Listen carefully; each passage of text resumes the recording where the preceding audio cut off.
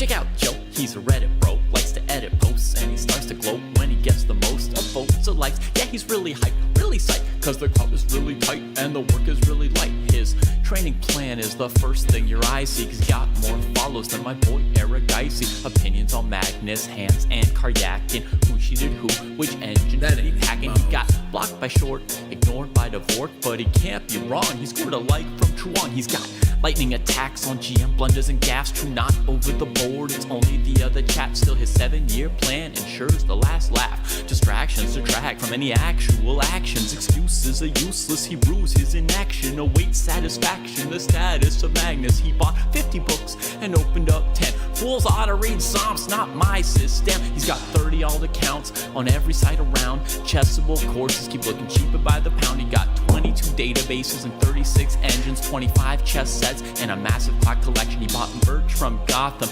Bra and Naka, but his game history looked like some chess copy pasta. A GM coach that he don't listen to, and if you think it is, then yes, my friend, yes, this is you. But that all changed. All right, my friends, here we go. As usual, we want to, before the actual games start, we want to look at yesterday and see what was going on, and we'll be able to use the computer a little bit. So we got this game. I want to get into it a little bit. I thought this variation with knight c3 was great, even if the engine says it's like a little even better for black. But beautiful way to get an interesting position. Even though the computer says it would rather be black, I would rather be white. d4, knight e4, snip, snap. Maybe white's even a touch better already. e3, snip, snap. Okay, we debated big time on this move. I liked e5. I like knight takes d4. This was kind of a shocker. Oh, and I guessed knight c6 too. Okay, he goes b6, c e5. And then this. Okay, I did think that black was going to be fine here. And I'll tell you what was interesting is here the computer's saying that it's legal to play rook e1 and then rook b8 with the intention of putting your knight here. And that's just an inhuman spot for the knight, because the knight has no future on f5. But the beauty of putting the knight there, like let's say you play rook b8, c3, knight f5, is it is true that you can't really mess with the knight on e4. And it does talk to d6, which like knight e4 would be the main concern, but you're just like, what? What do you want? The computer says this is equal. Okay. So interesting stuff. I'm going to say I was a GM today here because I felt that either e5 or c3 had to be the moves, and this didn't even cross my mind. Okay, so then we had this happen. Rook e1, rook c8, and then this is better for white. So this made knight d2 look good. I thought white was doing great. I wasn't a fan of that move. Yeah, good. I was looking at queen d3. Thank you very much. I thought that was the only attempt, honestly. Queen h5, exclam. Queen e8. Okay, now big moment. Me and Kostya were all about knight g5. Either ab first or knight g5. I would probably play ab just because.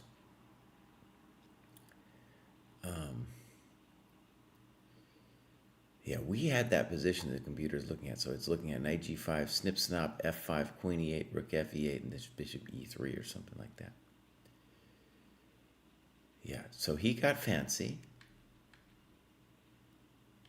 f6. Now, we were thinking f5. Yeah, and that's what the computer says, too. So we were GMs yesterday. We were GMs yesterday. Okay, so f6 was kind of terrible. Now, the next move was fine. Computer wants something else. It wants to encourage that bishop h6 is fine. Knight d8. Okay. Rook a5, b4, c4, Now, we were concerned with, okay, actually, this is an important momentito. Computer is saying bishop f4, which is inhuman. Knight d2, which I thought about, but I wouldn't have said I wouldn't know. Yeah, I said knight d2, but it was unclear. It wasn't like I could prove why white was significantly better. The computer's saying plus 0.7 there. Okay, knight f7. I was thinking knight c6, and the computer says knight c6 and knight f7 are actually about the same. Okay. And that was dumb. Obviously, that was dumb. You had to go to c1, buddy. You got to keep your eye on the e6 pawn. Oh, no, allowing this. Oh, no, now the milk's gone bad. So rook b2, and this was his idea, rook a1. Computer doesn't care about any of this and just says knight d6, and black is fine. King g7, rook a7. Now maybe white's a little better, but even here, okay, bishop c5. I wanted rook c2 here.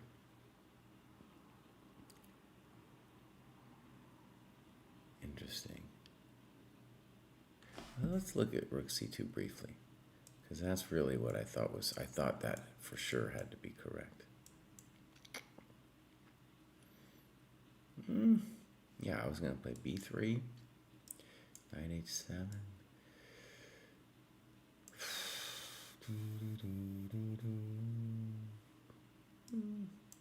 King g8, and then it's got a stunner here. Well, knight f6 is the same. This is mildly similar to the game, Cry. Well, it's complicated. Okay, so where am I, and why is this long variation? The computer agrees that bishop c5, though, is a big mistake. And, yeah, either my move, b3, or rook c2, which is kind of like transposing. So this was abysmal. And then knight e4 exclam. We think he missed that with knight d6. You got to do that, and then we talk to you here. Now it says 1.5 for white. Snip. Rook c6. c5. Rook b6. Very well played from Keimer. That's that set of moves. Knight d8. Knight d6. That was kind of weird. King f3 is on the suggested move. Check to the miserable king. Here, here, here. Now we felt that this was winning. We felt this was winning. The computer says 1.25, which is, right on the edge. I didn't like that move. Computer's kind of ambivalent. I guess the computer's fine with h5, but I just felt very committal. I like that. I like that. And now here, didn't I like rook b8 here? I liked rook b8. And the computer's not even giving rook b8, so I'm going to see what's wrong with rook b8. It says king f7. So king f7, very good move, stopping rook g8 to g5. Huh. And so the computer's like, yeah, white hasn't lost his advantage or anything. It's just that rook b8 didn't do anything. So computer gives either, this is like one of the top moves, king e7, and now knight f1, which we thought was a good move. Computer's kind of ambivalent. Knight f5, it doesn't like it. Now it says it's totally winning. Knight d2. Knight f5 does look like a bad move. c3.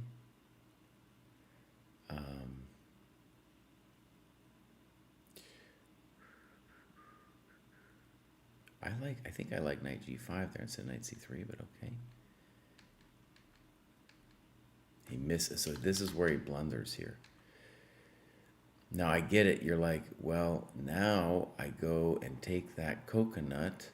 I go take that coconut, and then you miss knight g3, buddy. Oh, it's so terrible. Oh, it's so terrible, man.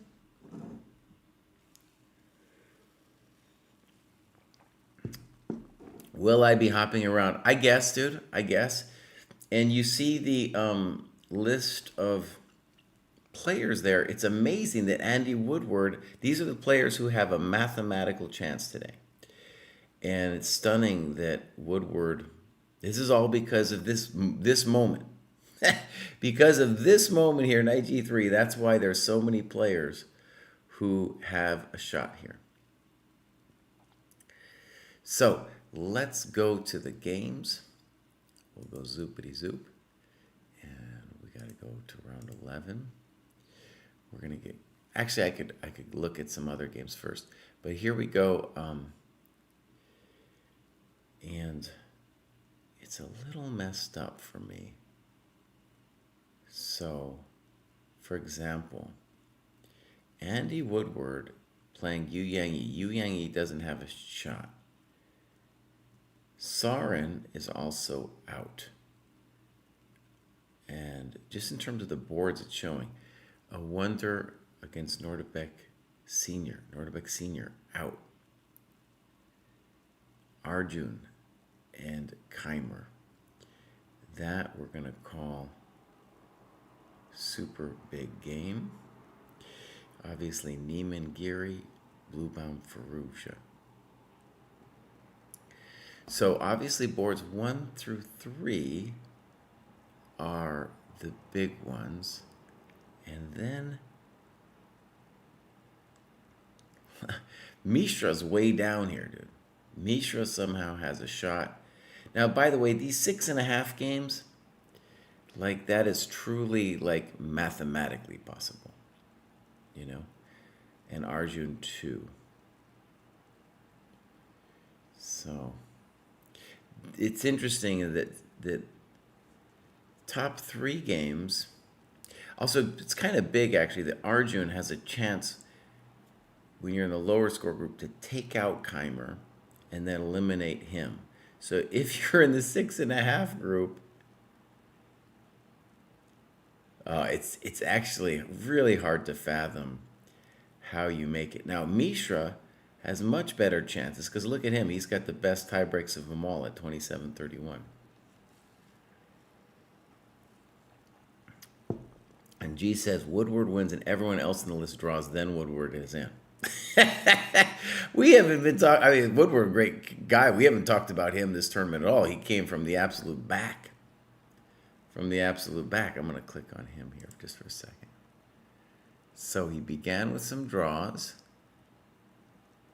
He lost to MVL in round 5. And then he beat Levon and Parham 9 and 10. And poor Parham, dude, he had such a great result. He went over 2,700 and then he collapsed. Dude is back down below 2,700. It's very unfair. Andy Woodward's gained 31 points this tournament, closing in on 2,600. Oh, man. David, by the way, I just want to give a shout out. He is, we're an hour earlier, obviously. He is still sleeping. So I'm expecting he's going to join us in a little bit. Oh, man.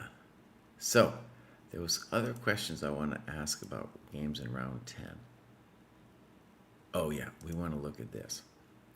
So we have this position, and now white played knight a3, which actually the computer says is just mildly worse than knight c3.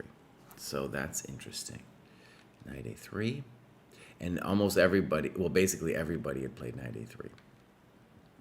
I didn't like knight f6. I thought something like b5 or something would be more challenging. The computer says knight e7. That wouldn't have crossed my mind. Knight f6, e5, knight d5, d4. I thought this was great for white. cd4, queen d4. And now, actually, computer best move here, b6 from Anish. Okay, now, I was a GM yesterday because I guessed that the chump GM move, knight c4, was correct. There's ideas of knight d6, and most importantly, you just have to fix the knight.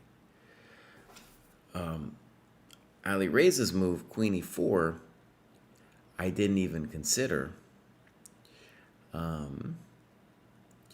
And this is the point I wanted to check with the computer. Chess numbers is here. That's really cool. Chess numbers might even have something to add about my little thing that I got there. That's the mathematical. It's not the mathematical chances, but they did have to calculate who has the highest tie breaks and such. Okay. Queen E4 was not my intuition, and I don't have it set up to show the engine. Usually I don't, show the engine. I thought Bishop B7 was a double exclam move, but the computer actually prefers my chump GM move, which was Rook B8. I thought it was honestly force, or Rook A7, but Rook A7 I felt was weird. But Rook B8 followed by Bishop B7, and I thought Black should be doing great. Computer actually says White's a little bit worse in that position. Bishop B7, I thought was a double exclam,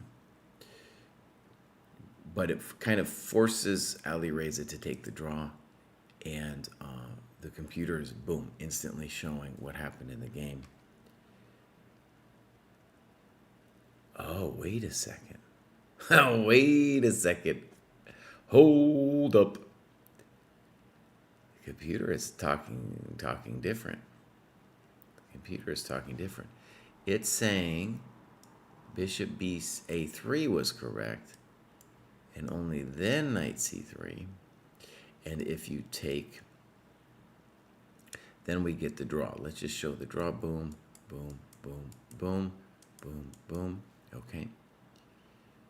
Actually, the computer is actually saying a little something, something here for White with Bishop G5. Wait, this is way more hectic than we thought it was. Queen B7, Rook B8, Queen A6, Rook A8, Queen B7, Rook B8. Before it was flashing Bishop G5, but now it's saying it's equal. Okay, so wait a second. So we're going to go back. We thought this was double exclam. What's the problem?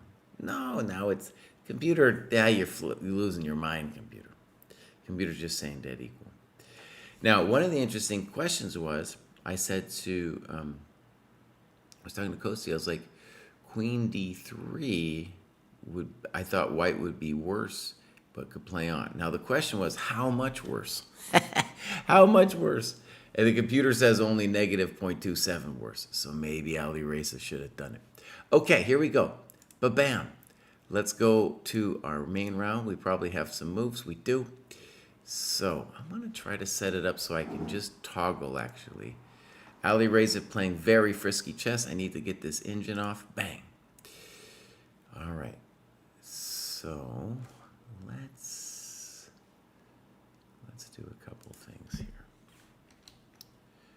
I'm seeing the nail and the damage done.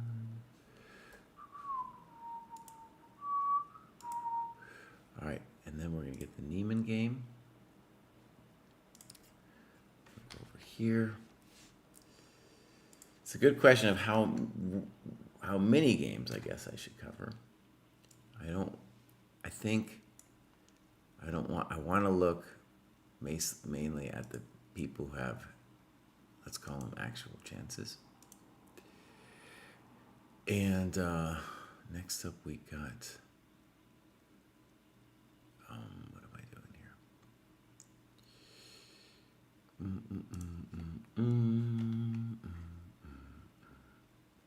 Keimer. And then here we go again.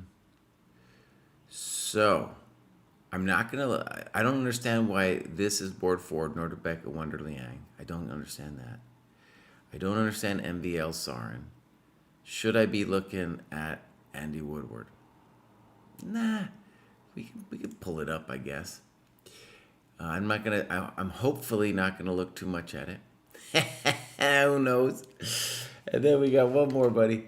We want to put in the Mishra game. Now, the Mishra game is my reading of these things is like he needs a bunch of draws to happen above him. However, his tie breaks are amazing.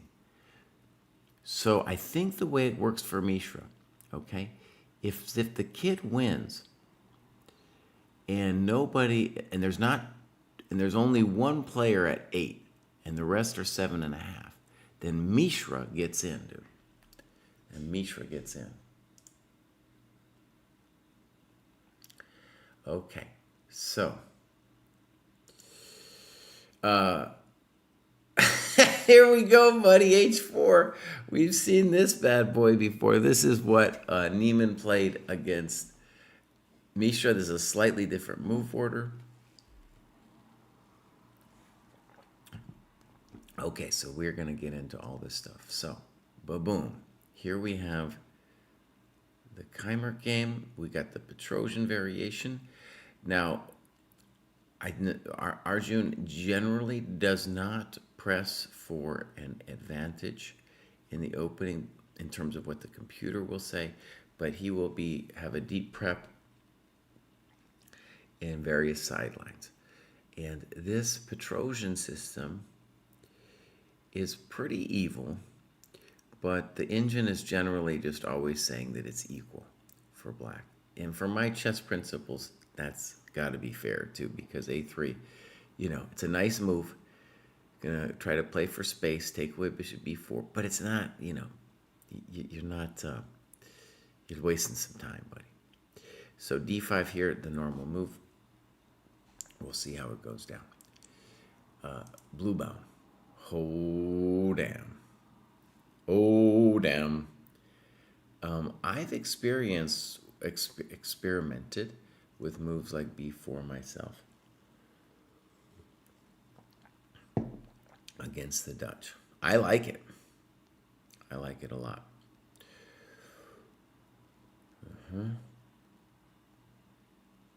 Yeah, we're going to get a great game. Now, one thing that Firouzja is trying to do is obviously get a fighting game. But the problem is Bluebaum, his real strength is he's an openings expert. And this B4 move is probably an example of that. Like, White could do all kinds of different things there. But this B4 move, boss, that's obviously going to be some special sauce. I predict very much that Ali Reza will get himself into time pressure here. And Bluebaum is going to be Mr. Solid. And I think it's going to be tough for Firouzja. I don't like this opening choice for Firouzja. By the way, who am I rooting for? I want the strongest people that should be in the candidates tournament. I want them there. So I want Firouzja to win. I want Firouzja to make it. And I want Arjun somehow to make it. Arjun's chances much less. But those are the people that belong there. So those are the people I'm going to be rooting for. Like, for example, you tell me, wouldn't it be great for Mishra to make it? It'd be cool. But he's not world championship material yet. He might be later, but he's not yet. I think it would be cool. I think Vincent maybe has earned it. Niemann has played great. Maybe has earned it. Giri, I don't think has. Do you imagine Giri as world champion? Not really. Yeah. So you look at this list and you say, who is a real world champion candidate at the moment? Not just like later. Like Andy Woodward, maybe later. Maybe in 5-10 years. But Firouzja and Arjun are the people on this list that should be there. Okay, we're going to expect deep time pressure here.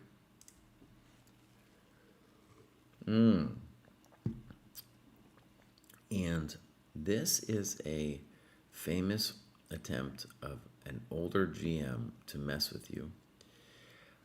It's well known, but how well Hans knows is another question.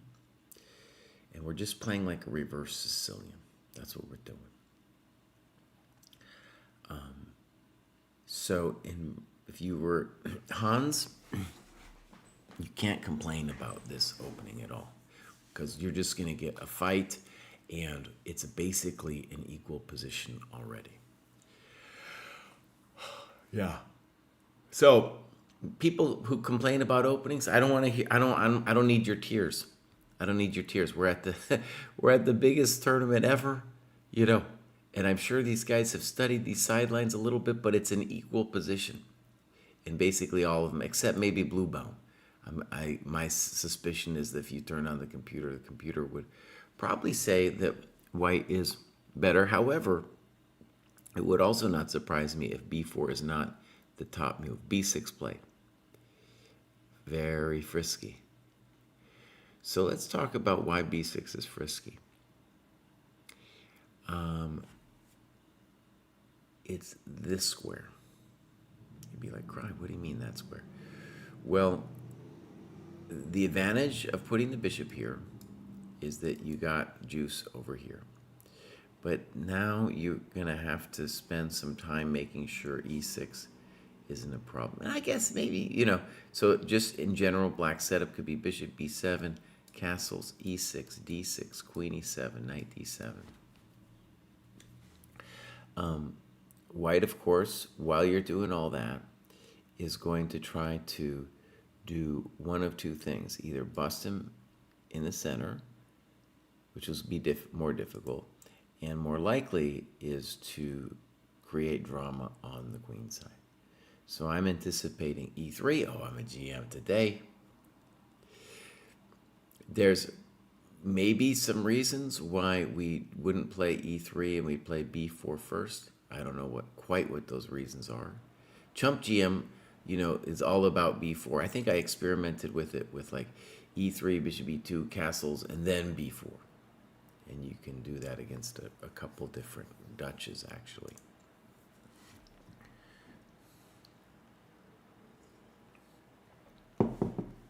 I don't know, Berlin. I don't even remember. Right. I think what he's referring to is I beat Naka in a game. With a Dutch, ages and ages ago. Chess Gain says Chess.com's already saying this is a novel position. Yeah, we might turn on the database here too in a second. So we got this business. Now, one of the things that's interesting about this kind of position is it's definitely been played before, but it's the kind of position where you might not really have a strong sense of what the right moves are. And already if we go over here, queen c2, I do not like this move, bishop c3. I think he's trying to avoid knight d5 stuff and wants to put his queen on e7. But this, I'm not a huge fan. And a3, it's funny, we could argue you have to take it anyway. a3, by the way, I'm going to guess that's not the engine's top move, but what he's doing is he's transposing into his prep or his ideas in the position, right? So very common setup in the, how did I do it way back in the day? I had this back in the day a bunch of times, and it went knight f3, knight f6, c4, e6, knight c3, bishop b4, queen c2, correctamundo. And this all black can do all kinds of things, but the idea is we hit him with a3, e3. Sometimes you can even play g3, depending on what black does. You take back, you have the unopposed bishop, and you say you're a god. Kramnik won some nice games way back in the day with this kind of setup. I loved one knight f3. You got such original positions in here. Giri also has, even though I'm sure it's in the database, it's still an original feeling position. What I remember about it, this is like the engine from 20 years ago, was that the engine always found ways to do something creative against White's setup, to do something active. But in practice, players would play, let's call them calm moves, castles, blah blah blah, castles and blah blah blah, and you could run into trouble real fast. Now, there's a key difference actually in this position that I'm talking about here, in our game position, because this one, the pawn is here. In the game position, the pawn is already on e5. And so this is arguably an improvement for black because he can, at the minimum, sit on his strong e-pawn with d6.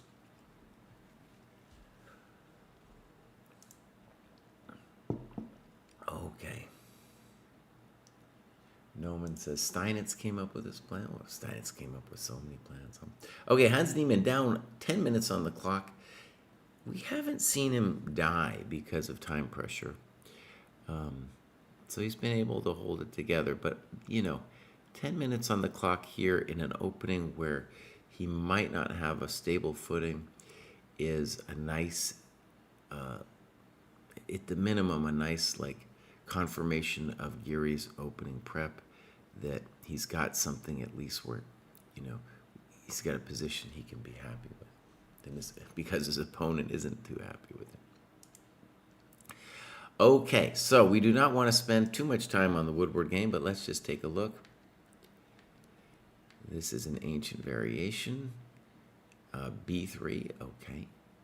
Knight C6, and we're thinking, okay, standard stuff.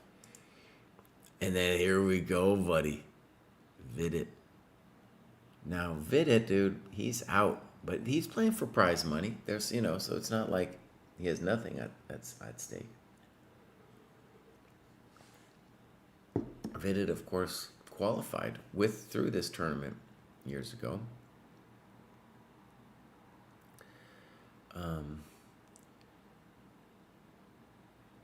Vidit's thinking a little bit more, but basically, let me just refresh that. It doesn't seem like the times are right. I'm just looking.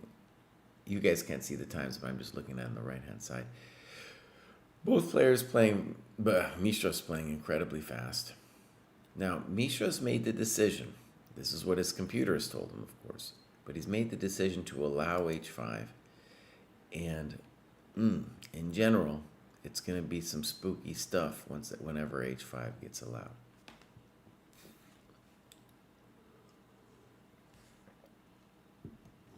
Tweez says that Niemann got this position entitled Tuesday and plays d5. 4 minutes thing. So the default solution for white would be cd, knight d5, queen c2, and I think e4 would be met by bishop b5.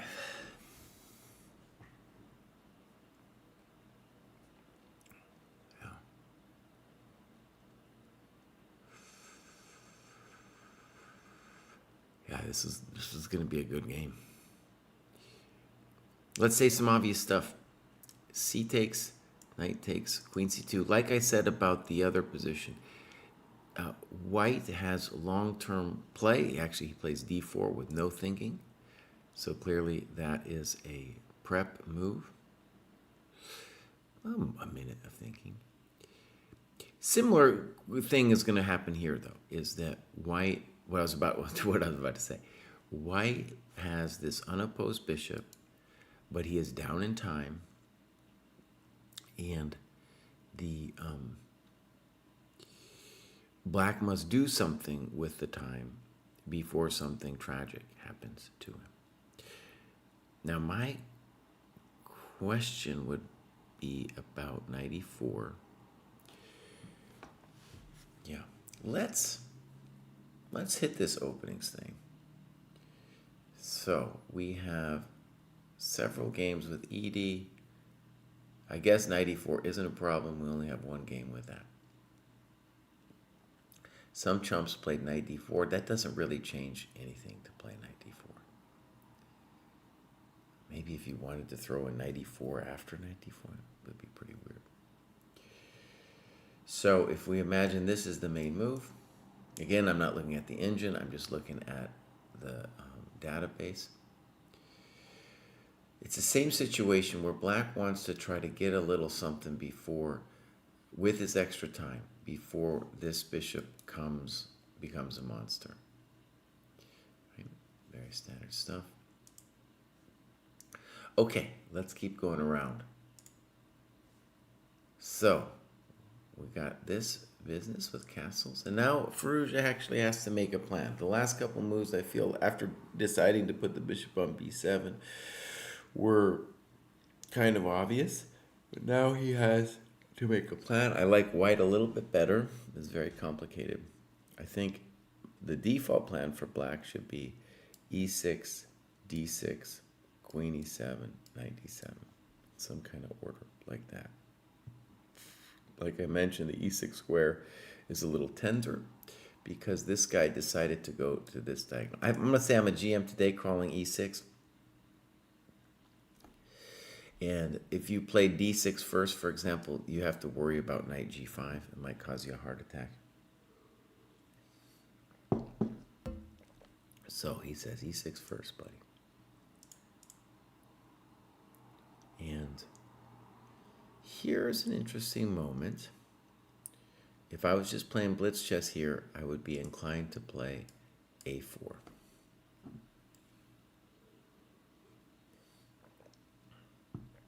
But there are so many different moves that white could play. Bishop b2 is an obvious one. I have a lot of sympathy with a4.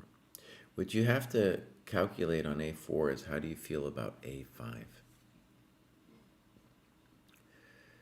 feel like a4, if we get a5 in, then we're just kind of happy about ourselves and our life. So a5. Now, b5 maybe, but the drama with b5 is you're closing the position down, and the concern would be like, I get it, I got some nice space over there, but what am I really going to do later? And black could, if black, say, continues on his merry way with this kind of stuff. You don't have to play b5, though. You could also play maybe here. And it's very complicated, but if we imagine something like this, like you might think about this. This here doesn't work because of c5. But you could also say, do knight d2 to b3 and aim for a5 or c5. So this will be, I might actually slow down a second here. All right, we kind of got done around the horn games. If there was going to be a dojo game of the day, I think this one would be it. Just because I think, oh man, first of all, it's a beautiful position, very original. Maybe we've transposed into some game somebody else has played, but basically both players are all on their own, which is exactly, well, Bubaum, let's say, might have some familiarity with the idea of b4, but like, if you just think about playing the move b4, black had so many different moves besides b6. And in my head, this is kind of a setup. Now, let me just stress, from the Chump GM perspective, the question is, how do we create drama for black in this position? Obviously, if we played b4, the natural move to play is a4. But then we have to think about moves like a5. Now, from black's perspective, black has a long-term engine on the king side where ultimately he wants to mate us, right? So black's goals in the position, let's talk about it, are to claim that this bishop isn't going to participate in the fight in any meaningful way. You know, obviously we can't prevent everything, but we would like to make that guy poor. At some point, I want to play knight e4. And if he takes, then I'll say, oh, Federico the f-pawn has done his job. We're going to open with the rook. It's a little sad, though, that the bishop will get stopped in that scenario. The other plan besides knight e4 is to play d6, knight d7, queen e7, e5. with that setup with d6, knight d7, queen e7, you could also dream about g5, g4. In all of these cases, black wants to create drama on the king side, and the reason white wants to think about b4 deeply here is that drama will eventually come. There's no preventing the drama. But so we would really like to get the initiative on the king side, queen side, before that goes down. So if you imagine a4, a5, is he, after b5 for an example, has black put the stop to our queenside engine of play? So a4 played. I'm a GM today. Hi, Lauren. How am I doing? It's a little early. I didn't sleep great. Proust, dude, he's going to come in later, I think. Maybe at the top of the hour. He's on West Coast time. So we don't know, dude. We don't know. Blibub says we're not seeing a draw. Yeah, well, let's think about that, though. Let's think about that. Let's imagine Bluebaum gets a nice position. And his tie breaks are reasonable, very reasonable. So he could gamble, and he could be looking at the other boards, and he could gamble and say, I'll take this draw. And if he takes the draw, he has to really hope that Mishra doesn't win, because Mishra's tie breaks are better.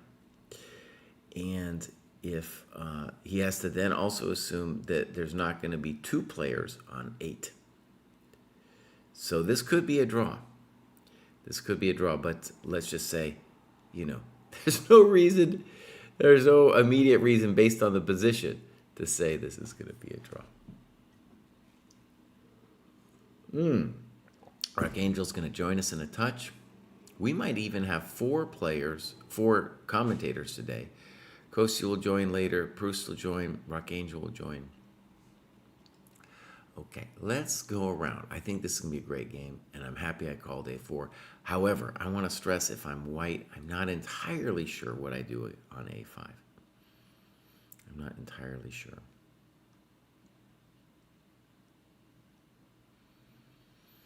If I was playing blitz, I would play b5 and just kind of believe in my position, but I've been burned. All right, here we go. We got this going on. d4 happened. ed4, little bit of thinking. Knight takes, queen takes, c5. And let's look at the openings, actually, because this might be a well-known thing. Somebody mentioned that Hans had played this a bunch. c5 has been played in muchos games. Queen h4 in 63 games. And now there's a big divergence of possible moves for black. Let's again state the obvious. Black needs to create something before our bishop gets loosed. d4 does not look good because just bishop e2, and what are we doing as black? So dc4 is one of the main moves. I don't think that's impressive. I'd rather be white after bishop c4. Bishop e6 is maybe more to the point, but what is the point? Castles make some sense. Somebody played g5 here. 4 people played g5 here. I don't understand that move. A couple people played d4. So yeah, very interesting position. Hans is the one who's tanking.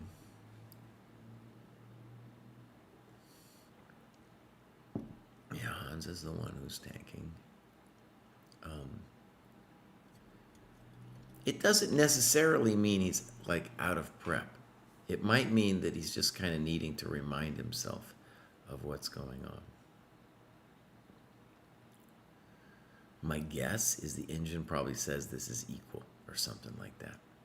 But I want to stress, black needs to find some kind of juice before the position slowly creeps in white's favor with the bishops.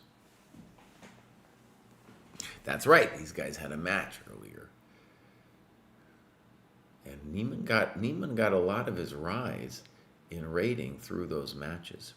He had a couple matches. Explain g5 to this peasant, please. I don't know, dude. I don't know. I really don't understand g5. Maybe like g5, queen g5, rook g8. I guess, yeah. I guess that's what it is. And then the queen, you could tempo her again. Maybe G5. Now I'll say this, although I don't believe in G5, what I do know is that if I'm black, I do want to do something violent before the trend goes against me. That I do feel like I understand.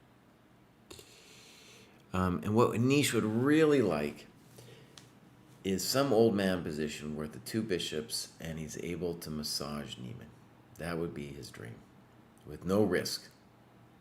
Now the risk, of course, is if you're Giri, is if you draw, there's a chance. There's a chance you get in with a draw. But it's not actually a good chance, because you think about it this way.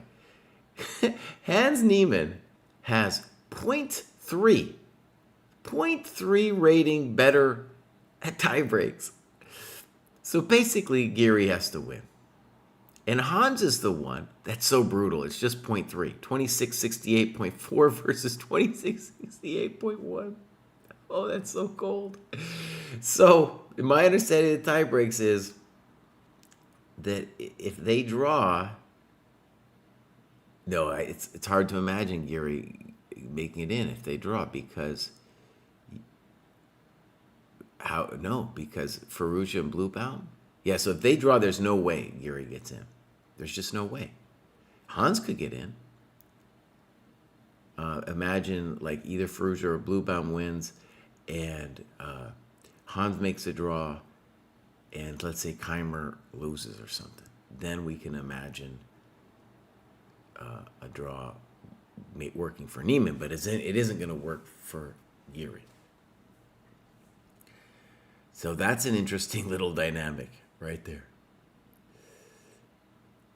I don't think there's a second tiebreak. I think that's it right there. Right, skeptics. This was calculated. That's the final tiebreak, so they could figure it out, because this tiebreak is based on. I've never seen this tiebreak used, by the way. It makes some sense to me, but it's just a calculation of the FIDE rating of the players you've played in the tournament. Yeah. Okay, here we go. Boom. I'm not going to spend much time on this, but this is a known position. The computer, I know, says it's a little bit better for white, but might not be that impressive. All right, here's our business over here. Very spicy with Vidit. I'd rather be white just looking at it, but I also we know that Vidit has turned on his supercomputer in this position and knows exactly what's going on. Okay, Quantum Photon says something interesting. And if somebody could confirm this, this would be great. It says it rounds down to the nearest rating point, then it goes to Buchholz. Now, Buchholz, by the way, you cannot calculate in advance because it depends on how your opponents did. But those opponents are still playing. Wow. And Loft says has confirmed this in a tweet. Okay, that changes the calculation.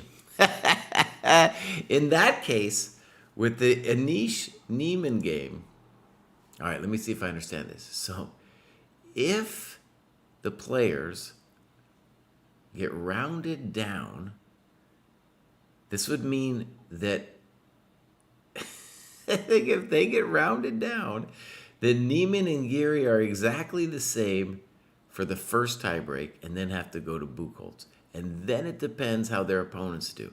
And I want to tell you something crazy. When you're in a tournament like that, it can be so frustrating, the situation, because if you want to spend some time and energy, and it's a lot of time and energy, you go and look at all of the different opponents and how they're doing. Because you would have to look at all 10 of your previous opponents and all 10 of your, and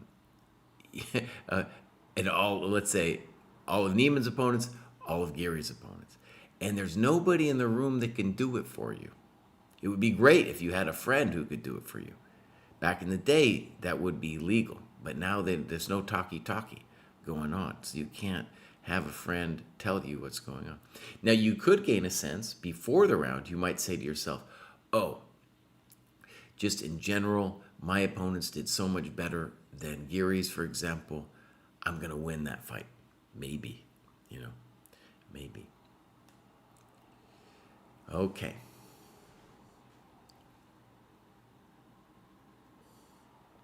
And Paspon is saying that Giri has one more rating point according to the standings on the main Grand Swiss website. This was calculated by some people. You know who we need?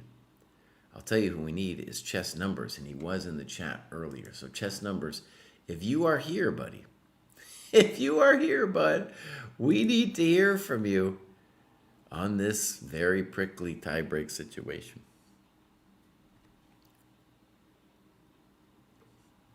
Blibup says there's going to be bloodshed, but let me just put it this way, man. Think about the game yesterday with Keimer against Bluebaum. I mean, Bluebaum was winning, mistakes on both sides, and then he blunders at the final moment. Then it's a draw. There's no other result that's going to happen but a draw. I think this position, for example, it's fundamentally very drawish. It's just fundamentally very drawish, especially at a GM level, a high GM level. At a chump GM level, you have every prospect to, let's say you're white, you have every prospect to massage the guy. But at a super GM level, all he needs is a little bit, just a little bit of play to neutralize the two bishops. He just needs a little bit of play. He doesn't need all that much. And so, very difficult to win.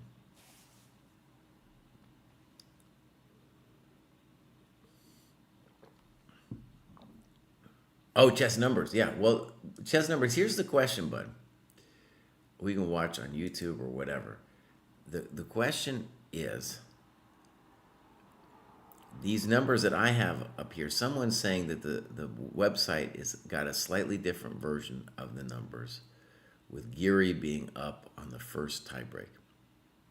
If he's a full point up, then we don't go to Buchholz the second tiebreak.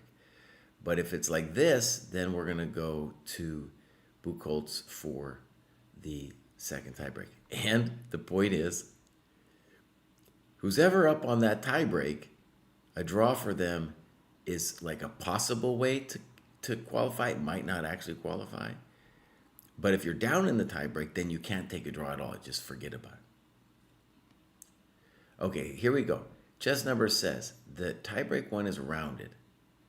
Giri, Niemann, and Keimer are exactly tied. Ooh. Giri? What? Giri, Niemann, and Keimer are exactly tied.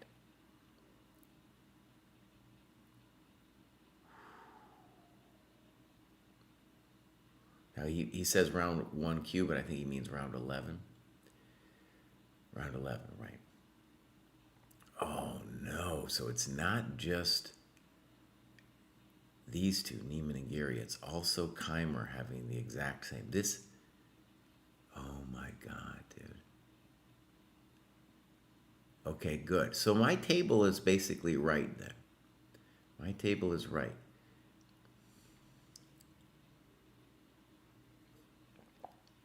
And Chess Numbers is saying that Niemann's second tiebreak is bad. And they will have figured out like a general sense of the tiebreak. So you could figure out your Buchholz for rounds 1 through 10. You can't figure it out for round 11 because that's not going to be over. And Chess Numbers is saying, Chess Numbers has a tweet on this. Okay, here we go. Chess Numbers, by the way, famous statistician who has figured out a lot of these complex questions for the chess community. And one thing actually that's a bummer in the chess community is that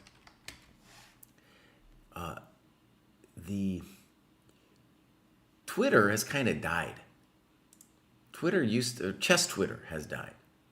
It used to be a much bigger thing. It was much more active, and Now it's a little bit more complicated. Oh my God. So, my friends, I'm going to bring this over. This is the tweet by Chess Numbers. I'm going to bring it over here. I don't know how well you guys are going to be able to see this. Okay. So first, we got the Giri versus Niemann scenarios. And I'll just kind of try to understand this. Oh my God. Oh my God. So if Giri wins, he's got a 98% chance of making it. That makes sense to me. Oh no. Look at this madness, dude. Look at this madness. Toad Anton, thank you for subscribing. Yeah. I'm even having a little bit of... okay, so the base odds for Giri, just no matter what happens, is 32%. I'm understanding how this goes. So, Niemann, the base odds are much less with 12%. Now, what he means by that, too, is I think he's taking into account of the fact that Niemann has black. Bluebaum, 69%. Dude, so Bluebaum has the greatest chances. He's got white. Firouzja, 43%. Oh, these are great odds. Okay, so Keimer, 17. Keimer really blew it yesterday. Eric Geisy, I want that guy to get in. Mishra and Woodward poor. Oh, so thank you, Chess Numbers. This is amazing. Yeah, this is a beautiful thing. And the other ones are mostly doing the same data. The most important thing for the chess fan, I think, are the base odds right now. Just thinking about the base odds, because it tells you kind of where we stand here.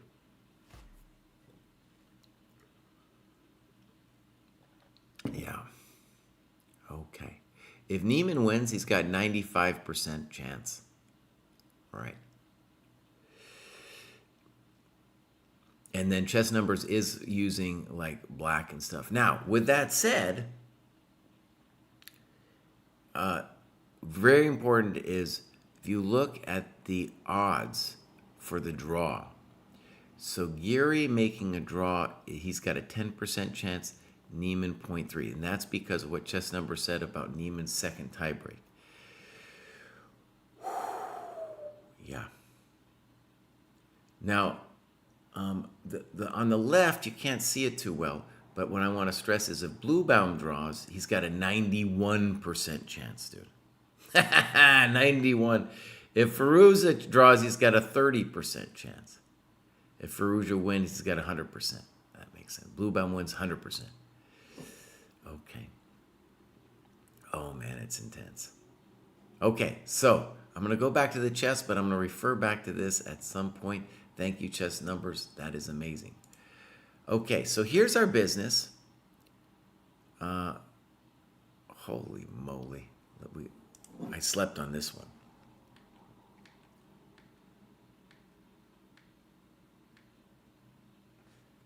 Okay, so the idea of playing G6, which black is going to do, is a popular notion. It's especially going to be a thing if you really wanted to win the game. The classical move is D5. So Keimer playing the way he did gives black, if you're going to look at it from the computer's perspective, is going to give black the worst position. But Keimer doesn't care about that. He needs to win this game.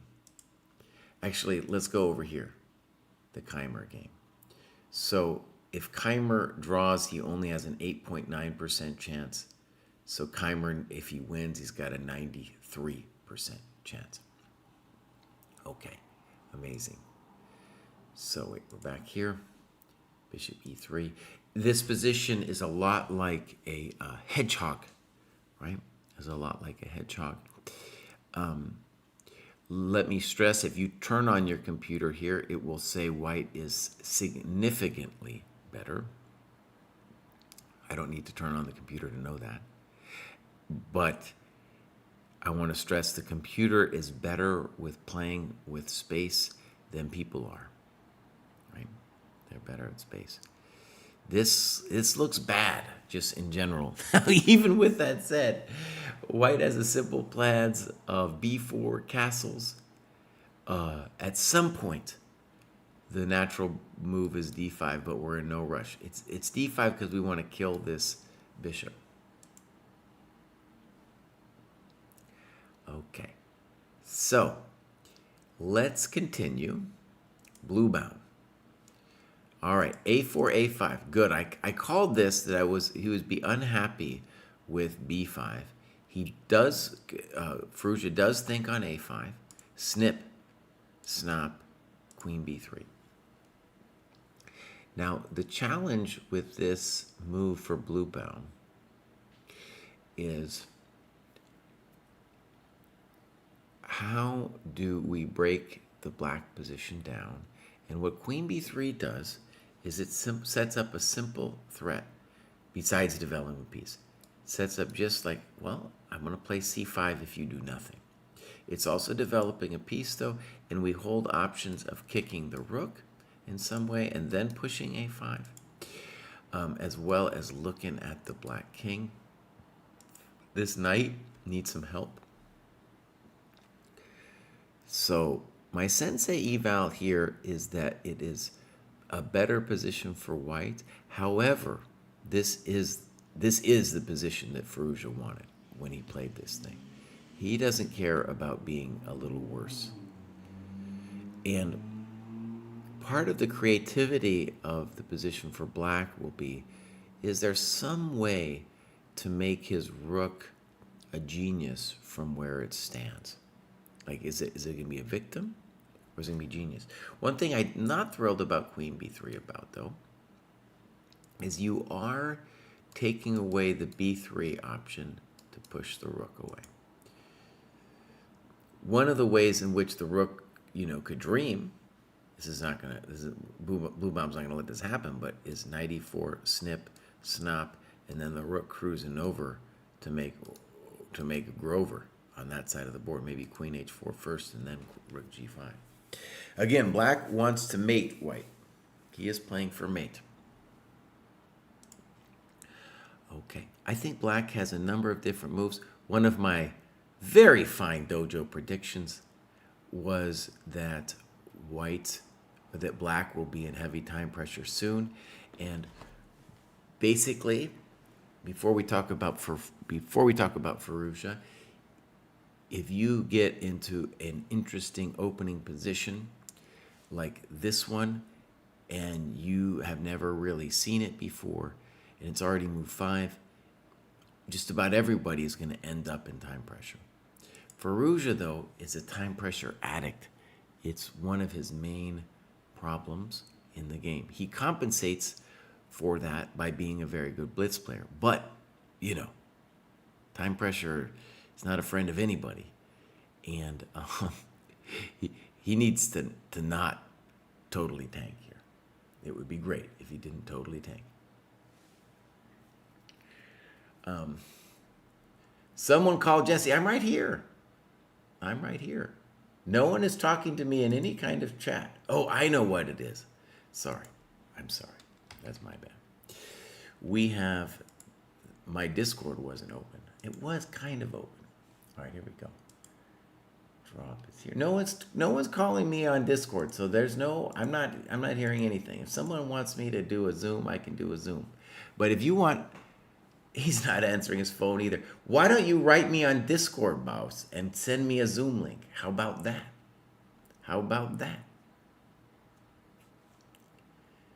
No, boss. I'm right here. I don't see any Zoom link. Okay, now I do. But it wasn't giving me a notification, boss. I did not get a notification. Anyways, we're going to have people joining us here. Unclear how many people. So let's start it. Boom. Hey, bud, how you doing? Uh-oh, I have to... let me put in the headphones just right away, because the headphones have been a real drama recently.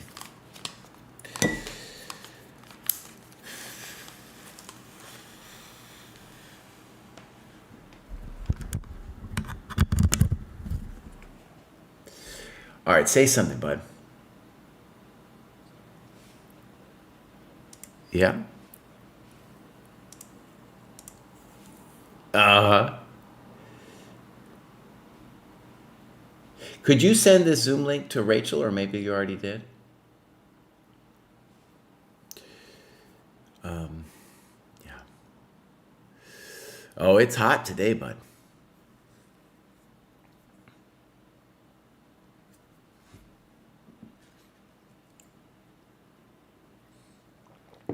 No, I wouldn't say that, bud. I would say they took their foot off the gas. Keimer lost his little nuts last after we were all me and Costa were like, oh, Keimer's winning, and then he blew it, dude. He blew it. Made the situation totally explode today. Yeah, there's so many people who now have a chance because of that slip.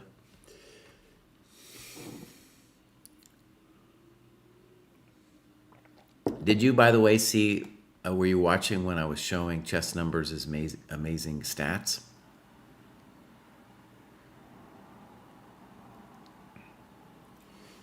And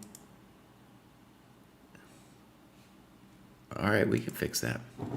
I know why we can fix that. All right, say something now, David. And I have to. I'm gonna juice a couple of Jadoobs. Actually, I'm gonna grab this thing. Markand, how are you all doing? We're gonna do this. Get rid of this. It's a bummer because I have a feeling we're about to be a 3-person thing, and then I have to make Jadoobs.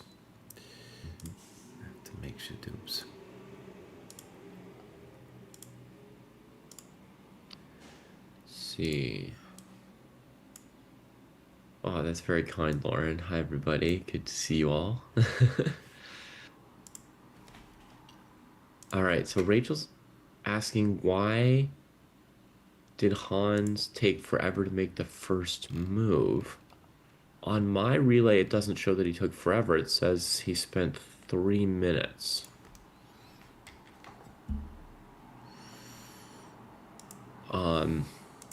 Which is not unreasonable for the English, maybe. I mean, against the English, you can play a wide range of first moves for black, right? You could play e5, you could play c5, you could play knight f6, you could play f5. I think a lot of these people are feeling a lot of pressure to win today, even with black, right? So then they have to pick their opening pretty carefully. Mm-hmm. Especially, let me see if I'm looking at this number correctly. Like, especially if you're playing black against somebody who's got chances if they draw, then you really want to win. But Hans, oh, he and Giri are potentially in that huge tie, huh? So he doesn't really know for sure what happens if he draws. He's basically got very little chances if he draws. I'll go tell you again. So Niemann, if he draws, has a 0.3 chance. A 0.3 chance. And That's tiny. Okay, so he knows he needs to win. He needs to win, bro. He needs to win. Yeah. And Anish, if he draws, is it similar for him? If Anish draws, he's got a 10% chance. So it's significantly different. And the reason is, get this, David. It's the second tiebreak. The second tiebreak favors Is that Giri. so? And what this means, my friends, is that Niemann's opponents have done less good than Giri's opponents, and it's Although they have already the same average rating, right? the exact same average. And Keimer also has the exact same average. So it's a very, very odd thing when you just think about it.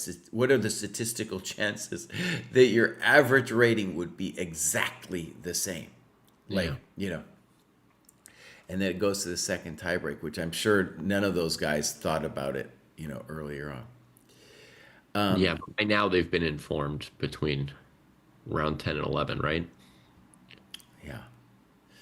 So, well, let's do, I think, David, chat asked for this, and I'm kind of into it, is that we should not do our typical thing and focus on one game, but look at a variety of different games. But we could still, talk about our general sense of these things. Mhm. So let me just go here. This was a theoretical position. And what we suspect is, and somebody in chat said that Niemann has had at least this position before several times. So it's Mhm. not like he was totally unfamiliar with it. Here he tanks for 22 minutes. And the bummer for black is it's very hard to try to win this position. And in fact, when you think about like they're both of them, I think both of them have to be a little unhappy with this position because it's going to be so hard to win. However, if anybody's going to win, well, the general narrative that I was talking about before is in these positions to equalize, black needs a little to get something going with his extra tempo. Mhm.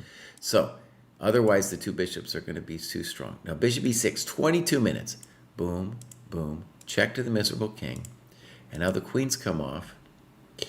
And I was surprised by his move d5, by the way, in terms of like wanting to win with black. On move 7, when he plays d5, that move surprised me. I thought he would play kind of, Bogo Indian style d6 and castles and yeah, keep more stuff on the board. But then I think when you play immediate confrontational moves, right? Pawn breaks in the center in the opening, that tends to simplify things a little bit. that's probably a So, fair point. I would say, though, that white is a little bit better here.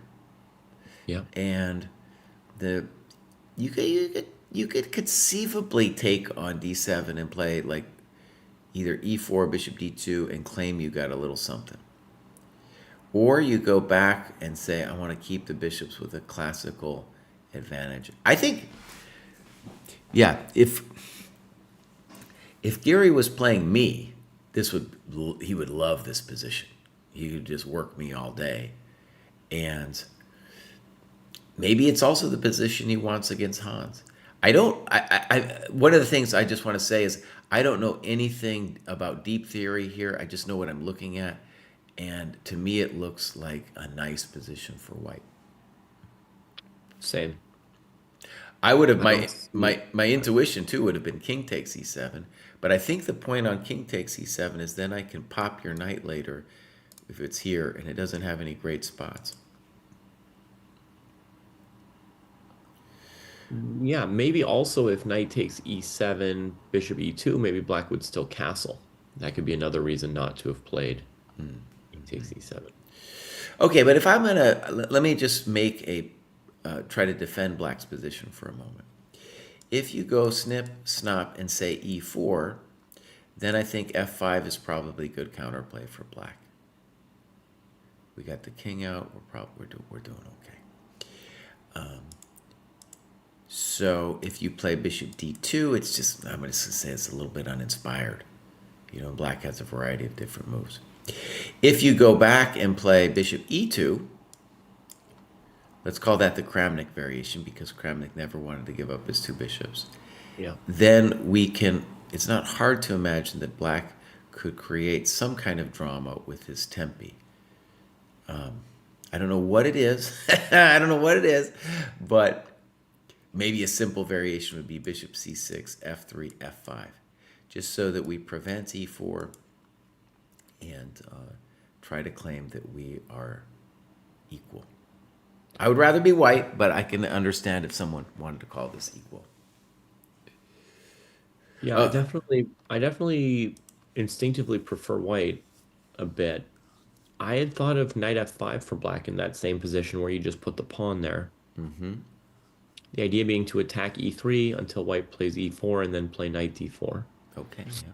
But maybe playing knight d4 is not even that impressive. Who knows? And we have bishop e2 on the board. I think that's the right call, especially if you're going to try to win this game. And I think,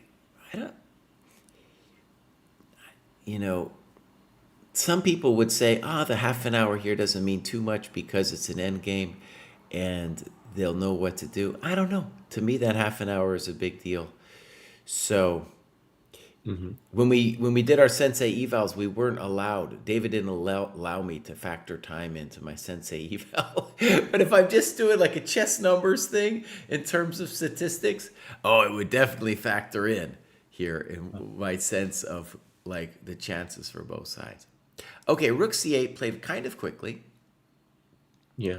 Eh, I mean, if I had to guess the result, if people are asking for predictions, if I had to guess the result, like at first glance looking at this, you would think that Black would hold at their level.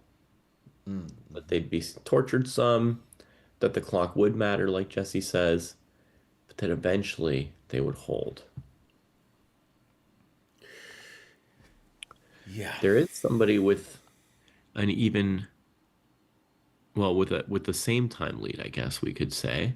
Have you been watching the Vidit Mishra game? We've been watching everything, but what we've basically told ourselves is that Vidit and Andy Woodward have small enough chances. It's not Vidit, it's Mishra who's the chances. Vidit doesn't have any chances. But anyways, that game and the Woodward game, we're looking at them, but looking at it less. Yeah. I mean, doesn't Mishra have substantially better chances Yes. because of his super high tiebreak? Let's actually look. So, in for Mishra, if he gets a draw, he's a 7.4% chance of making it. And if Mishra, let's see how this works. Actually, it's not. He just does it for the main games. He doesn't actually give Mishra. Okay. Yeah. Okay. So let's go back. I think though, if you remember, it was this H4 thing, or it's not. It wasn't quite the same move order, but this is. It was what Niemann played against Mishra. Mishra there too cranked out loads of moves, and Vidit also now is going to be down on the clock, and just aesthetically, it looks better for White, but it's obvious that Black has all of this activity. Mildly similar in dynamics to the Niemann game, where Black really wants to get something before White completes their development. Morning, gentlemen. Good morning. Hey, Toast, yeah. Morning. We made it. You made it. Yeah. All right, let me see. I think Rachel's about to join us, so, but I'm going to try to make all this stuff Chat work. was saying Rachel's at the venue already, so she's out. Okay. That makes at least the streaming part of it this easier. All right, I'm Our going to fourth sensei. switch. There's four sensei. I'm going to switch us. And let me switch this business. This one. And I got to get rid of this. David, how are you? Pretty good. How was your level of following the tournament at camp? Nothing really. Yeah. No games, results? Basically nothing, yeah. Oh boy. Oh, we've seen some stuff. We've seen some stuff, dude. Oh man. Yeah, I mean it's nice to be offline in a forest for a little bit. Yeah. Okay, I called dojo prediction. This one wasn't hard. That Ferrugia was going to get into time pressure. He spent 20 minutes on 94. 20 minutes, and now he's down low on time. 94, that move was one of the moves I considered. Yeah. It prevents the blunt threat that White had of c5.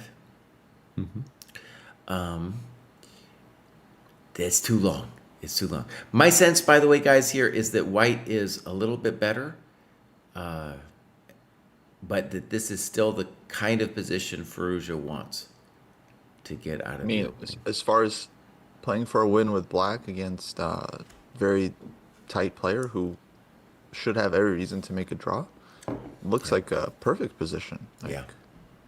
I mean, all the pieces. I only traded one pawn, and there's it's not like a super, super typical structure. The problem for black is it might just be a bad position.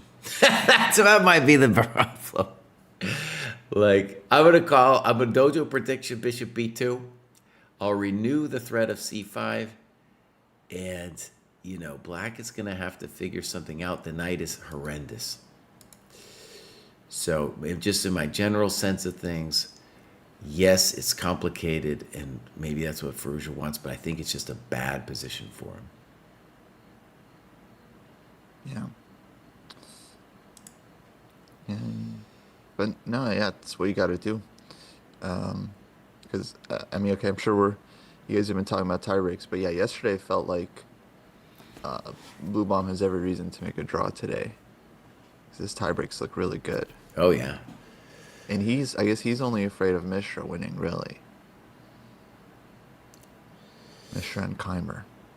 Right. So if we could go back, and so, yeah, one of the things I was saying is if people were like, no way, this is a draw. But if Bluebaum gets a nice position, he's going to play it kind of calmly. And he's very good at Tausch Machina and turning everything into a draw. Very good. One of the best. I mean, he's pretty much gotten where he has this tournament just by threatening threatening Tausch Machina, threatening draws, and having some of the better players get upset.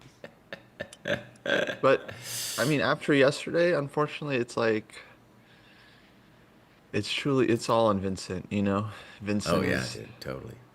he had it. He had it. And oh man, what a heartbreak. Yeah. Okay, I'm going to step away. Do you guys want to talk about this? Do you want to talk about another game? Or I just take a quick break? David, your choice.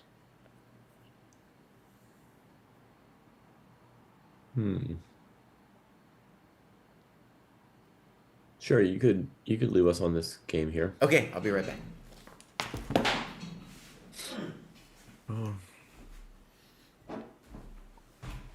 I mean, it's kind of nice for Firouzja after that loss to Parham. He's basically bounced back. Mm-hmm. Yesterday, he made a quick draw against Giri. Not quick in the sense that it was out of the opening, but the battle finished much earlier than I think Firouzja wanted. Mm-hmm. But yeah, I- looks like it was very short.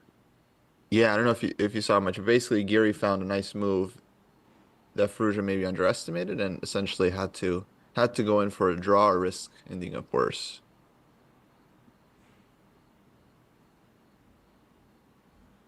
Man, the Blue Bomb Gambit. Blue Bomb Gambit in the candidate's going to be very, very serious opening.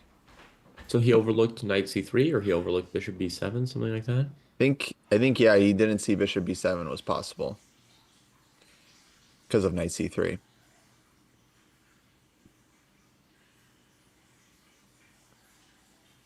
Sick. Well, that sucked for Firouzja yesterday. Oof. Yeah. Yeah. Oh, I'm gonna open up. Different kind of decisive opening blunder, so to speak. I mean, it's not a blunder, but overlooking of something. Yeah. Yeah, absolutely. He seemed pretty upset on the camera. He kind of allowed the game to end. Yeah. Ooh. Man. And Blue Bomb looked over and was like, "Oh man, I wish that were me." The 10-move draw. Yeah, he saw bishop b7. He started salivating. He's like, "Oh, what a tasty forced draw." Yeah. Dude, how cool is it? We have a Wonder Liang board 4, round 11, and then Andy Woodward board 6. Yeah. And Andy Woodward with what was it, 2.7% chance on the candidates? Yeah. Yeah. Jesse frying chicken. Uh-oh. I mean, if he qualifies, he qualifies, Andy? Yeah. Yeah, no, I'd be happy for him, but also scared. Both Andy and Mishra, I think they're. It'd be incredible for either of them. Yeah, but I just think it would be a lot, especially for Andy. I feel like, he would, there would be a lot of like chess media attention on him and, people saying he's too low rated and all this, and he's going to get killed. And then, yeah. Well, he's playing a very strong tournament here. Seems like he'd be okay. I hope so. Um,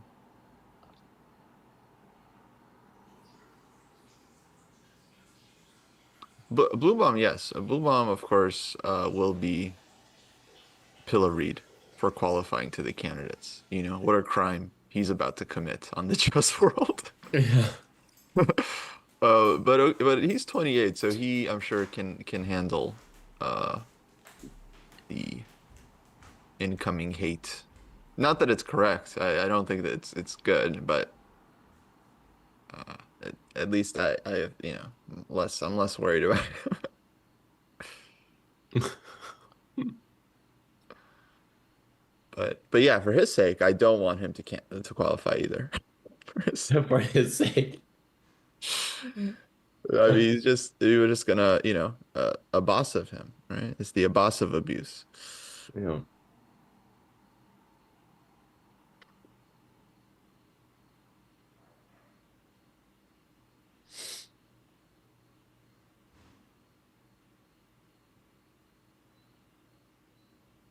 But he really tricked Keimer yesterday. I was watching the camera of the decisive moment where Keimer blew it in the game, and to me, like Blue Bomb had already seen the trick well ahead of time because when he returned to the board, he was shocked that Keimer had blundered, uh, Mhm. because you could just tell like he already, and I think his demeanor tipped Keimer off that he blundered something. Like Blue Bomb gets back to the board and is like, "Oh my God, I have a chance!" And then Keimer immediately. I think by that point, Keimer had already noticed, but Blue Bomb just blitzed out his.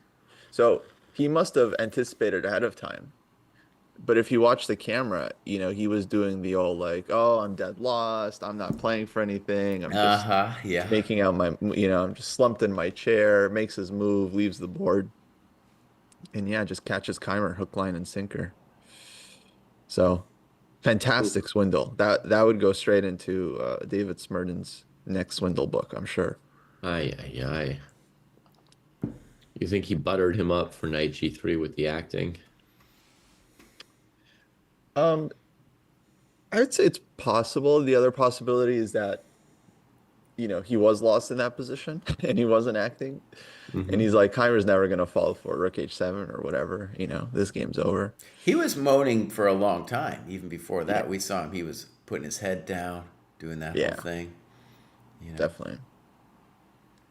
Okay, here's an obvious thing I just want to point out.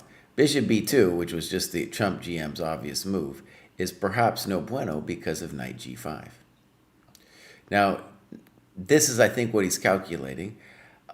This is an old trick, and if you got to calculate here, if you take, then you're going to be due for g3, which you might not want to do. And if you play knight d2, you got to worry about knight h3 with the old trickerino.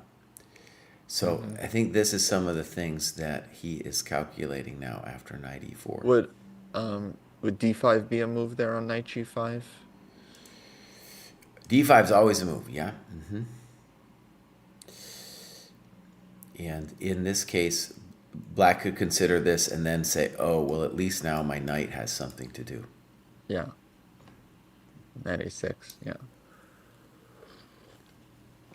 Yeah, so very spicy. I don't know what else I would do besides bishop b2, though.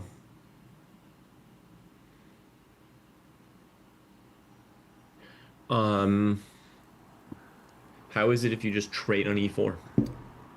Okay, trading on e4 gives me a little heart attack because aren't we inviting the rook to cruise over?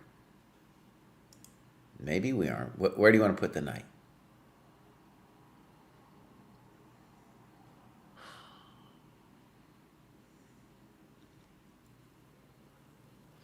I guess I don't really have anywhere to put it. Yeah. I'm just realizing if I go to e5, then black can play d6, huh? I might have something else too, but yeah, that d6 makes sense. Well, that would be to win a whole piece. Yeah. Okay. I give up. No 94.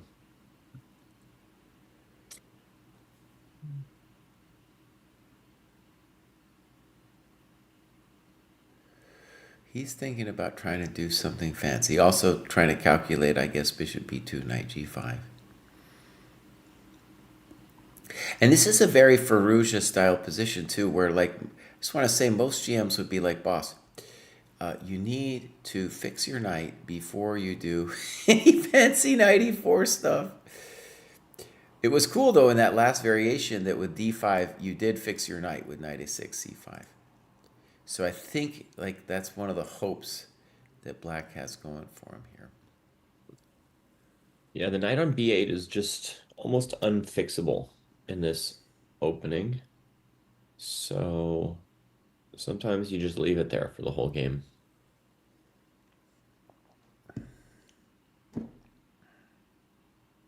No, it's definitely giving Bootbaum something to think about. One thing also we know about this kind of position is mistakes will be made. Like if we turn on the computer tomorrow, it's like the computer won't like anything. It'll be like, these guys are all chumps. Who are they? Yeah. Crazy. It was 20 minutes on 94. Now, Blue Bomb's been thinking for a dozen minutes. Bishop b2. Bishop b2 makes good sense. Well, you know, knight g5. What would you do here, Mr. Bruce, after knight g5? Maybe knight g5. Play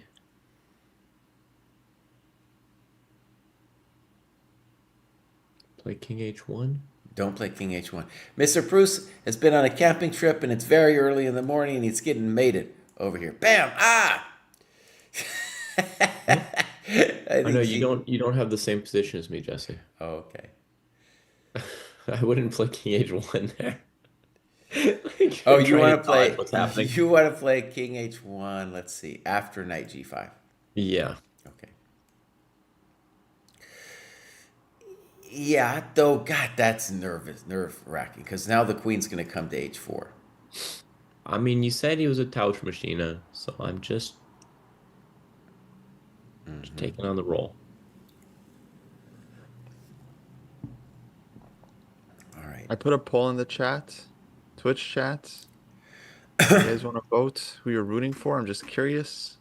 Unfortunately, there's only 5 slots, even though Can we? But we can only vote for one, right? Yeah. I guess we. I'm asking the chat, Jesse. Oh, you said I could vote. You said I could You vote. can just say who you're rooting for. I voted for Fallujah. So actually, I'm interested in what you guys think. To me, I want the best players to win. And in my head, the best players in the current batch, so this little list that we have here, are Fallujah and Aragaisi. So those are the guys I'm rooting for. Knight takes e4 was played. Very controversial decision after 15 minutes of thought. Very controversial. So before you guys came on stream, I was talking about this move a4. And I said, well, if I was just playing blitz, I would play a4. And the question, though, would be, well, what do I want to do on a5? I know that in a lot of similar positions, the computer is totally comfortable playing b5. But the issue with b5 is black will eventually get an engine of attack on the king side. So what am I going to do after I play b5, right? It feels like I'm totally like stymied. So you say to yourself, okay, so in general, I want to take and try to create some drama before I get mated. But then with the rook here, the question will be like, will the rook be able to do something creative while this is on a5, or is he just a chump? Well, now the problem for me here is, to me, it's looking like the rook maybe can do something. Now, clearly the claim that Bluebaum has is that the rook won't be able to do something on the king side, but this is definitely, for playing against Firouzja, this is waving a red flag at a bull, right? Maybe the intention, Mr. Bruce, I don't know. Could it be... Well, let's just put the knight on d2 for a second. Let's just put it there for a second. We're going to give this idea a chance. By the way, if bishop e4, then we're just totally happy, I think, as white. A simple plan after bishop e4 could be bishop d2 followed by a5, and we definitely have the initiative. On the queen side, the knight is dead. Yeah, that's simple. So we're going to see, we're believing we're going to see fe4, opening up this rook, opening up this rook. This is what they tell you not to do, Bluebaum. This is what they tell you not to do, buddy. All right, let's put it on d2. I have no idea where the guy's going to go. Yeah, f4 seems like the move, for better or worse. So the only reason to believe that maybe white could survive this mess is because the knight is out. That's the only reason. If the knight were somehow in, I would say it's game over. Actually, Kostya is a King's Indian player. I feel like we get that in a lot of King's Indians, like d5 King's Indians, where the queenside knight is dominated, and so maybe white won't get mated. Yeah, I mean, it's very King's Indian-esque, so I think Firouzja shouldn't be too unhappy with this. And I love that he can play rook g5. Like, that's a nice move. Now, I think what's going to happen, let me just tell you my guess, is that if you played the natural queen h4, which would just be like, I'm going to bring all my pieces in, son, that Bluebaum wants to do this move, f4. And if you take, he wants to do Tauschmaschine. You could also play knight f3, but, Tauschmaschine is... I'm suspicious of this line, Jesse. Does black not have anything here? I mean, maybe he does. Maybe rook How about- h5, for example. I don't know. What about bishop d4? Maybe bishop d4. But actually, once you see rook h5, we can kind of... No, rook h5, maybe I could take it. Stop there. So bishop d4. That might be a passel. Okay, so let's do knight takes. Maybe you could still do bishop d4 after bishop takes, right? Mm-hmm. Yeah. Wait, no, this isn't true, David. This isn't true because I have bishop e3. Bishop e3 here, yeah. Okay, so we're just trying to decipher what Bluebaum's intention is with letting these beasts, the two animals. I was free. thinking as queen h4 that he would play c5 and keep the rook from coming across. Okay, it's a thought. But on c5, don't I get my business free? Because I'll take on c5 maybe next or something.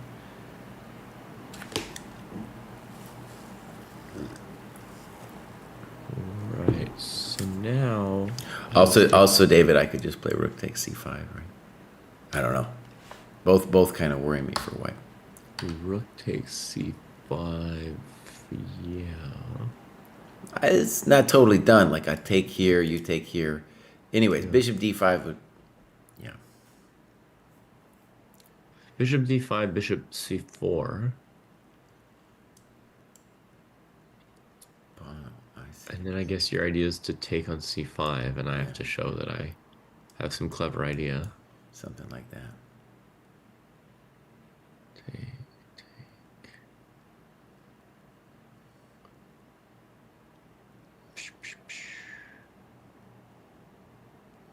Interesting.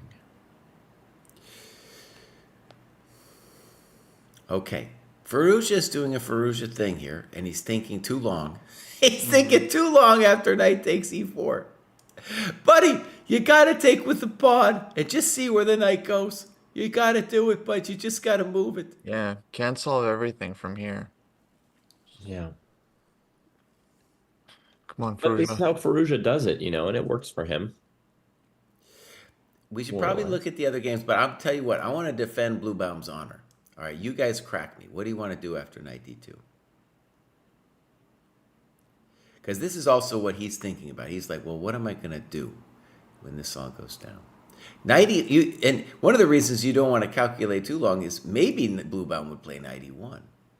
That might also be a move. You have no idea where the guy's going to go. But I'm going to try to defend his honor with knight d2. All right. Well, I'll play queen h4 like you did. All right. I don't like getting mated, so I'm going to try f4. You have a lot of moves here. You could play g5, for example. F4. G5 scares the bejesus out of me.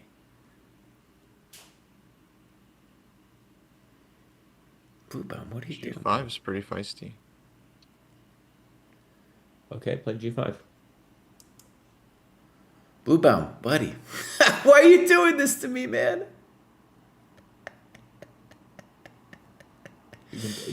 I guess I'm going to play g3. Let's pretend queen h3 for a second, right? Maybe I got to do this sad rook f2 move. There's questions. There are questions. One of them would be snip, snop, snook, snark, snick. That would be a question. I don't know who's happy there. I'll tell you that. Okay, I'm officially unhappy with Bluebound, but that's why I want to defend his honor, because I'm like, he's got to have some idea here after queen Man, h4. E3. Wow. How do you say welcome to the dojo in German? Wait, what do you mean E3? E3 in that Killer line was a line. killer. Oh, E3, yeah. All right, FE4 finally, 8 minutes. And we got knight D2. I'm a GM today. Now, Yeah. I might be a GM today, but I don't really appreciate this knight E4 FE stuff.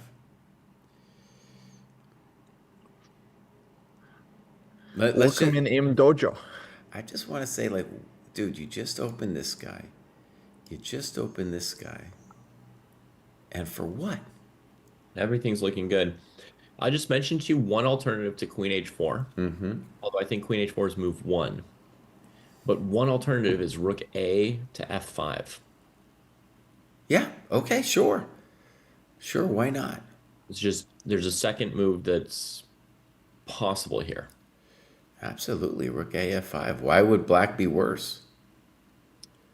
It still lets you play queen h4. It gets out of the way of c5 and d5, so all your pieces are on the king side. And by this point, with the open f file and that many pieces on the king side, you're saying white could play c5, a5, whatever. It doesn't matter how much they wreck the queen side.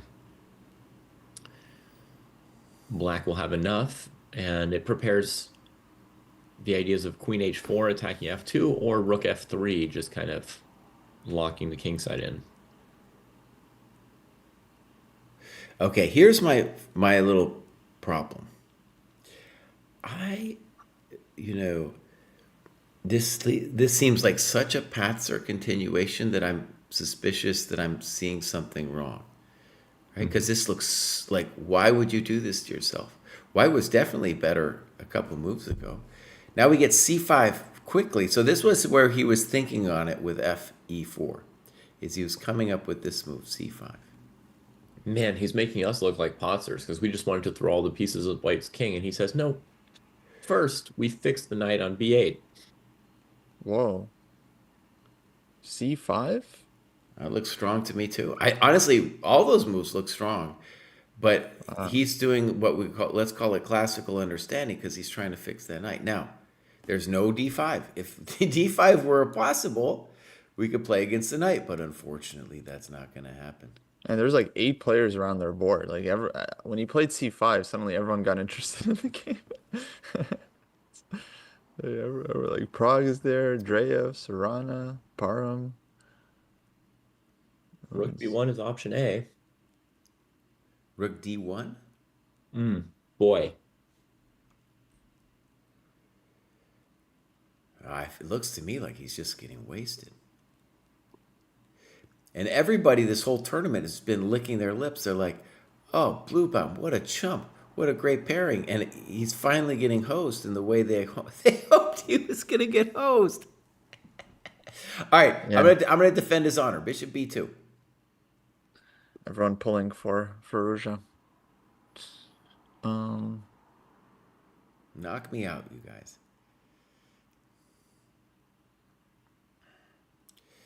So I want to start with the obvious. If you take, which is maybe the most natural move, you do give my queen the ability to move laterally and help defend.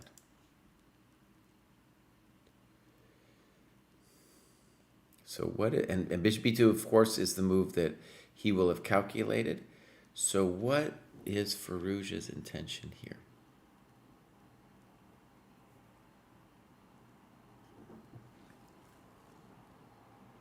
maybe knight c6. All right, natural enough move. Can I play d5?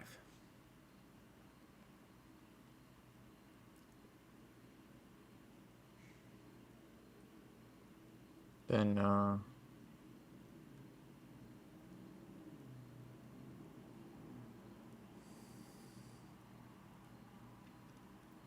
knight b, no.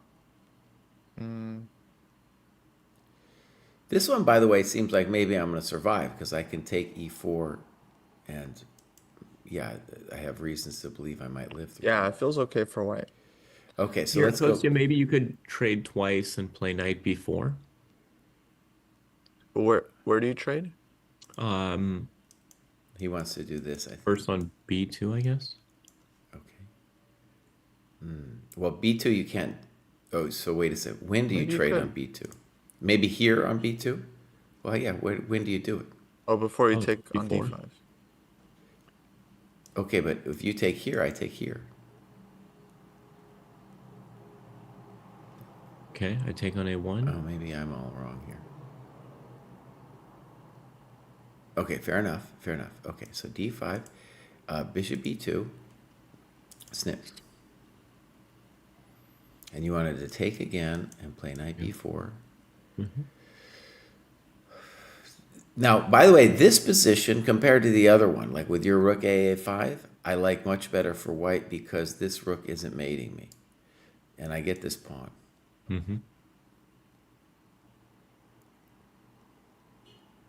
Yeah, I take by bishop.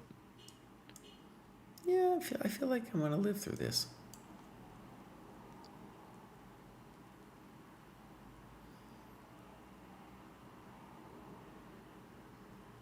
Instead of knight takes e4, there's maybe knight c4 as a possibility too. Yeah, good. Yeah. And then if the rook moves, I was thinking just d6 and just trying to keep the bishop closed. On Yeah, d7. that's also very nice. I think if I did that, you'd probably want to sack the exchange. Okay. But that's also, I don't know why white is worse there. Hold on. Hold on. Let me just express this in words. So in this position, maybe we don't get it, but to us, queen h4 and rook a5, af5 seem very good for black. Firouzja thought on the previous move about this decision and spent 15 minutes or 8 minutes on fe4, and then it came up with c5. He's got some kind of idea. Bishop b2, any chump. You don't have to be a genius to play bishop b2. So what is Firouzja's idea after bishop b2?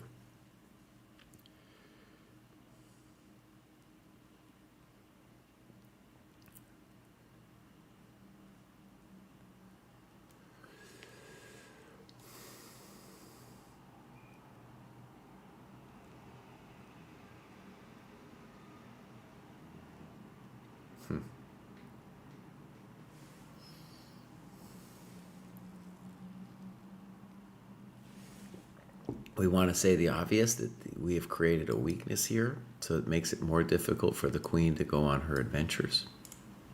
Yeah. Yeah.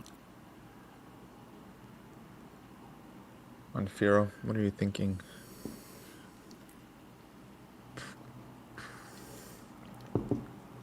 If he takes once on d4, is white taking with the bishop or? My instinct was the pawn, because now I get this nice lateral movement.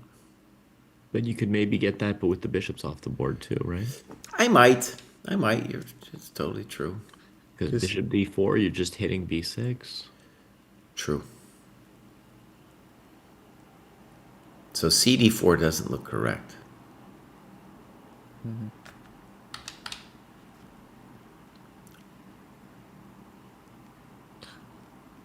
How about? Well, I just want to see in that line. So CD4. Let's trade the bishops. Go knight c6. Queen e3. Queen f6. And I have knight b3. Yeah, I just wanted to see that position. Is there anything there for the black, or like rook swings over somewhere? Yeah, I mean, just it looks bad for black. It's not lost or anything, but it looks bad. You're at least not allowing queen e4. Yeah, but your pieces are nasty, and I can do a5s and c5 stuff. Okay, hold on. Let's go back. Let's just see. What else could we do? All right, I'm going to flip the board. We'll see if we can be a GM today. A super GM today. Bishop b2, by the way, has not been played yet, but our attempt here is just to understand the move c5. Oh, black's point of view. Okay. Rook takes f.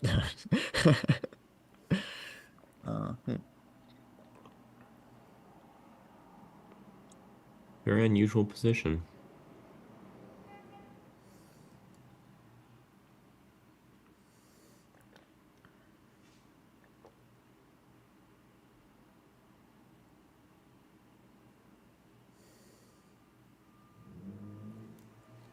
Maybe knight a6 now? Okay. Because I have knight b4, I have knight c5. Yeah. Okay, move played. Bishop b2. 8 minutes.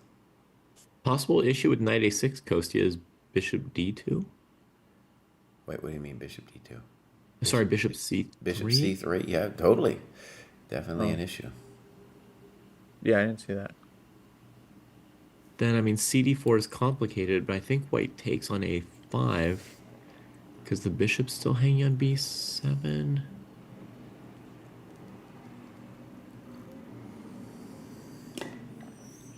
Yeah, I can't. I think black loses material. Yeah.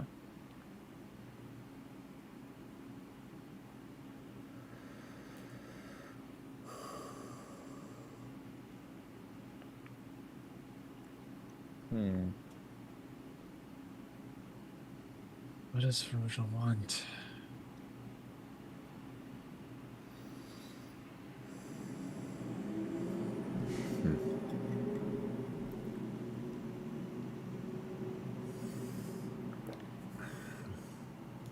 Something that differentiates, I've said this before, but something that differentiates these guys from me is I would play bishop b2 in the position without understanding what black's intention would be. Because I would just be like, well, bishop b2 is where the piece belongs.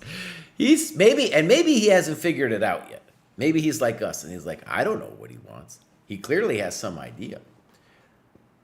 I mean, bishop b2 looks like a good move, Jesse, but I imagine 8 minutes is not that long. I mean, I imagine he wanted to at least glance at rook b1 for a moment and see if it destroyed black immediately. Maybe. I also think he wanted to figure out, like, what is my opponent's intention? And that's what I'm saying for me as a chump GM. I might play it without figuring it out, just because I'm like, what else am I going to do? Okay, CD4 is his intention. Played quickly. Wow. And our analysis suggested that both ED and Bishop D4 were good moves for white. Bishop D4 is definitely the Tauschmaschine move. That's the Tauschmaschine move. It also just creates immediate drama on the B6 square. Bishop d4 feels like the very classical move because you trade off the fianchetto defender, right? Yeah. And you open up the B file to B6. Yeah. It's one less thing to defend on b2 in case you want to move the pawn on d4 in some case. And rook b1 is good. Yeah, okay, I am with you guys, but I also want to say that when I look at this from White's perspective, I also like that position. I like both of them. The part of me really wants to just keep the tension. So if we imagine, like, if we compare this position with knight b3 next, that one looks better to me than, well, yeah, that one intuitively looks a little bit stronger to me for White. But in any case, I totally am hearing you what you're saying about bishop d4 being stronger. And given who Bluebaum is, well, unless there's, he's also has to calculate, is there some dirty trick that Firouzja has? Because honestly, like, you think about this position, he's the one who played c5. He's the one who played cd so quickly. So he's got to have some idea. I just don't know what it is.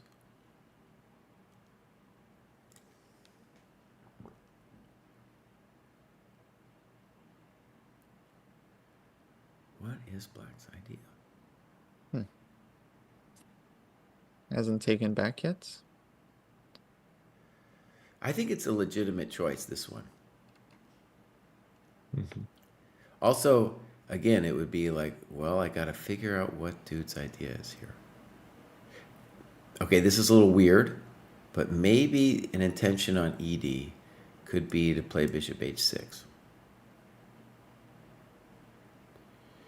Putting pressure on the knight and saying that I'm dreaming about playing e3 someday. Yeah, I thought bishop h6 is annoying for sure. Okay, so let's try to limit ourselves to bishop d4 for a second. And the question is very simply, what is Black's intention after this bishop d4 move?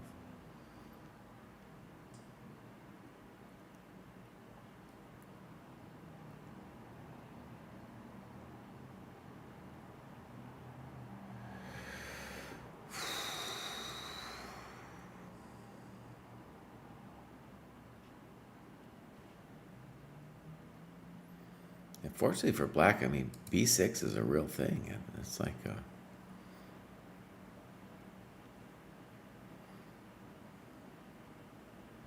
Oh, after bishop d4, can't Black just trade and then go queen g5? you can try, but what I didn't understand about that is why isn't White just much better after queen e3? Yeah. Mm-hmm. Maybe.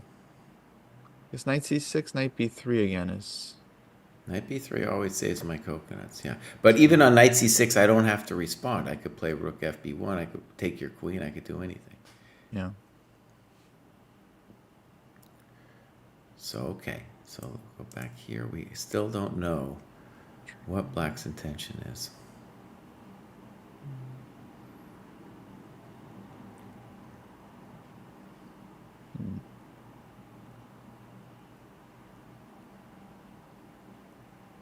Bishop d4 played. We're GMs today. Yeah. Bishop takes, comes quickly. Clearly, Firouzja has some idea, and it's beyond the chump GM crew. We gotta trade him. b6 is hanging, and you need a weakness on d4. I'm just saying, when he plays this quickly, he knows he's got something in mind. I also think he'll play knight c6, but I don't know what the follow-up is for Black yet. Okay, let's put knight c6 on the board. Now, my chump GM move was queen e3. Maybe there's others, but that makes a lot of sense.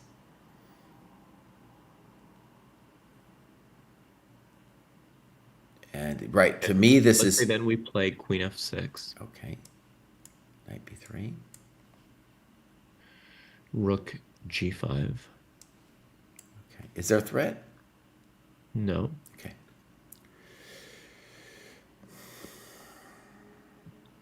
I'm just moving my pieces to the king side. And, I don't yet see what White's doing, so I'm... Maybe your intention here could be knight e7, f5. Knight c6 played.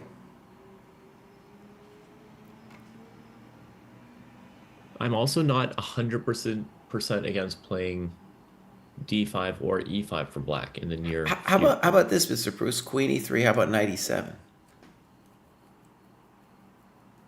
We've been talking smack about fixing that knight. Maybe we should fix it. 97. But what I don't like about this quite as much, Jesse, is that the rook on a5 after knight to b3, knight f5, wherever the queen goes. I'm not pumped about the rook on a5.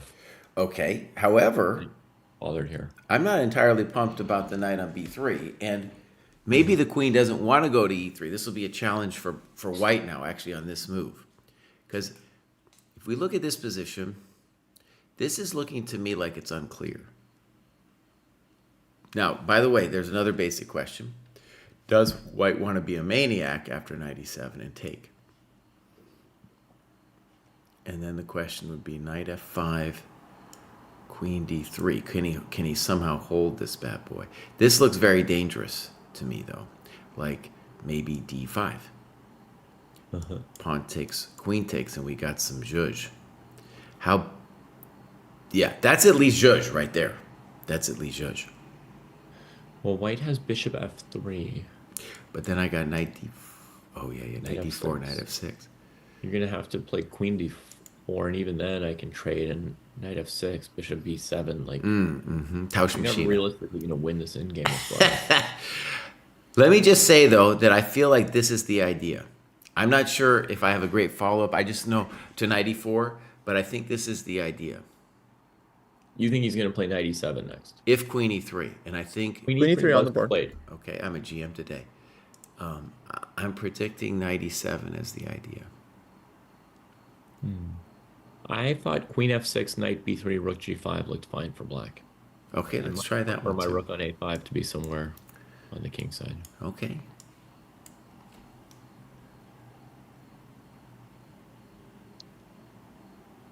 I would go to g5 probably, but you can go. Oh, I'm sorry. I thought you said f5. All right, Yeah, no, I G5. mean I don't have a very strong.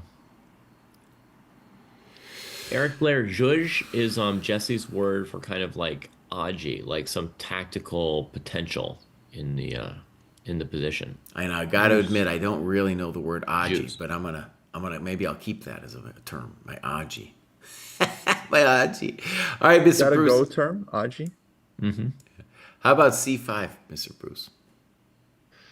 c5. Sure. Yeah, I think Jake has the correct spelling there. Oh, jeez. I mean, I guess my most obvious move now would be knight to b4. Okay, that's interesting. Also, I want to stress that b takes, knight d4. I was a little concerned with, but let's try. Knight b4 makes more sense. And if I sack the exchange, someone might call me insane.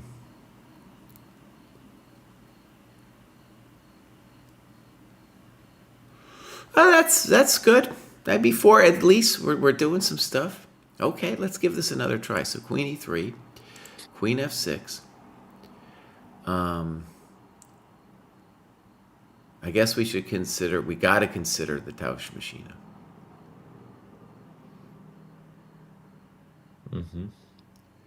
Queen d4, David? Yeah, I got to take my pawn back. Nothing else I can do.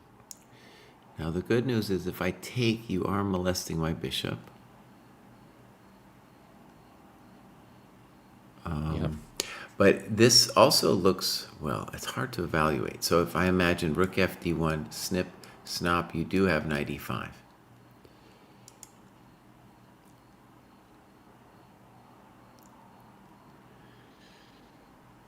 This one's at the minimum complicated.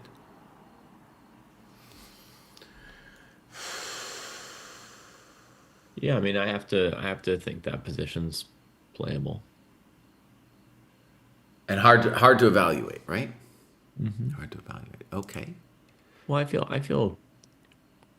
feel reasonably comfortable that I'm not in a bad position with black, actually.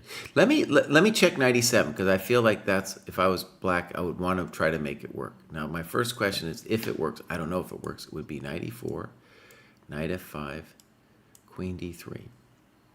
Do I have anything special?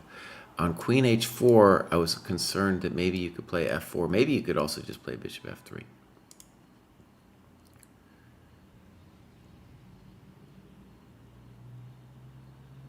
So yeah, is this anything special for black? It might not be.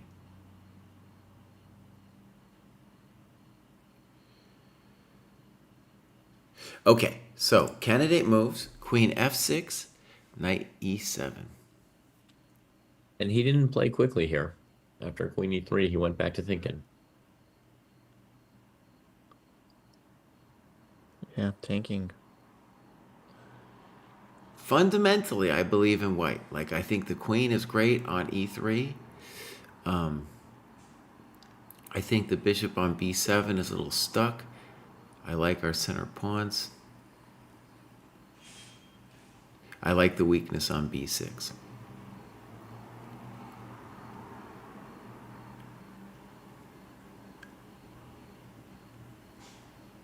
And actually, let's say the other issue with queen f6 is you have to feel good about any kind of tap to the pawn.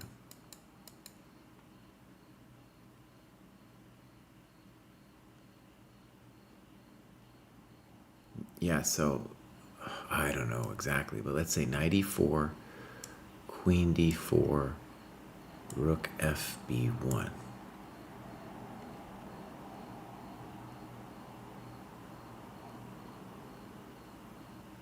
I would be concerned as black. But what's white's move here? I'm just building. I'm building, and I'm saying I can play f3 at some point. I can play bishop f1. Someday my knight's going to go to d6, and someday I'm going to take your pawn on b6. Okay, so no threat. So rook e5 then. Okay. All threat. That's a good threat. Now f3 is actually out. Yeah. I cannot play rook b6, unfortunately. That's a bummer. Okay, so I have to do what we do. Bishop f3.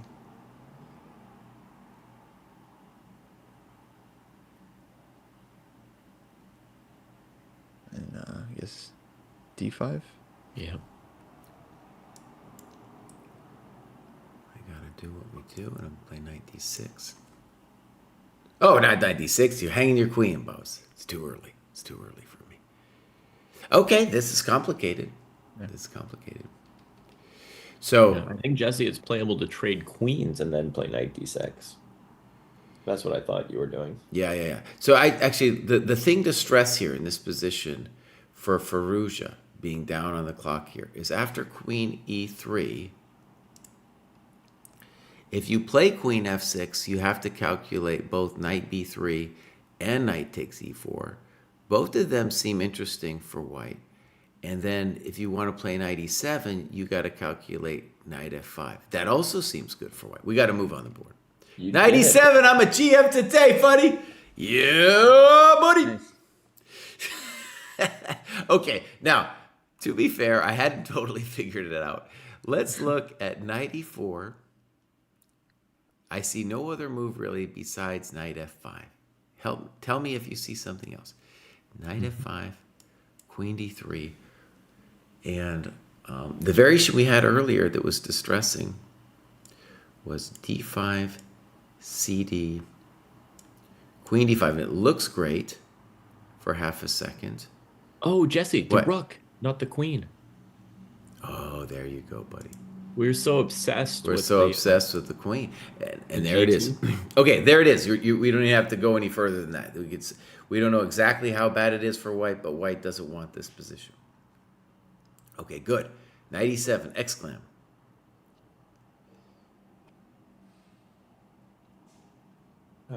And I'm certain Bluebaum looked at this because when you play queen e3, you're like, oh, knight e7 is going to be my little question. This might be a little... Okay, so wait. Let me try it. Let me defend his honor. Knight b3. Mm-hmm. Let's assume knight f5 for a second. You could change your mind if you want to. And then I'm going to go back to c3. Now, you have achieved the breaking of the blockade square. But at the cost of our rook. Yeah. We lost a whole rook for the king side. We did fix our knight, if you recall. We can't get everything, Mr. Bruce. We did fix our knight. Yeah. I'm keenly aware that we don't have everything here. Why can't black just drop back rook a8 and Yeah, either A8 or A7. I don't know. If you're in C8, we'll put it connect there. rooks and I mean, because you have this play like queen g5, knight h4. Yeah, no, It's no. coming. If you crack the blockade square on E3, you're doing something.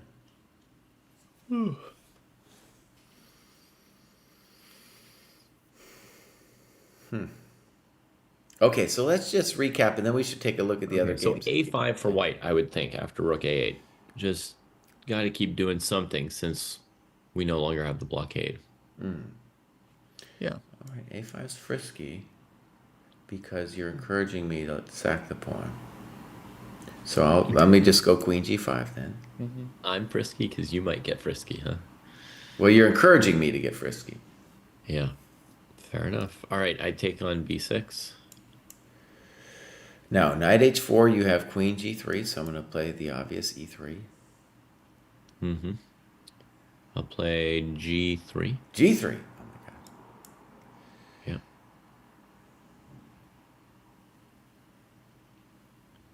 Well, you said king H1 wasn't good in such positions.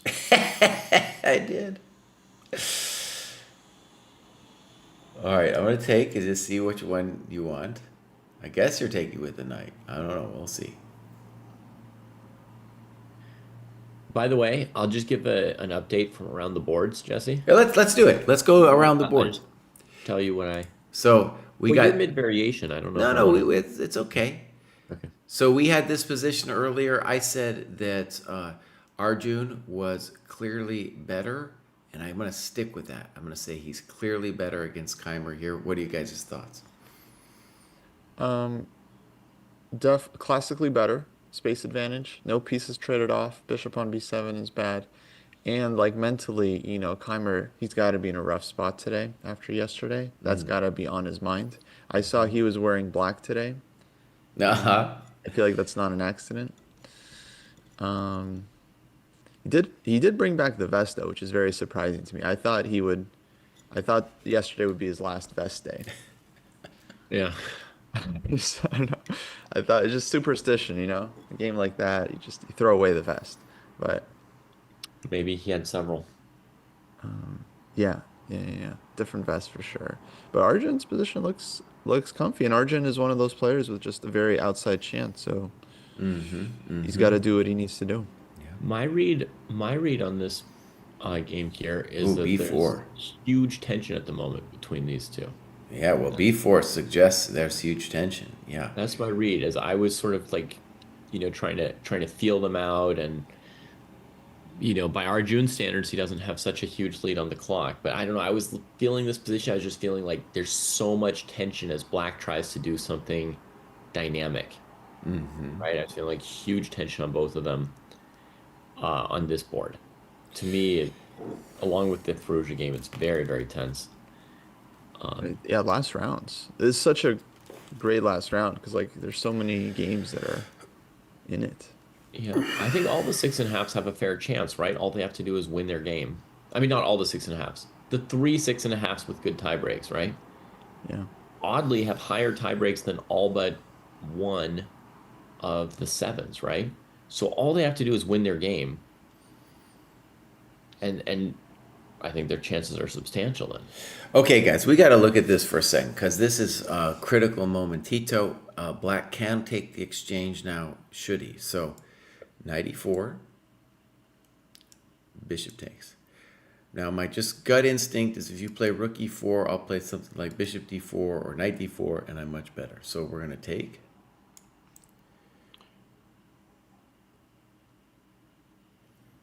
And now,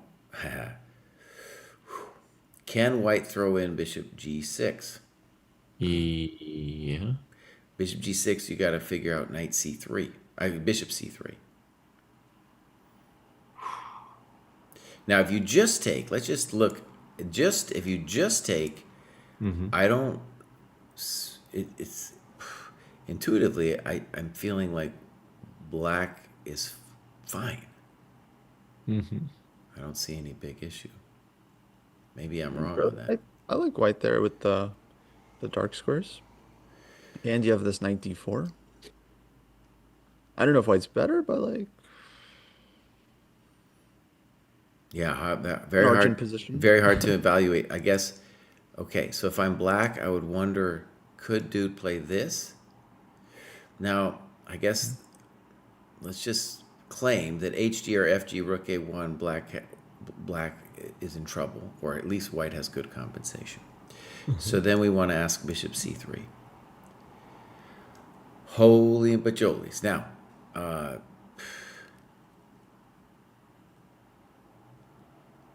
we're all in at this point.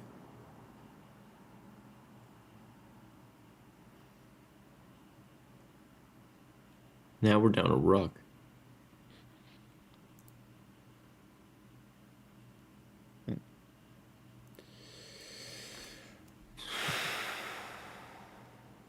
Well, so it's beginning to look like bishop g6 at a&m. Right. Yeah, a rook is a lot. That's a whole different kind of commitment. That's right. Okay. So now, just the first glance when I came here, I was like, black is in big trouble and everything. But then this concrete variation happened after queen d2. Black actually tanked for 27 minutes on this move here. So holy moly. And then we got this all going down. 94 played. Nice. Now, I guess you could play queen c2. I guess. Be kind of weird. I don't like it. I just want to say Arjun played bishop d3 very quickly on the camera. Yeah. So, Bishop e4 played. you know, he's clearly in control. And now bishop e4, okay, so he's not surprised by anything happening.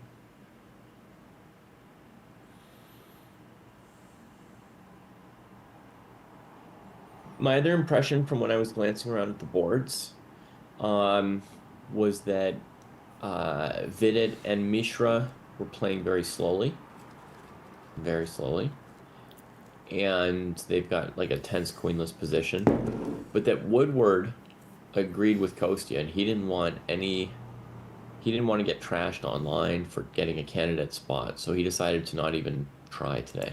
He's trying. Come on. It's very odd because normally people are super ambitious, but I don't think he's trying, Kostya. Oh, okay. Time out. A lot of people claim that this is just equal. The computer will tell you that white is better here. So let's just look a little bit further. Snip, snap. You have to look further. Yeah, I'm not saying 95. just playing this line on its own. I'm saying if you follow the rest of the game, you'll see he goes straight for this light squared bishop trade. After that rook trade, it seems very, very nothing to me. Like, okay, I cited this line from the white side 10 days ago. And this is not, and so I don't think just, trading queens means you're not trying to win. It's actually a very interesting position, very hard to understand, and a good weapon, I mean, a classic anti-kid weapon for white to use. But the moves he's played as white, I don't think they're the moves that you play when you're trying to win. Fair, okay. No, it looks very drawish. Sometimes also it's not your fault. You just end up with nothing. Knight d4 played. And he's got dreams of sinking the knight on c6. So it's not like he doesn't have dreams, Dave. Yeah, the kid's still got dreams. He's still got dreams. Exactly. Buddy. Yeah. Okay, someone has a very good I'm just question. telling you my read on the moves, That's fair enough. My feeling coming off the board. Like, Yeah. I felt that Aragais-Keimer was super tense. And this one, my feeling was that Woodward had kind of thought about what Kostya said, and, just decided he wasn't ready for that kind of pressure and hatred, and he would just stay out of it. I think he's trying himself a little blue bomb gambit, as white. He's trying to provoke a blue bomb gambit. He's like, I'm lower rated If Yu player. Yi will lose his mind trying to win with black. I mean, he's a high rated player. Yeah. Yeah, but he's not playing for that much right here with black. Okay, you guys, here we have a question from chat, which is this game we've been avoiding for a little bit. So this was our position. We felt white was a little bit better. F3, I like it. F6, whatever. King F2. King F7, fine. Rook D1. Bishop E6. H4, now that's a frisky move. He thought for 10 minutes on H4. And so the general point for Niemann, I believe, is if white plays E4, then eventually our knight will find its way to D4 and he'll claim to be fine. I would have played E4 anyway. I'll just put it to you that way. E4, maybe F5 is also a thought. H4, I'm just, help me out. What is H4 about, buddy? I mean, H4 would be nice if white's position were a little bit better developed. Right. But even so, like what's our idea? You take space, you advance the pawn a little bit further up the board. That's your 4-on-3. And also just the general idea with the bishop pair is to grab space everywhere, little by little. I just think it's weird that he hasn't solved the bishop on C1 or rook on A1. Well, right, dude. You're playing H4 before you fix your coconut. But on bishop D2, I think the problem is bishop B3. And you lose the D file. Well, I mean, what? Okay, so maybe the question we should ask is, Niemann played B6. What would white do on bishop D3? Rook D7? Maybe rook D7 is the issue. Okay, so white is... By the way, you guys, it was an amazing thing me and Rock Angel were covering where Anish played rook E1 in a position. And then she did a great interview with him after. Yeah. And part of the point of that move maybe is similar to H4 where we're saying black doesn't have anything anyway. So I'm just going to make this little move and see what you do. I was going to say, this reminds me of his analysis on rook E1, where it's like, he doesn't know what other move to make, so just H4. So now he plays the move that I thought was going to come anyway, E4. And just in general, right, white wants to put the pawns on light squares to complement what I'm going to call his beast.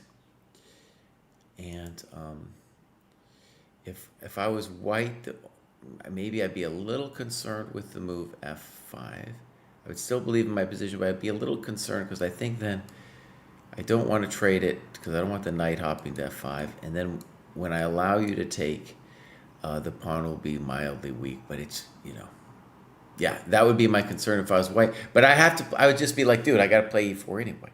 I got to play E4 anyway. What are we talking about? I don't think this is so bad for Anish's chances. Like, this is kind of like the endgame he won against Jordan with the two bishops he had. Yeah. My overall recommendation is that we stick to the two games that are sort of immediately tense and hot in the middle game. Okay. That we sort of we can update what's going on, what the feel is here, but Sevens. And let's just say though that this game is obviously critical. Now he follows my path, knight c6. He wants to say that knight d4 / knight e5 is going to be enough compensation. Someone asked in the chat before we go away, what do we think the chances are for Anish to grind this thing? First of all, I still think it's three results. It's still three results here. Yeah. And especially because Anish is both of them are going to push in positions where maybe they shouldn't normally push. Yeah. Yeah. Or we could leave out the their shouldn't, right? tiebreaks But aren't they might not great. always push. Right. So if they draw this game, like both of their tiebreaks are pretty bad, right? So they're really opening themselves up. Yeah. Yeah, Okay. the draw is not super good for either of them. All right. So we're not going to look at Woodward. Mishra, let's quickly do Mishra. How about that? Let's quickly do Mishra. Yeah, let's check in. Check in on the boy. And to me, he seems slightly worse here in this position, just optically. I agree. Did it? No chances, huh? Of I mean, qualifying? to No. qualify, yeah. Yeah. He'll make a little money. He'll make a little money if he wins this game. Okay, so we got Arjun Khyber. Some stuff has gone down. And now knight g5. And maybe I'll learn finally how to play this exchange sacrifice by looking at this game. Do I believe that black is completely fine. I just want to put that out there. I think he's completely fine. But maybe I'm wrong. All right. So my suspicion is that if that rook e5 is a mistake, because that would just encourage me to play f4, which I want to do anyway. But f4 weakens the e file, which is black's main theater of action. If black played the most basic move, rook e8, that makes no threats and no controversy, Yeah. do we have a basic move for white? The basic move, I think, is bishop d4. Okay, not h4, h5. That might come later, but I'm pretty sure the bishop just wants to be on d4. Gotcha. Okay. And from here, you could play bishop b2 or what? Well, I think the claim is all about this bishop, honestly. The claim is, since your bishop's so nasty, I'm going to have time to create some juice over there. And this knight, while kind of a spectator, is annoying because if you play your knight somewhere, such as knight e5, knight f6, first it'll be a target, and second, my knight will then hopefully be able to do something. I would say one of the controversies, actually, the white position is the knight. Now, David said he didn't want to play f4. The other plan, though, here is like f4, rook f1, f5 kind of stuff. Yeah. Okay, so now I'm thinking Yeah. that for Vincent here, who did play rook e8, by the way, I might try queen e7 here. Okay, so after bishop d4. Yeah. Queen e7. Okay. And my plan is to play queen e2 next move. Maybe you just play king f1. Maybe.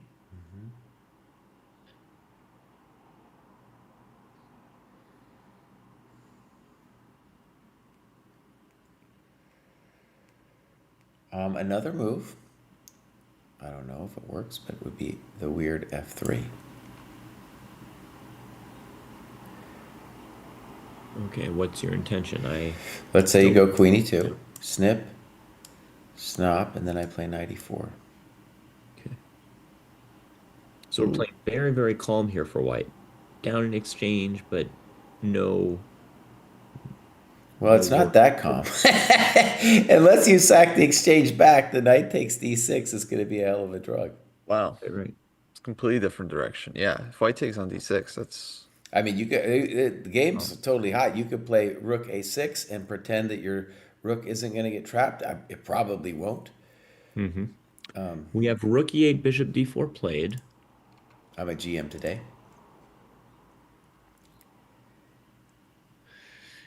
Another thing I noticed about this, Jesse, was queen e7, bishop b2. Queen Good. e2, Yeah. queen d4. And then my intention had been to play knight e5 and say, hey, at least I got my queen stuck in, right? But knight e5, f4 is pretty controversial because of checkmate. Because of checkmate. Also, knight e4 might be hard to me, too. Yeah. Okay. And on queen e5, instead of knight e5, there's queen h4. Oh, nice. Very Yeah. pleasant. Okay, so here, let's do Sensei eval. Sensei eval. Who's better and why?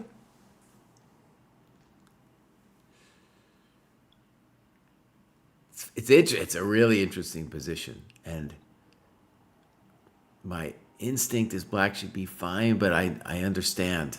I'm beginning to understand the pains.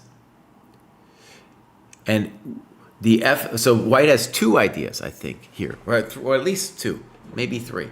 So we have bishop b2, queen d4, and I think, this is very conceptual because black can do a bunch of different things. So we got bishop b2, queen d4.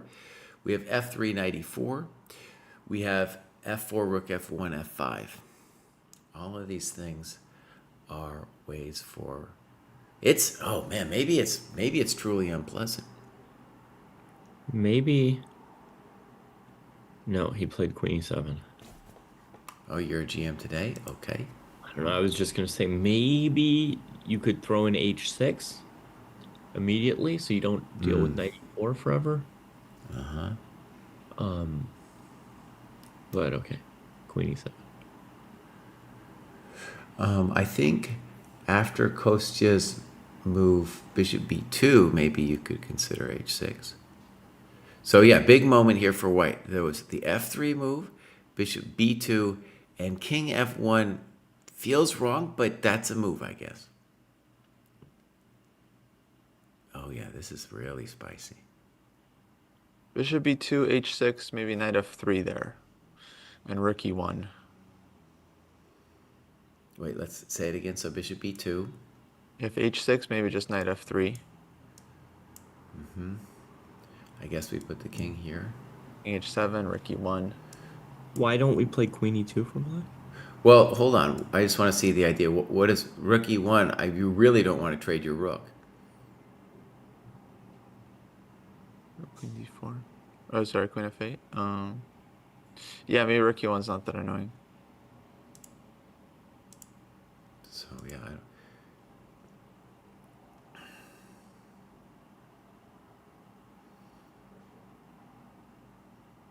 Let's just see if there's any magic after h6. No, it doesn't. I don't see magic. Okay, so big moment here for white. There's the f3 idea. There's bishop b2.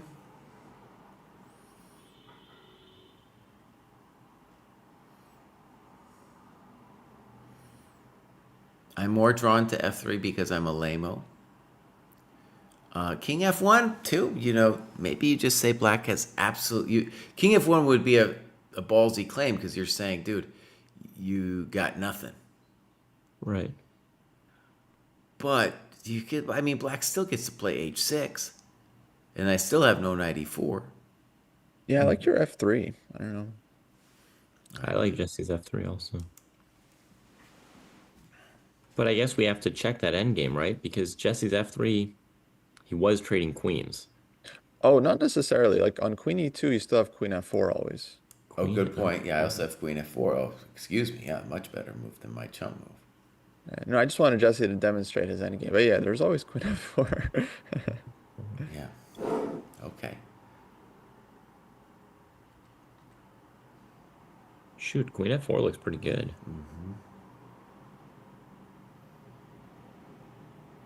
Oh, this looks hardcore. If he finds f3, though, I'll be really impressed with Jesse. With Jesse. Well, I feel like, yeah, these positions are, from experience, very tough to play from both sides. If I was black, by the way, I would be so distressed. Well, why wouldn't I play h6 first, just so I maybe never have to deal with that? Like, because the knight, let's say I go back to f3. King h7. Oh, but now I play queen f4. But still, I play queen e7. I can park it here on f8 if I need to.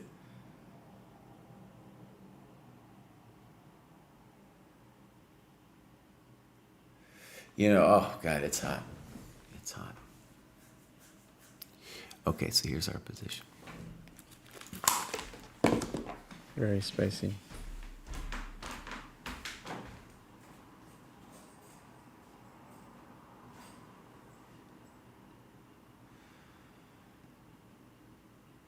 I also want Arjun to qualify. I would love for it to be Arjun and Firouzja. So if Arjun wins, then his chances are excellent, right? He only needs Giri and Niemann to draw, and he's set. Which is certainly possible. Yeah. Yeah, very possible. I guess he'd also need Mishra to not win, huh? Yeah, he'd Right. also need Mishra to not win his game. But assuming Mishra doesn't win that position against Vidic, because he looked clearly worse. So if Arjun wins, did you say he gets in if Giri draws? Yep.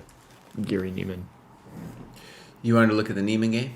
No. No, we're just talking about Arjun's chances. Like if Arjun wins, he just needs Giri and Niemann to make a draw, and he's basically in because Mishra is not likely winning that. Of course, he has to win his game, but we're just saying if he wins. There have been some dramatic changes on Blue Bomb and Farouk. All right, let's go over there. Yeah, that's the other game that's very hot right now. Okay, so we had 97, and then we saw D5. So he sacks a pawn. C takes. Yeah, if Vincent wins, then Arjun has little chances. Bishop C4 is maybe just a nice and simple good move. Uh-oh. Okay, here we go. Boom. Boom, boom, boom. Boom. Well, intuitively, white is doing great. He did a bunch of tausching. He did his tauschen. Well, also, like, dude, that knight on F4 is cool looking and everything. But we got more pawns in front of our king. Black's back rank is going to be sus. Oh, yeah, this looks pretty good, dude. Dude, blue bound, man. I don't know Fallujah, buddy. And Fallujah, he's already got just a couple minutes of move now. There's no more. He'll still do his big things, but basically, it's getting to the critical moment. Oh, Bluebaum Gambit wins again. Maybe I just need to start rooting for Bluebaum. I need to get off my little BS here and just realize this guy is maybe the greatest player ever, dude. Look at this guy. He's just having a good run. He's having a good run. It happens. It's sports. Some people like it. Some people don't like it. Oh, the answer is that tiebreak can't change, Great Danton. It's based on the average rating of your opponents for the whole tournament. And so it was known in advance once they knew the last round pairing. But wasn't there some talk about people having the same average rating? Yes, only those who have 26-68, if they tie, they have to go to second tiebreak, which can change. So that's not Arjun and Fallujah. So that's Niemann, Giri, and Kamer. They all have the same average rating of opponents. So if Fallujah lost to Bluebaum and everybody else drew, then Niemann, Giri, and Kamer would have to wait to see what happens on the other boards for their second tiebreak. Wow. Okay, let me just say, although the position optically looks great for white, that white does have some actual problemitos to consider. And the big one is that D5 at some point, hopefully, and from black's perspective, hopefully after you swing the rook, but D5 is going to really knock your queen off where she wants to be.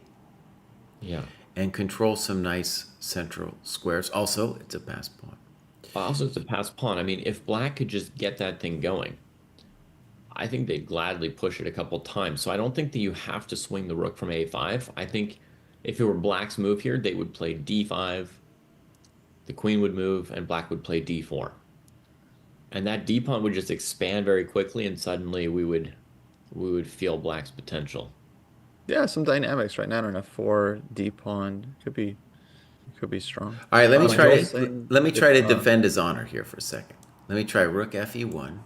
Yeah, my main concern for black is just how to deal with one of the rooks to E1 here. Trying to trade queens and put a rook behind the D pawn. So if D5, Queen E8, I would say white is maybe a little bit better. Yeah, let's try rook G5 because rook G5, okay. Because my main thought here was, there's this G3 knight H3 to F2 thing. Basically, you're threatening G2 and F2 here. And if that's an issue, white needed to play rook AE1 instead of rook FE1. Okay. And I thought that was the logical question for blue bomb here. Okay. Why wouldn't white or black go queen G5 instead of rook G5? Maybe also a fair point. Well, Queen G5 doesn't threaten the pawn is the issue. But rook G5 allows queen E8 check. But then we trade and play king G7 and still... claim we're winning a pawn. Ah, okay, I got you. right? Thank you. Yeah. Yeah. Okay, good. So let's try by process of elimination rook a e1. This, of course, is making my a4 pawn tender. Yeah. Oh, small Erdomus point about that position after the queen's trade. Okay.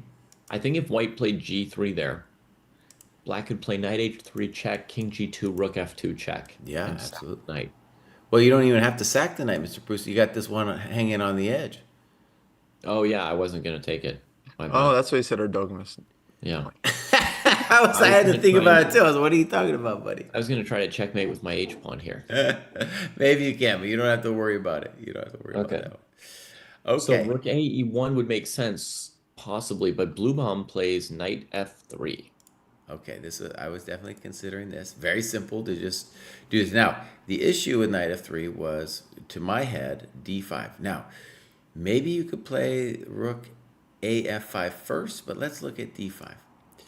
And the first obvious thing we're going to say is that I cannot go queen d4 because of knight e2. Mm-hmm. The next obvious thing is if I go queen e5, he's still got d4. Mm-hmm. And I'm losing my coconuts. So where is my queen going to go after d5? Yeah. Queen e3 also maybe. All right, I'm gonna try to defend his honor. Okay, so the white D5, maybe rook goes to D file. Is that possible? maybe. Mm-hmm. But let me try to defend white's honor here just for a moment. Queen e3, and my claim is that my king is better. You're allowing d4 again. Yeah, I'm Jason. allowing it, and I'm just gonna go back to where my queen wants to go. But on D4 again, there's rook D1. d4 again, rook d1, huh? Firouzja did not touch the d pawn here. Queen f6. Oh, Yeah, no. logical. Okay. He's eyeing stuff. Whew. Okay, so we're gonna say some obvious things. There's always knight h3 now. That has to be figured out. He's gonna say that in general, any kind of check back here, I'm just gonna scooch up. Bluebaum in his element here for sure. Take it easy on Bluebaum, huh? So it is in his Hey, element. be a little nicer about Bluebaum. Come on now. Sorry. Bluebaum in his element. Jesus. Just saying he's done well in these positions, okay? All right. My thought is to still play rook e1 for white here. So let's go rook fe1. Let's say that was the point of knight f3, Yeah, good. was to be able to put the other rook on e1 and keep the a pawn defended for now. And my main intention is to play queen to d4 if I can at some point. And let's just say on knight h3, what do you want to do? Take it. Okay, I just want to say if white wants to play for more, he has to go for this move. Oh, I didn't even consider playing for more. You guys are so mean to this guy. What? Why No. would you play for more when you can play for less and get more and get more out of it? Okay. So, but okay, let me just say that involves white admitting that he is worse here, basically. If you play rook fe1, you're admitting you're worse. Now, maybe you are, right? Maybe you are, but that would be admitting it. So let's just see I'm if not we can come admitting I'm worse. I'm just admitting that I'm happy to trade pieces. Yeah. I know. Trying to get into the minds of the players. Yeah, that's what I always try and do in these broadcasts.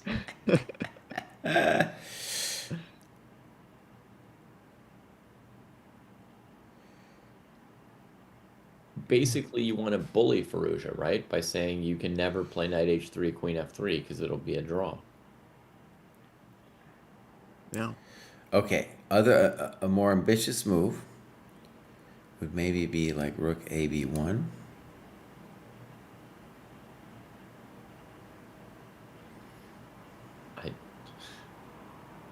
I don't understand. Why would we be looking for more ambitious moves for the player who wants less ambitious moves? I'm just saying. Okay, okay, okay. Rook fe1, you might get massaged a little bit, and unnecessarily if you're from Blue Baum's perspective. Just looking at this, because I think if you're Blue Baum, you look at this and you say, why am I doing so bad here? Why am I the one that deserves the pain and the suffering?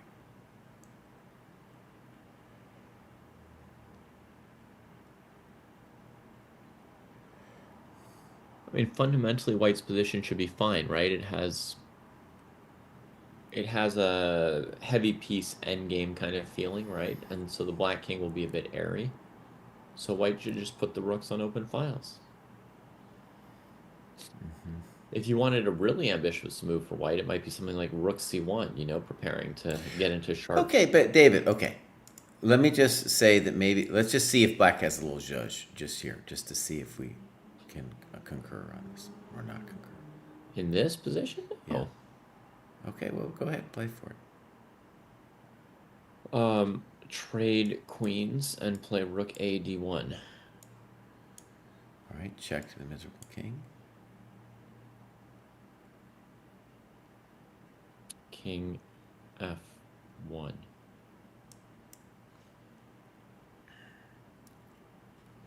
D5. Rook E3. He's really trying to Tausch machine me out here. I mean, it's not the hardest rook endgame, you know. No.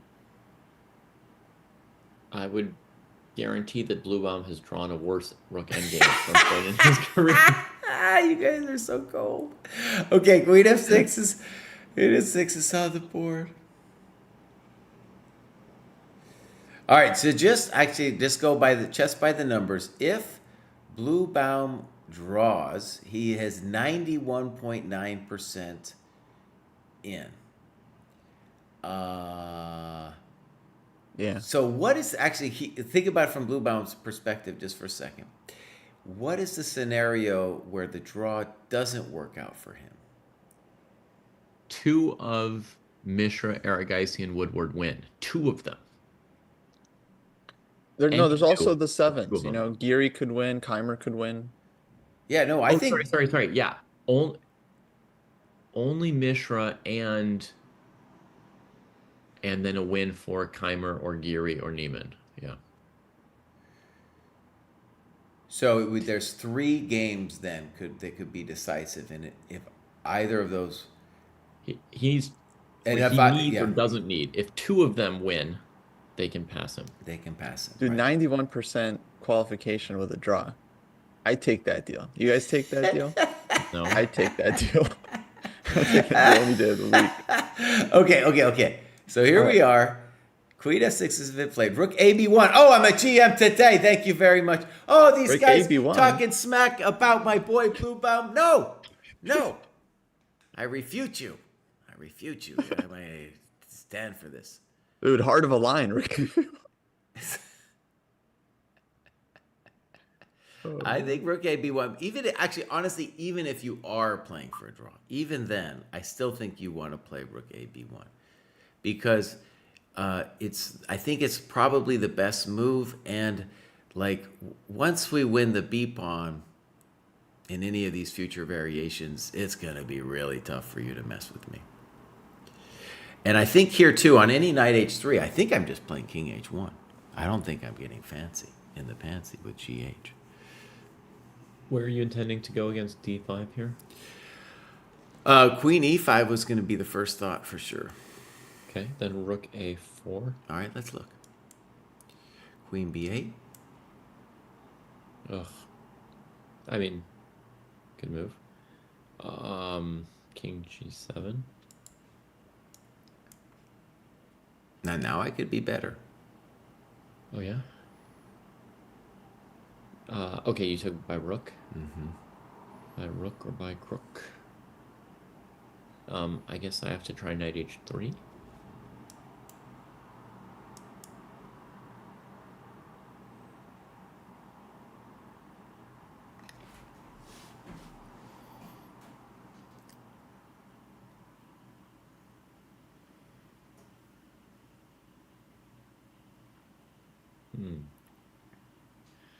Rook A1.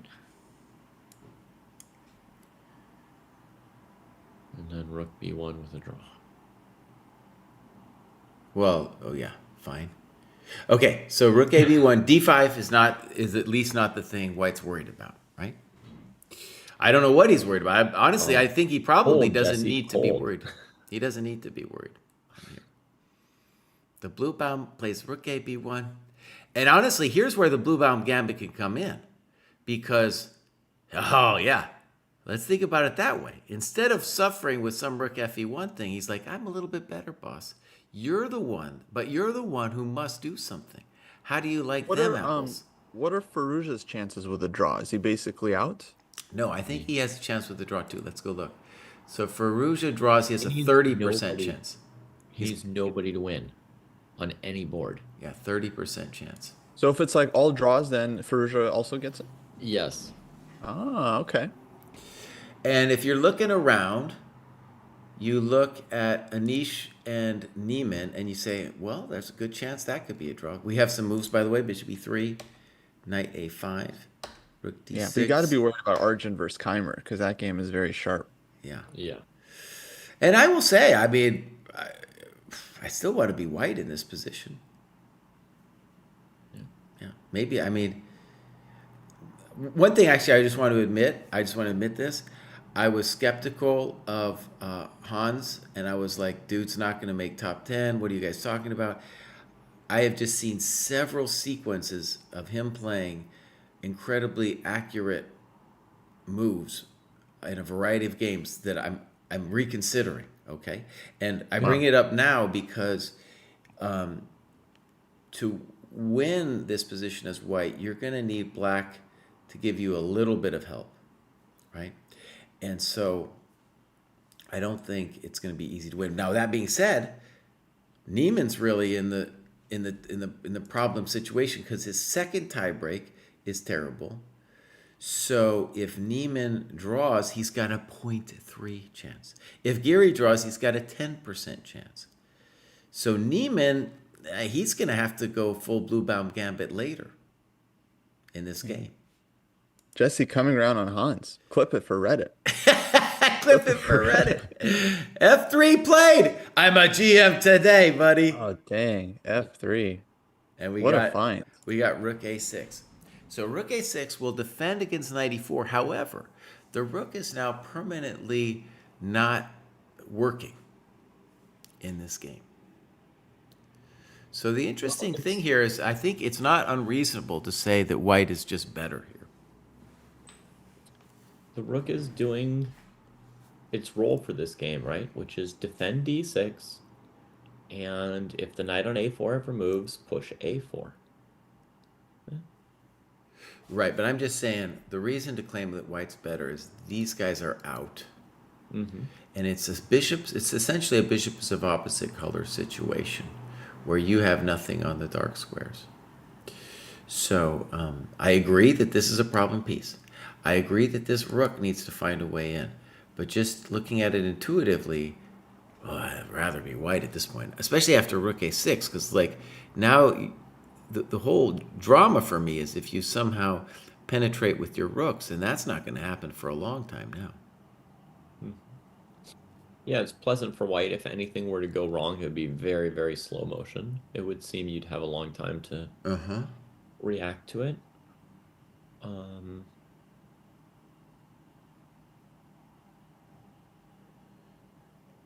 Yeah, this looks very good for Arjun here. Oh, and Keimer, dude.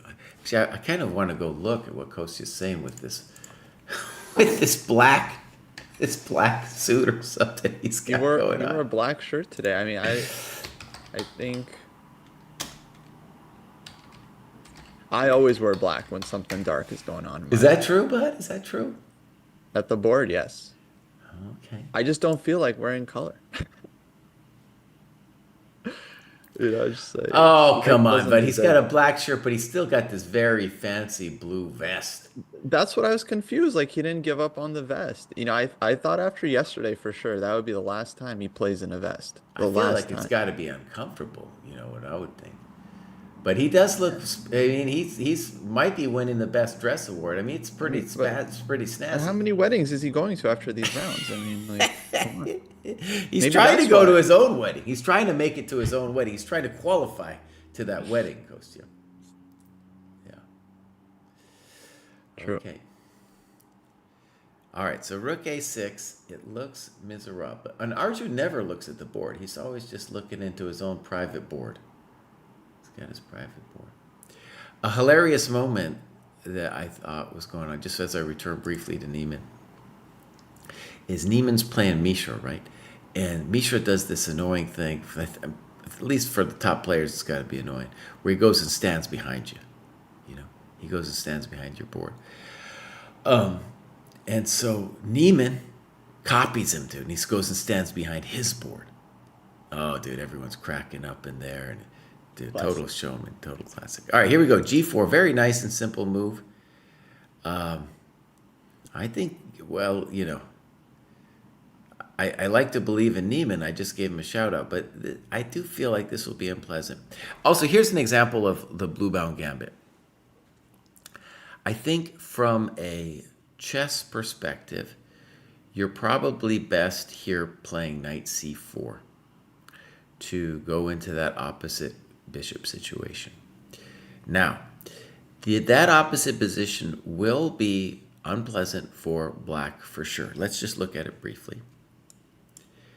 It's perhaps technically a draw, but the problem is that white is the one who gets to touch black's coconuts, probably beginning with the move g5, right? So there's that. But also, if you're Niemann, if you play knight c4, you're kind of giving up on your dreams, because in that position, it's really just two results. Right? It's just like there's no way you're gonna do it, because white has the advantage on his side of the board with a move like g5. Queen f4 played in this other game we're looking at. Who you're? Oh, Jesse, chat had a good point. Knight c4, rook e6. Welcome to the dojo. Oh, even that. So there's more than one reason not to play knight c4. Yeah, I missed that one completely. Yeah, no, I'd this worked is on the previous move about knight c4, so I'd figured it out on the previous move when he played. He thought for a while before playing rook e8. It's funny. I even saw that in an earlier position. I saw the rook e6 trick, and for whatever reason, I wasn't looking there. But even then, I want to stress that the more I look at it, this is just very unpleasant for black. I feel like almost every board they don't have enough time. Yeah. So there's going to be some time pressure Oh, yeah, coming up yeah, on yeah, yeah. almost every board. And Jesse, I'm curious what you think of Baruja's move rook f5. Trying to threaten some kind of knight takes g2, perhaps. Yeah, let's go to Afira. But I guess we haven't talked much about Giri possibly winning. If he wins, he's like basically in. Yeah, let's So consider go Giri. that. Go on. So if Giri wins, 98%. If he wins, 98%. All right, I take that deal. Yeah.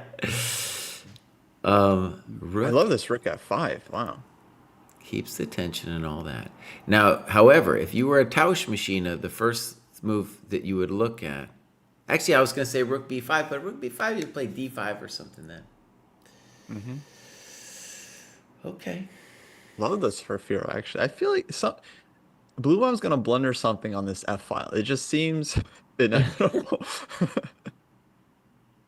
King F8 next, yeah. So far, he's never blundered anything. He blundered a little bit against Yeah, he Vince. definitely Not a blundered. huge blunder, but like he played badly. He made several mistakes. All right, let me just make an obvious move for He's made some white. mistakes, but he hasn't blundered. Let's say No. queen b7. Okay. Queen b7. And what's the intention? I want to take your coat. Knight g2. On knight g2. You're going to take on b6, huh? I'm going to think about it anyway, yeah. Okay. All right. Queen b7. So I'll put queen b7 on the board. Oh.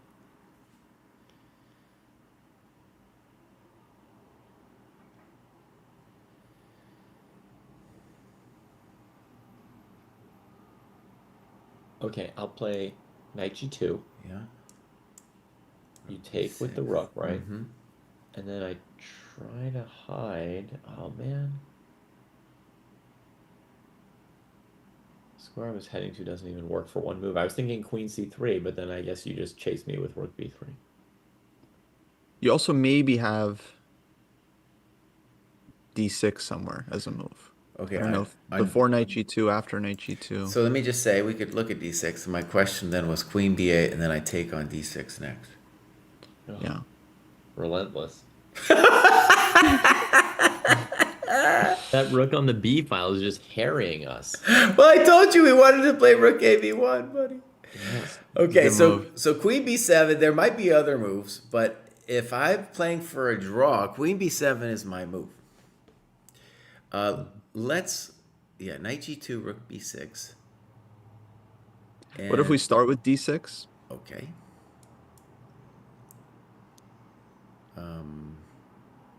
Well, I'll just show one line. If queen takes b6, then knight e2 check, and rook takes f3. Ooh, that's even better than knight g2. Yeah. That could be Veruja annoying. ends the dream. That could be annoying. Okay, d6 at the minimum makes me rethink queen b7.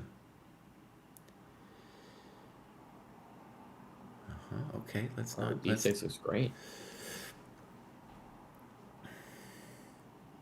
Yeah, d5 also, but d5 queen takes b6 with tempo. And then I don't know if you have the same. Queen b7, d5, queen b6. Right, then I don't know if Maybe there you can still play knight e2, rook f3. Yeah, that's still 92. oh, rook F3. rook covers the queen on f6. Ah, it's nice. It's nice. Okay. Okay, let's go Veruja. One time. Everyone is standing behind. I'm just kidding. Everyone's like, come up. Or everyone should be standing behind Blue Bomb right now if they really want to root for Firo. Yeah. Okay, we had to move somewhere. Somebody moved, and it was bishop c8 from Vincent. I'm still trying to figure this out, but yeah, let's go Vincent. Queen f4, I thought that was very logical. Now bishop c8. So we talked about it before. The bishop is terrible. And notice, he's absolutely right. He wants to fix the bishop. But notice that even when it gets fixed, it doesn't have it's not an immediately obvious role that it has on the diagonal there. Yeah, basically, that bishop does nothing on the entire board. You could put it anywhere you want. The only potential it has would be to play bishop d7 and threaten to trade itself. And if the knight moves away, play a4. That's the only thing I see to do on the entire board. I think also the big question with bishop c8 is like, okay, White, what do you want to do? You've got a couple different plans. How do you want to play it?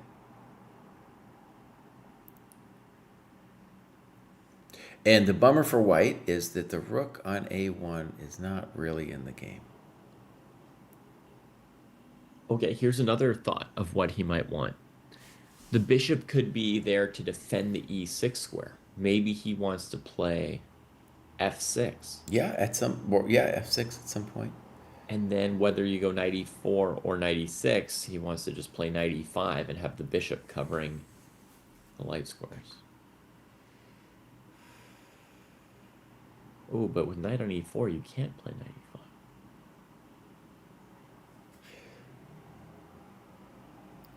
Ay.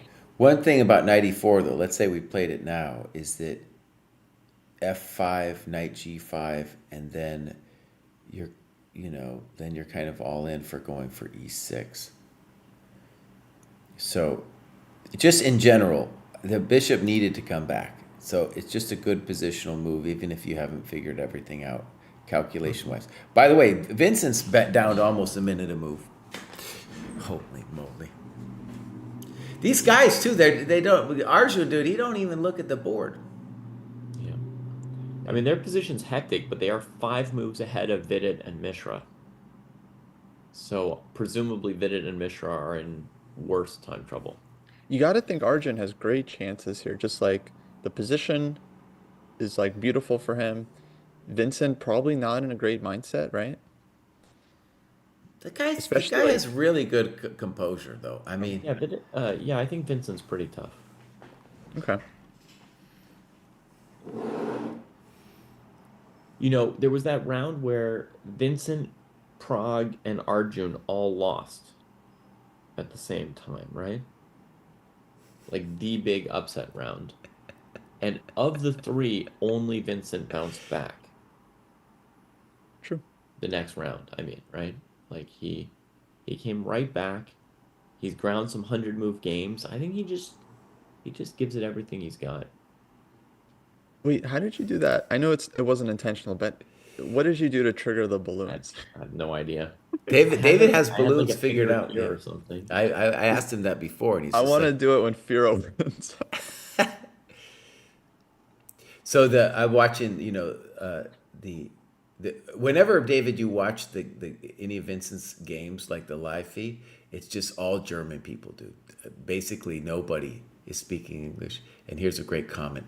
Sag dem Ehrgeizi mal jemand, dass am Zug ist. Guckt die ganze Zeit durch die Gegend, das ginge ihn das Ganze nix an.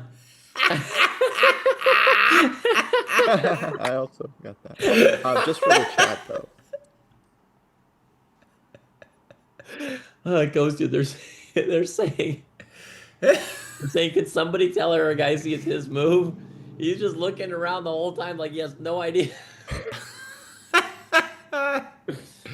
Wait, this is in the FIDE chat? In the they're just it's all Germans. It's basically there's no English people in there. Wow, that's so funny. I guess everyone's watching Chess Base India on the other side. What the Arjun it says? Yeah, does he? It says move. He does this every game, dude. He does it every game. So funny. It's really interesting because we had that whole discussion about like the inner board. Do you see a board in your head? And all of us were like, it's a little fuzzy. Even Koltanowski with the blindfold thing, he was like, yeah, it's a little fuzzy. But if you're just looking around like that, clearly like he just has a board in his head. All right, H4 played. Wow. He's playing whole simul in his mind. He's like, oh, this game? Oh, yeah, I wanted H4. Yeah. Jeez. This was also my like I had nothing better than H4, but what made me nervous about H4 was that I'm not fixing my rook. Like, yeah, it's cool to push the H pawn, but I'm still not fixing my rook. Yeah. Maybe we should all comment with our eyes closed as well. At least on Aragai's game. It would only be fair. Take away. So H4. Yeah, Making H4. progress. Planning to play H5. Right. Maybe eventually King F2, Rook H1. So what moves does Black even have? Knight E5? Knight E5. Knight E5 would be the main move, I think. Yeah, it seems like a cool move. No, White has a lot of moves there. King F2. You're kidding, right, Kostia? Oh, sorry, King. Don't do King F2. I misspoke. I meant to say King H2. King H2. Okay. That was a really funny joke, actually. But Yeah, I yeah. didn't mean to say You King woke H2. me up. I was like, Let's go. the mental board image. Let's put 95 on the board just to kind of play with it a second. It is on. Cheating. It is on the board already? No, I meant in our analysis.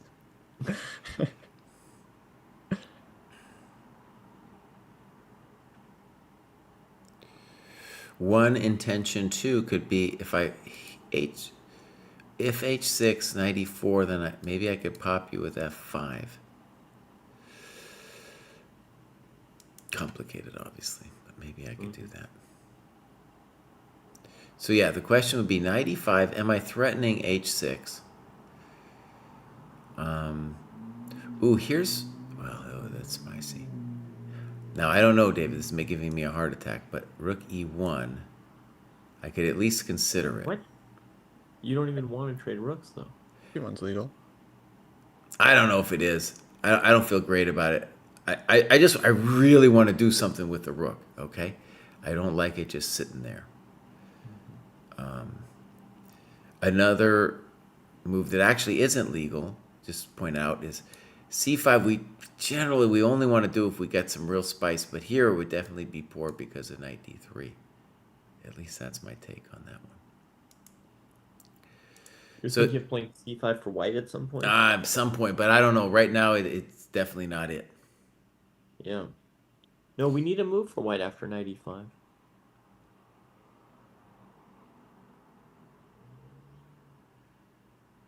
Knight e4 is very basic, but I assume your intention is f5. Right. And I can also play bishop f5, so knight e4 it isn't it.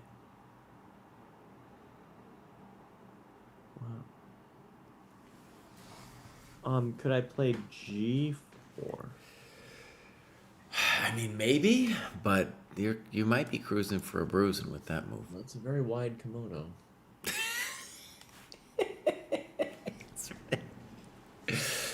All right, g4 I wouldn't want to do. Okay, maybe we should look at it still, though, back here. So knight e5 is our main candidate. e4 doesn't even stop f5. I'm not sure what Arjun wants to do. Yeah. It's one of the reasons that h4 made me nervous, because it doesn't actually, it's not concrete. At least so far, I can't figure out how it would be concrete.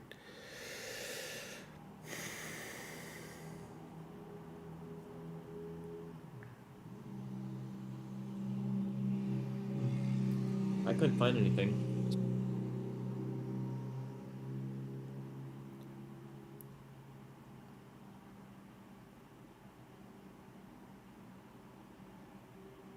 Hans blunder, people saying. No, they're lying to you all. You guys baiting? Yeah. I want to go look, though. Let's go look. David doesn't even like to look at this position. But this is just nice for white, dude. This is when Anish thought about this game earlier this morning, he was like, "This is the position I want. This is the one right here." Okay, sounds like we've got some misinformation in the chat. Yeah. Someone might have said that, though, because if you turn on the computer might start be starting to tingle a little bit, The computer loves the bishops, dude. So, like I said earlier, black needed to find some way of creating drama, and he has not. He has not created any drama, and then the computer's going to start talking to you and say, like, you're done. Now, from a human, I would still say white's just better, but the computer will often say you're done in a position like this. Mm-hmm. If we just go back a second, it was g4. Black did the sad knight b7. We said, okay, what do you want? And then we said, okay, what do you want? We fully consolidated now. You got zero play. c4 is just generally always a mistake because my bishop just gets more scope. There's no trades to get rid of my bishops, and I can just take my time building my engine on the king side. Oh, buddy. I don't know, looking good for Anish. Looking Very, good for very Anish. pleasant position for Anish. Mm-hmm. Okay. Andy Woodward, quick look. Now we're going to call that dead equal. We're going to stop looking at that game. Mishra. When Jesse says that, you gotta believe him. Because I guess I'll stick with my original assessment and say white's better here. Yeah, that might be one of the first times Jesse's ever said that about a position. Dead draw. We're gonna stop looking at it, right? Yeah, I mean, it must have been really Really dead. I honestly, I don't. It looks to me like Andy did not want to win today. Okay, you guys, Literally, rook like, b3. he preferred I like draw. this move a lot. d5 happens, and now he comes in here, queen b4. Who are we talking to? The b pawn. Now,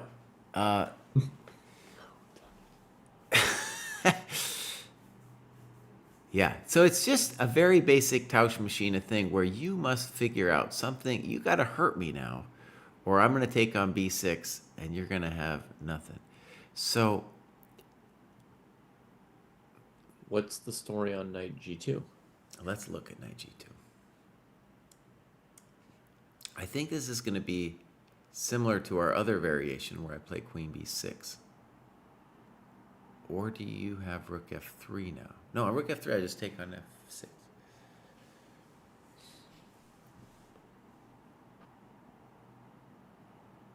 You can't keep getting away with this. Sure you can. Come on, man. His name's Bluebaum. What does Bluebaum mean in German? It's actually kind of, to my ears, it's a slightly funny German name. Just because blue sounds English. But I think it comes from blühen. So a tree that's in bloom. In bloom?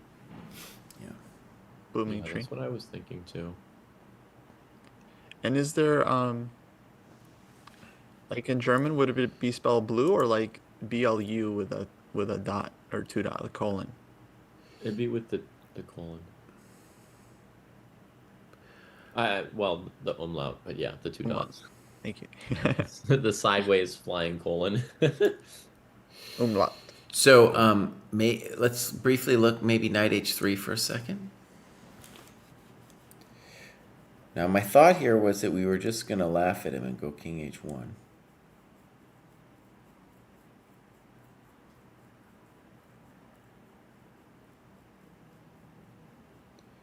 But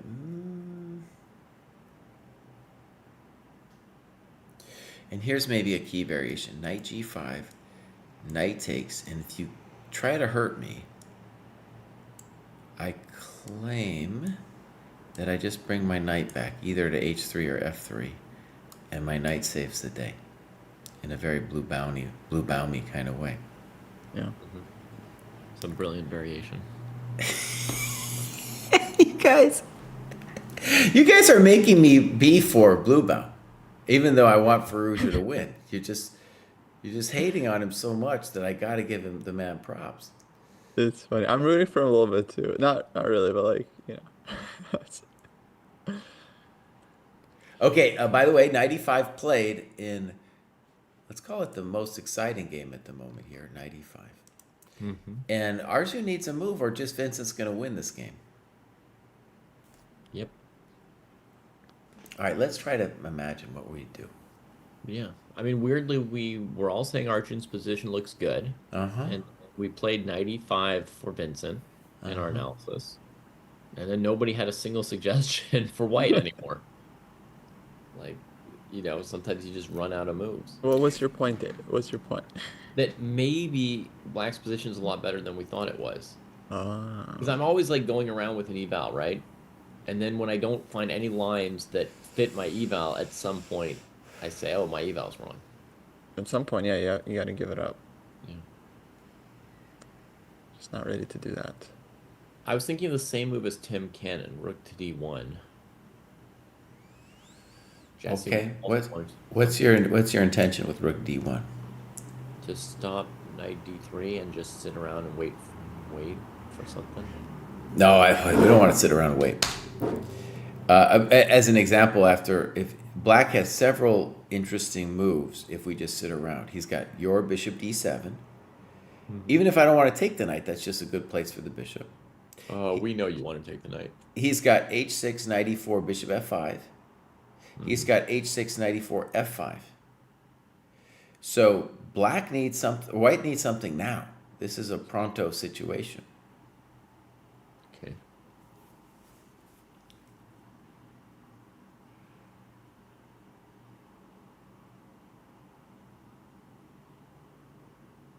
All right, I want to defend white's honor.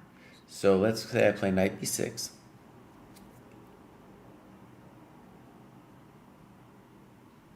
Knight b6.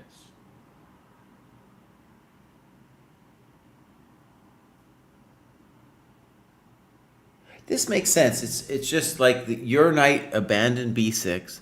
My knight has been wanting to do something forever. And if you don't have any, and it would be great if you didn't have anything concrete.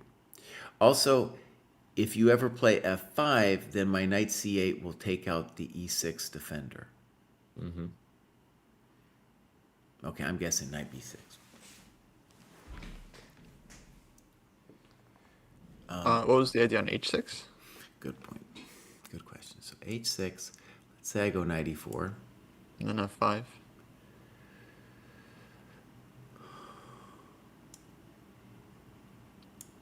Knight takes d6. Yeah. Oh, nice. See, my knight on b6 doing something, Bowes. This is why knight b6 is important, because otherwise.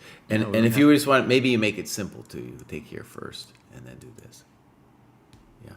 Okay. So knight b6. Also, though, maybe here's another move that scares me: is h6, knight e4, bishop f5. Okay, I got an easy move against knight b6 though. Okay. Let me just say I'm not clear on that one. What do you got in knight b6? Bishop f5.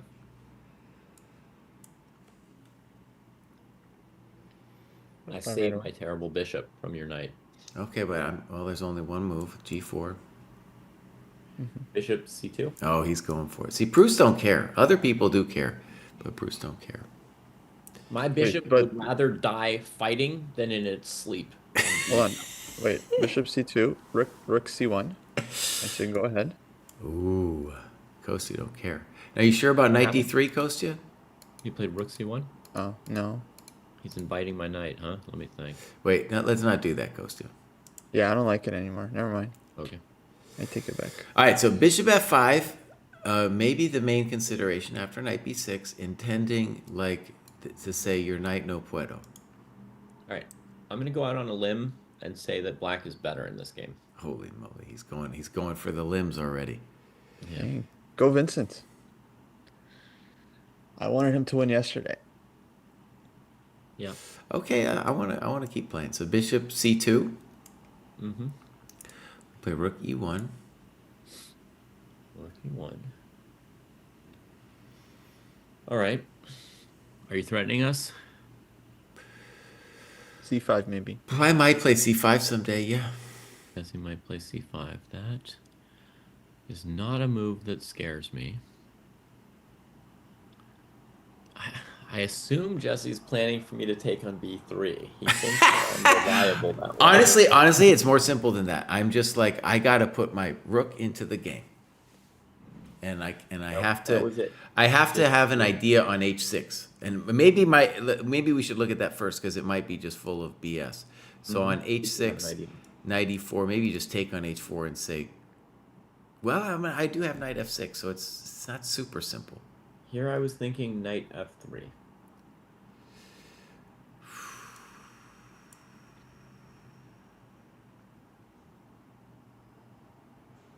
I'm not gonna lie, I'm scared. Yeah. I mean, it's pretty forcing. I think you have to take it. Then I put my bishop on e4. If you don't take it, I'll take your bishop on d4. Maybe. Okay. So bishop e4. Queen to some square. Like f4. All right, let's just give an update. Arjun is tanking on this 95 decision. He's not looking at the board. Update. Arjun is not looking at Oh, it must be his turn. It kind of looks like he's in a daydream, you know?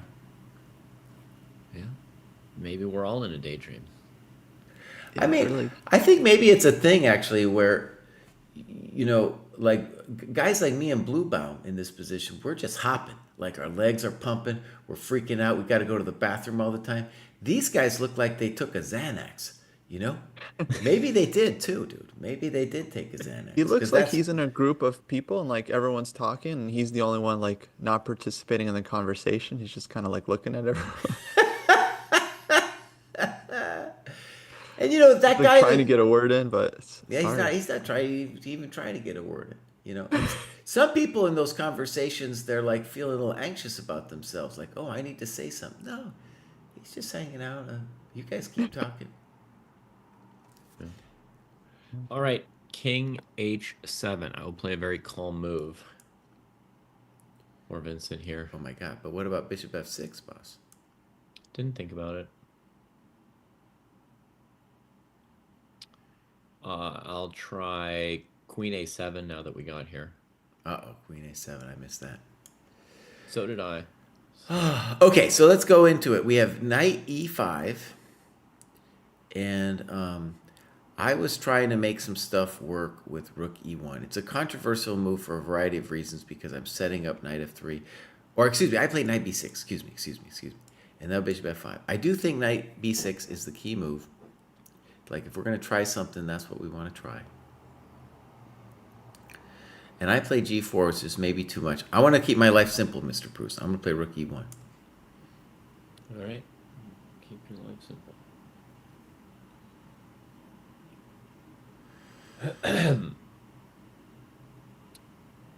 That's more simple. That's way... And your that's plan, Heck Cry? Well, if you play H6, I'm going to play Knight E4 and claim I have continued compensation. H6, 94. Okay. I don't know if that's true, but that's my plan. Fair enough.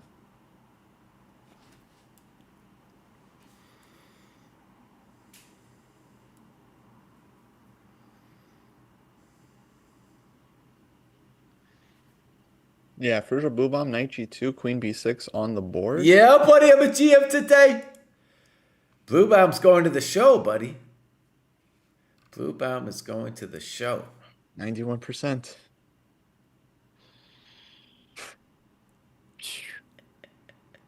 Okay, yeah. Hey. Come on, Firo.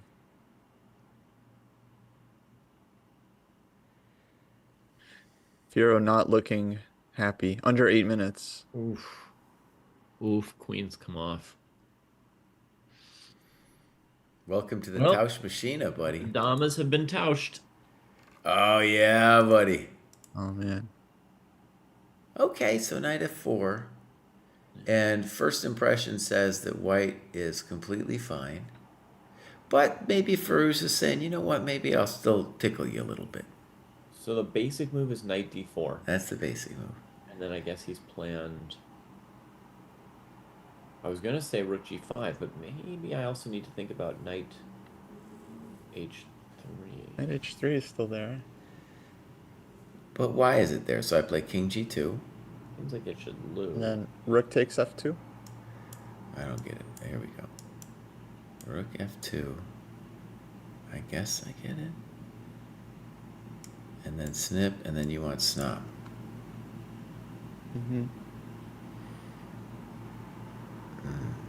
There might definitely be some drama in your life now, though, with 96.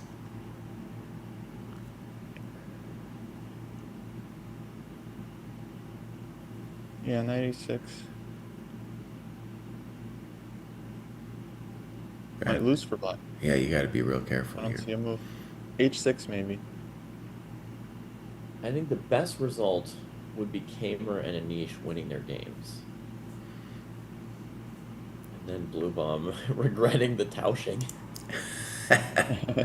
True, right? Because if Firo beats him, then he's like, okay, I lost to Firo, whatever. But if he draws and gets past, that would really teach him a lesson.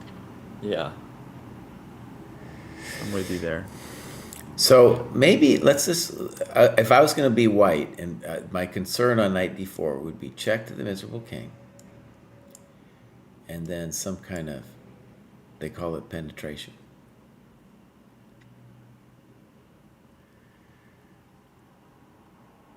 Or even Knight H3 there, maybe. Also interesting. Actually, this one is, we go real Tausch machine at 96. We said, welcome to the dojo, Ferrugia. Welcome to the dojo, Ferrugia. Okay. Hey. The dojo doesn't trade like that. Yeah, we need a different word. Welcome to the Tao Show, Joe. Yeah. Tao Show, Joe. Oh, we have moves in the game over here with Keimer. So here we go. Bishop E5. What? That looks like a concession to me. Okay, so first obvious point, though, is that on queen takes, queen F7 was mate in two. So he's got to take this way. And now White's claim is that the c5 square and his pawns are really cool. Okay. Keimer says, well, that might be true, but your knight is trash now. Yeah.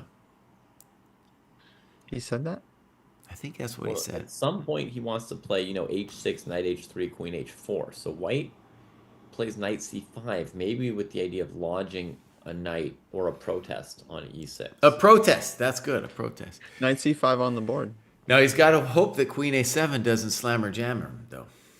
Queen a7 could be a real little pain. Maybe he's got something figured out. Maybe just king f2 or something. Ooh, king f2, f4, game over. Queen f2 maybe. Queen a7, queen f2. Mm-hmm.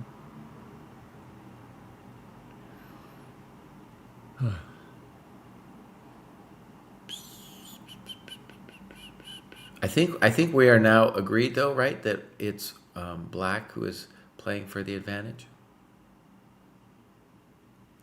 I don't think so. I mean, I've said that already, yes. So if you agree with me, then we're agreed.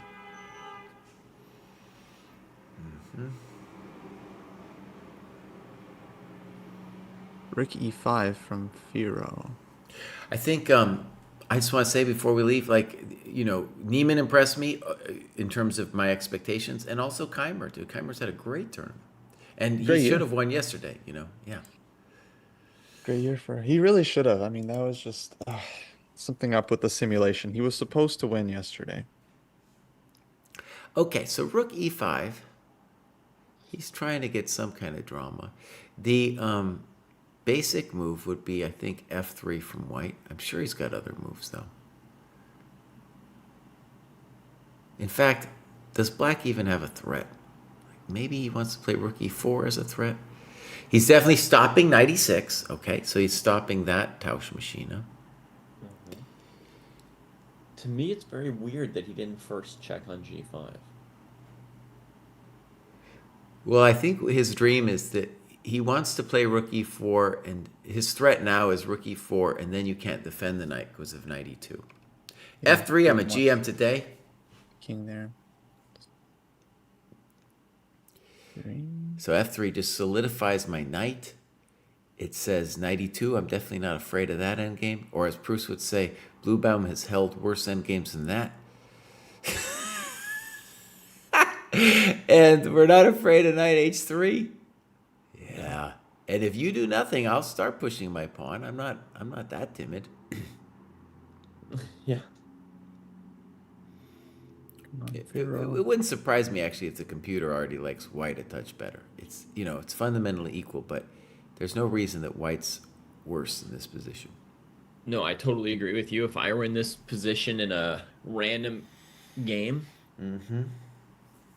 where I didn't feel like my opponent was like really interested in a draw, I would be a little bit worried as Black that I need to prove Yeah. that I'm holding before the A pawn gets any worse than it already Well, is. Black has knight e2 check, right? Immediately. Yeah, well, you could play knight e2, but I'm still the one that's a little faster on the A pawn. I mean, I'm not saying that's not a draw. I'm just saying it's White's not in any way worse. I don't think Black's worse there either. Well, it's fundamentally equal. I'd say symbolically. I don't know. Yeah. Because for me, fine. it just looks like Black gets this either gets the second rank or gets Rook a2, and in either case, I feel like there's no danger Yeah, for Black. Okay, fine. Yeah. We all know though that he's not going to play knight e2. I think there's a huge chance that Bluebaum wins this game. Huge chance, because for Firouzja, a draw is the same as a loss. Well, Not exactly not the necessarily, same. but if Keimer wins, then Oh, yes. excuse me. Yeah, we gotta be precise here, Cry. If any one game ends in a decisive result. And Firouzja he does that, like I saw him checking out the Giri game a little earlier, so he is keeping tabs. Yeah, and we'll just give an update there. The suffering continues. It's pure pain for Hans here. I like Noman's Han's comment game has from reached a more YouTube. dramatic point, no? What did you say? I feel like Hans's game has reached a more dramatic point because with b4 played, I mean the pieces are in contact. Oh, it's a crisis now. Yeah. First real crisis of the game. Yeah, and the bummer is, yeah, it's just pain. I mean, what do you want to say? It's pure pain. Well, here's one thing I would say. Go on, Ish. If he played CBAB knight d4 Uh huh. to deal with the pressure on c5, then after rook c7, he can't block with his rook anymore. Yeah. So Crispy that critters. would be kind of the end of the world. It's very painful. Go on, Ish. You can do this. White's threatening to simply take on c5, I think, by this point. I think, honestly, I think he's going to have better than that. But yeah, he's threatening to take C5. Yeah, he doesn't have to, but I think he might be threatening that. So Uh-huh. Yeah. No, this is terrible. So I think we're predicting strongly that Anish is winning this bad boy. And in that case, if you guys, just to repeat what you guys are saying, so if in that case, Fallujah, it would be a draw and a win are the same. I would say Anisha's chances of winning, I wouldn't write off the game yet. I wouldn't say it was, I wouldn't chalk up the result, but I'd say his chances of winning seem to have crested 50% to me. Oh, dude, I put it higher than that, but yeah. You'd say much higher. Well, I don't know much higher. It's definitely higher than 50%. Look at Anisha's reaction to Blue Bound's position. He is so sad. All right, let me check. I'm gonna go back. But he shouldn't be sad. He's winning his game, maybe. Well, it is just in terms of the results he's looking for, that Blue Baum drawing this game crushes so many dreams of the point group below. So, like, if you want to talk about Mishra, Aragaisi, Woodward, maybe Mishra still has a chance in that point group below, but everybody else is just like, oh, the guy, because he gets that in with the tie breaks, crushing. Yeah. Okay, so this is our position. We're going to come back and look at this, but we think our boy Blue Baum is going to hold this without much grief. Yeah. He still wants, 5 minutes. and we'll just say the obvious, he wants to dislodge this knight. Fair enough. I understand. Maybe. Vincent Go ahead. thought for a long time and played Queen A7. Oh, I'm a GM today. Pretty- Thank you very much. Pretty critical looking. I don't, and, well, okay. It's probably true that we don't have a direct threat, but we are just simply preventing you from doing anything. And yeah, of course we want to trade queens. Other update, Mishra is no longer worse against Vidit. Okay. And Mishra is one of the lower players who benefits from a blue-bound Fallujah draw. Because if he wins, he's got better tie breaks than both of them. So he just wants everybody to draw. Yeah. True. Yeah. Mishra's doing fine. That was the other surprise. I mean, one of the huge surprises of the tournament. Just because in the last couple of years, Mishra's had such a struggle. And now all of a sudden with this tournament, he's on fire. Yeah. But I'm going to go ahead and say very limited, extremely limited chances to win this position for black. Yeah. But it's the best his position's been all. It's the best it's all been, yeah.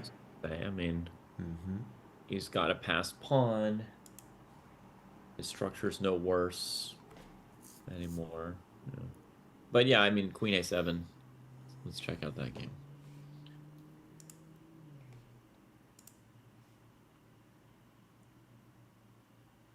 To answer the chat, if Anish wins, he doesn't need anything from the top game. He basically just needs Vincent to not win as well. Mm-hmm.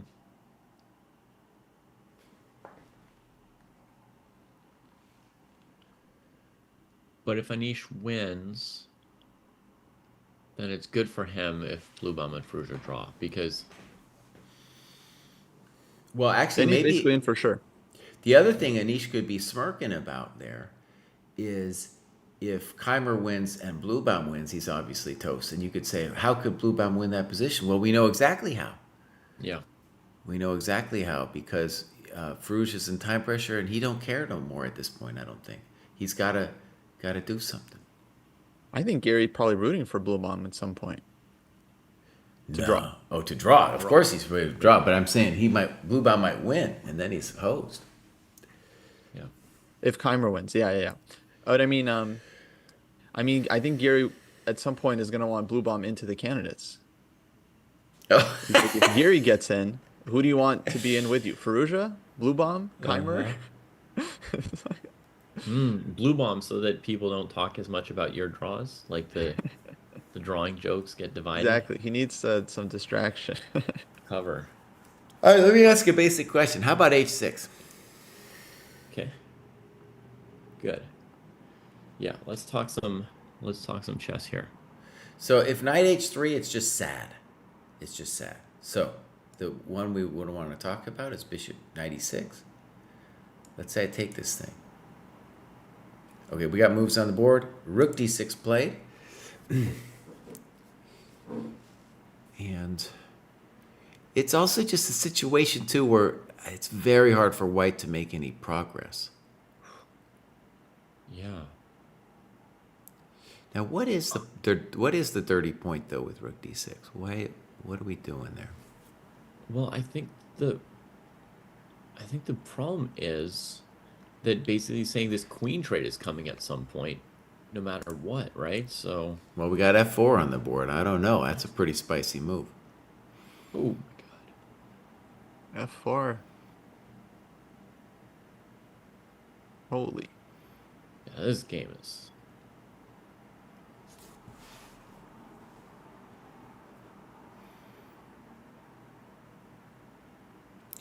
E4.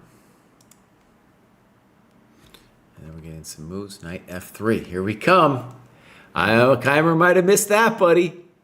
He might have missed come that. on, he saw it. I don't know. I don't know. He kind of bit his tongue there a bit. This is a real invasio happening here. Because we will get Knight E5. For example, on Queen E7, we could even play the slow G3. We will get Knight E5, and then it's actually very much who's better and why. I don't know. Oh, buddy. Oh, Everybody's hoping that Keimer. you would know, and you would tell us. Oh, dude, after Knight E5, that's a hell of a knight. 2 knights. And, All right. and look at how the pawns on light squares just totally killed the black's light square bishop. Yeah. Suggestion for black here: Queen to G7. Queen to G7. Maybe that is a good suggestion. Just intending to sack the exchange. I like that move. Good move. His plan was that if white played Knight E6, he was going to sack the exchange there, right? He was going to trade queens, take on E6 a bunch of times, be up a pawn. Mm-hmm. So, Queen G7, similar. Okay, so who gets props for that? For what? For saying Queen G7? Depends if it's a good move or not. Oh, I mean, I think especially from a practical perspective, you must. You got to stop 95, buddy. Okay. You cannot have it. Now, here's a move for white. How about Queen D4? Welcome to the dojo. Why is it so, What's that? why is it so big deal?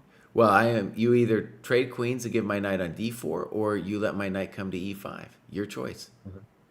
Okay. No, okay. Queen G7 I like, but Queen D4, I think, I don't know objectively what's happening, but I'd rather be white. As long as I can get, the only way I wouldn't take white in this position is if somehow we could not effectively get our knights in there. And Knight D4, if we get Knight D4, is just as good as Knight E5. I mean, both huge pieces. Look at Keimer's body language. Okay, I'm on it, guys. I'm on it. Yeah. He seems tense. He doesn't seem... He's in the fight. He's in the fight. Yeah, I mean, Queen D4, fine. I don't mind. You can do that if you want to. So you like Queen G7? Yeah, I'm okay with queen g7. So actually, David, let me just get you, just your sensibility here is you think the situation is not shifted and that black is still okay? Yeah, black's pleasant. Okay, let's go. Queen g7, queen d4. Or knight d4, I don't even know.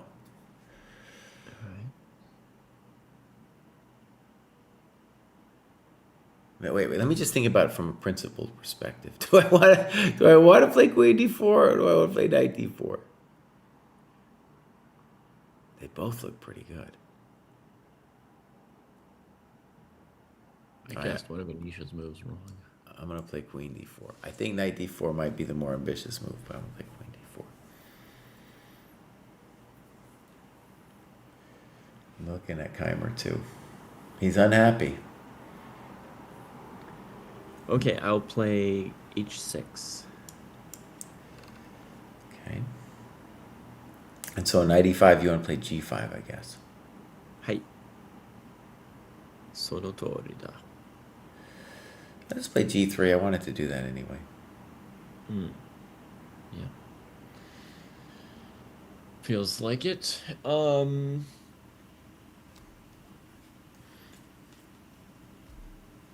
Okay, I will play rook e7.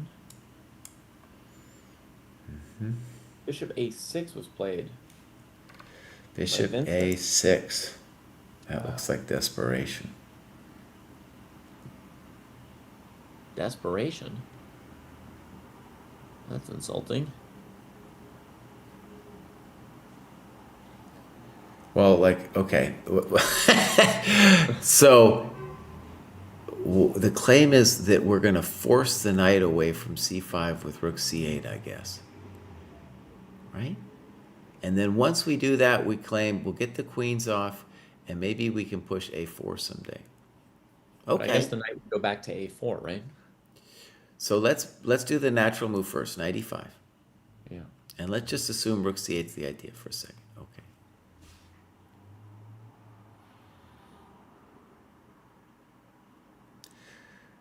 Now, knight a4 is definitely the intuitive move because the bishop on a6 is trash. Yeah. And most of all, you want to keep all the files closed so the rooks don't get too good. And what I really want is I want to put my big fatty king on d4. That's Okay. what I really want. One fatty after the next. One fatty after the next. He's a bad boy. He's a big boy if he gets the d4. He's a very big boy if he gets the d4. Thick. Thick. That's right, buddy. Thick. Oh. Yeah, no, I mean you're with me now, right? The game is switched, right, Mr. Bruce? Well, I don't really see anything to do after knight a4, and I'd like to have something to do.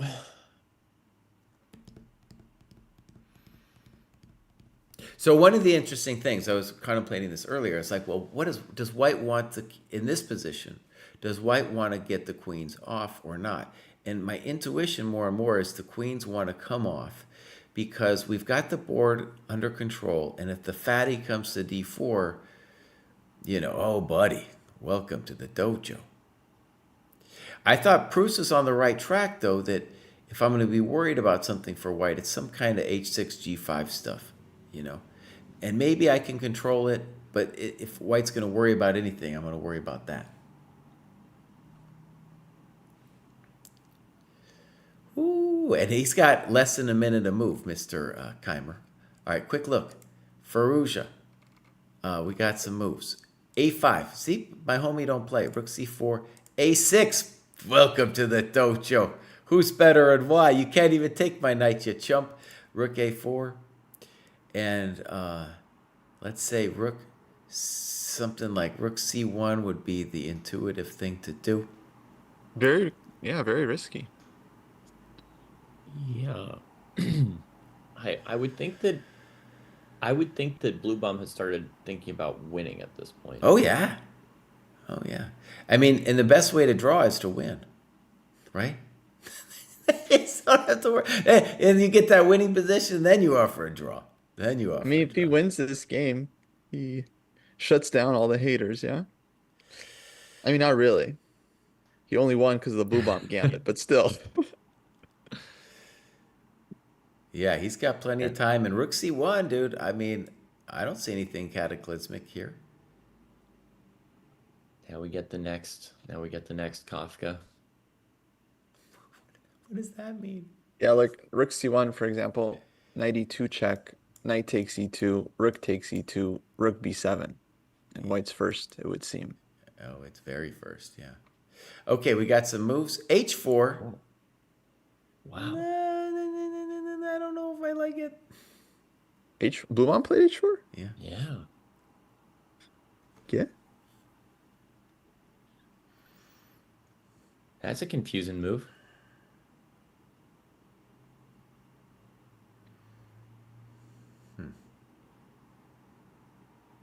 He's at least pushing a pawn, Falk. I don't know what the point of the move is yet. Maybe it's super deep. Was black threatening rook g5 or something? I didn't understand that. Like he needed more lufts. Lufts, plural. Yeah, I need more lufts. Lifting. Now, I don't know if this... Okay, help me understand it. I'm sure there's a reason. The blue bomb doesn't just do a incautious pawn move like h4 without a reason. So what is he thinking?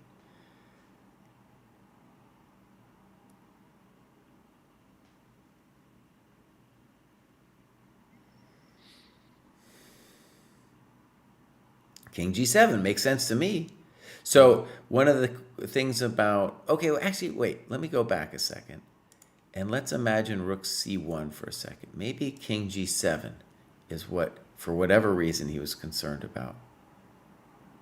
Mm-hmm. Okay. And so king g7 makes a lot of sense. Yeah. What is the intention with h4? At some point soon, by the way, rook d4 is going to be a threat. Mm-hmm. Has the blue bomb done himself a... Maybe now rook c1?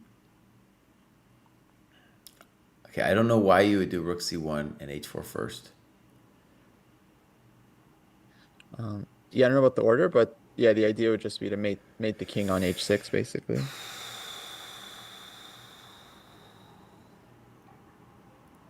Right, so let's say maybe blue bomb has a dark thought about mating the king and controlling this square.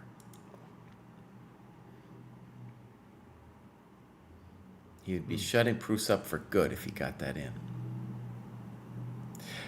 Another basic way, by the way, is just very simple chess would be check to the miserable king. You come up. I say a7, and then I say, what? I say, what?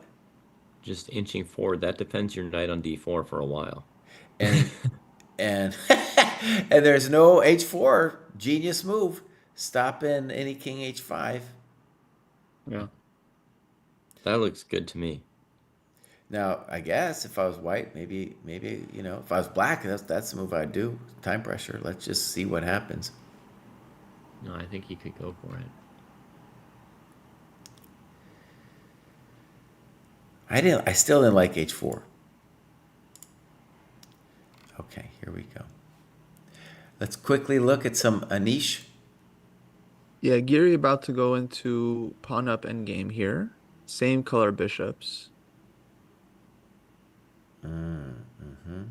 Okay, so let's just review it. We had rook c3, rook d6, trying to make a tactic on the a6 bishop. He says, we're not having any of that today. And on rook a6, so black has a choice. If rook a6, bishop c5, it's pure pain, but chances to hold that position. Yeah. If bishop takes b3, bishop c5, the general, okay, this is also actually a little complicated. The general kind of take from GMs is that these positions are generally winning for white, but it's oftentimes there's little wrinkles. And one wrinkle here would be Could black set up a dark square blockade with like a g5 at some point? But I think the consensus would be is if I could achieve f4, I'd be winning. I don't know if you guys have feelings about that. Well, it's very. It seems like it might be concrete because black could play g5 right now. If he doesn't play g5, then white maybe gets an f4. But g5 loses immediately to hg, fg, e5. Yeah, So he's got to start. there's the concrete. There's the concrete. And, you know, yeah, so I'm thinking, like, if you do, let's just say you get out of the pin. I don't know what else he's supposed to do. And then I play f4. The claim is this is a standard position where white says, I know I'm winning here. Now, for a chump GM, I would obviously feel good about it. And I've never had that full level of confidence that the super GM might have here about it being completely winning. But I think that's the general, like, theoretical framework here, is that this is done. It seems like really, really good chances. Niemann did have that pawn up, same color bishop any against Mishra, but that one was a lot more blocked up than this one is. So there was like all these fortress ideas. And maybe even black here still plays g5. But yet g5 here, there's e5 check, Oh, good move, yeah. making a mass on the king side, and then even after something like king e6, you just take on f6. Whatever black does, you know, you get a pawn to good g5, move, yeah. etc.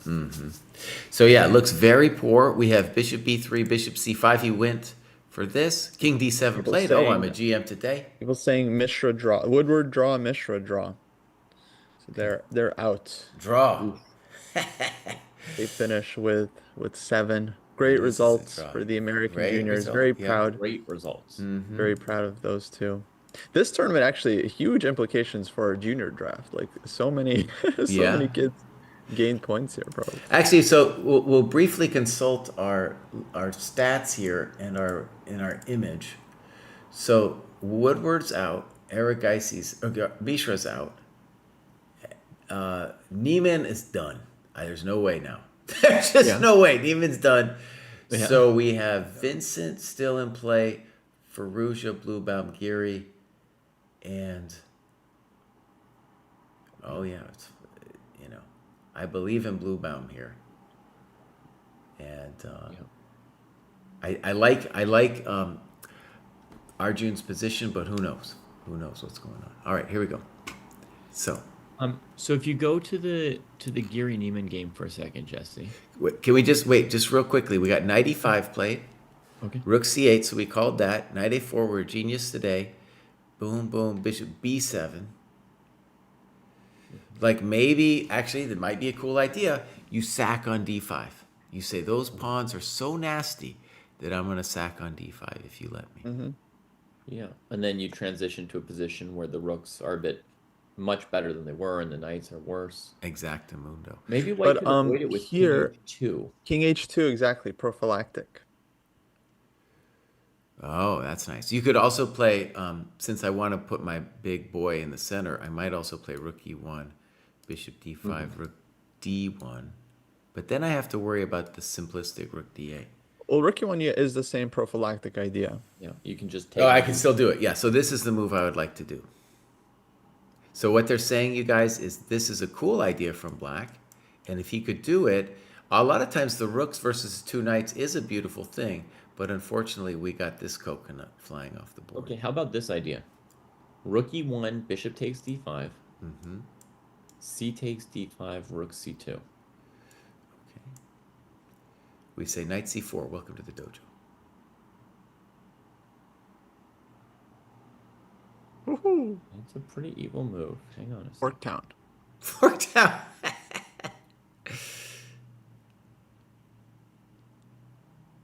Beautiful.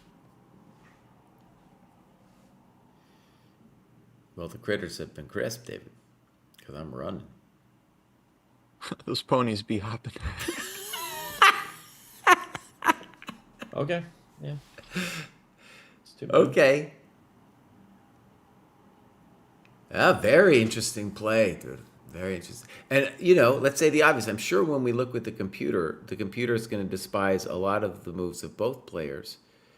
But still, like, this was the fighting game we got with the exchange sacrifice. By the way, I'm going to go ahead and say that way back when Eric Geisy played Queen D2, that he foresaw this situation because he thought for 19 minutes on Queen D2 in this position here. It's kind of a weird move to make, honestly, Queen D2. Very strange, honestly. And then that encourages B4 and the situation that we get in the game, leading to the kind of position we got. Queen D2, I'm just going to go ahead and say, I don't know. That would never cross my mind. Yeah. Maybe actually what he was doing is trying to prevent the exchange of knights or something. In any case, he asked for this position. Mistakes were probably made by both sides, and now it looks very pleasant for white after rook e1. Okay, help me out then figuring this out. So just Arjun winning doesn't guarantee qualification. No, someone just said that if Giri wins, Yeah. that effectively takes out Arjun. Because he won't be able to catch the drawer/winner of Blue Bomb Fallujah. Because Blue Bomb has Right. better tie breaks than Arjun. Right. So Giri, if he wins, he shuts down Niemann, obviously, and Arjun. With And- one fell swoop. So, yeah, his chances of getting in were actually, all those 6.5s were very hard.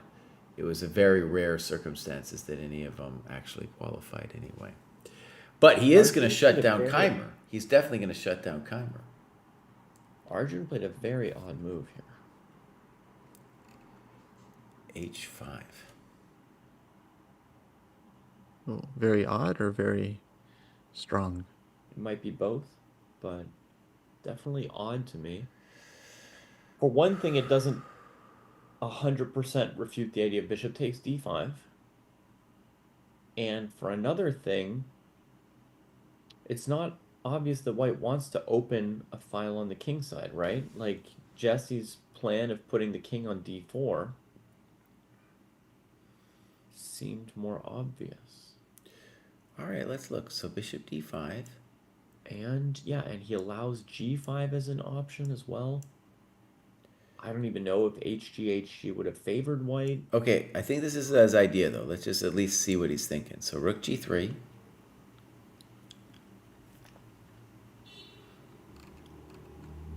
G5 was played immediately, by the way. Yeah.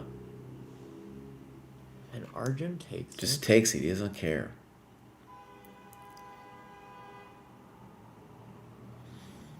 Well, h5 definitely unnecessarily complicated.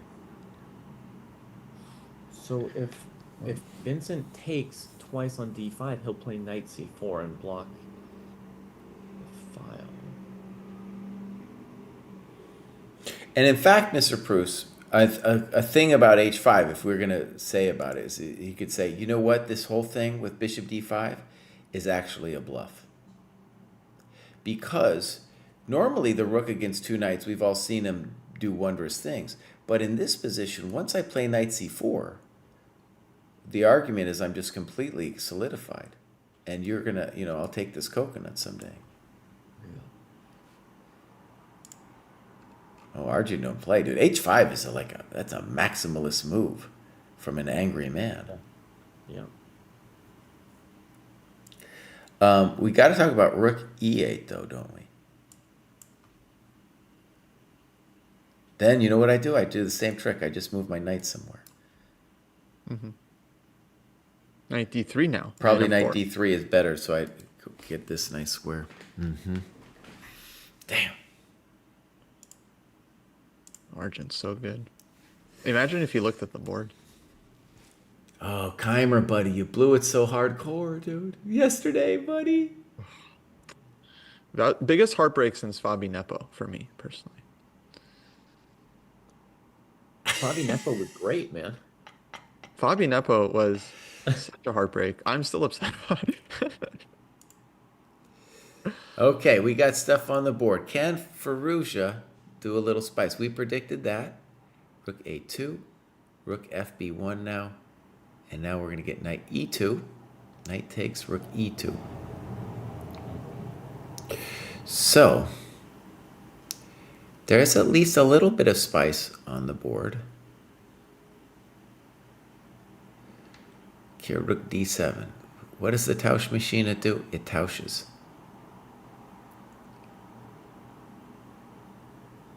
Looks like he's gonna have to give a draw here.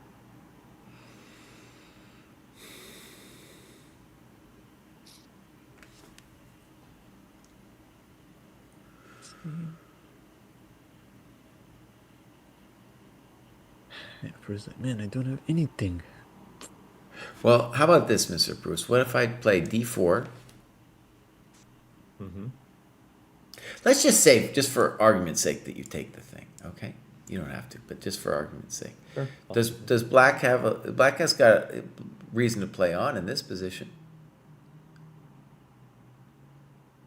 Or is that just cry talking nonsense? Maybe that's just cry talking nonsense. I can put the rook here, I guess. I guess against d4. Yeah. Hey, I would still have the dream in my eye if I was able to play d4 and you had to take. Mm-hmm. Nota bene, there's none of this business because I get mated. Mm-hmm.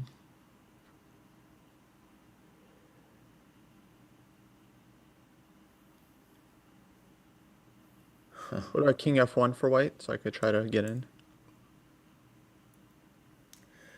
Okay, let's say I go. So let's think about this. Then king g1.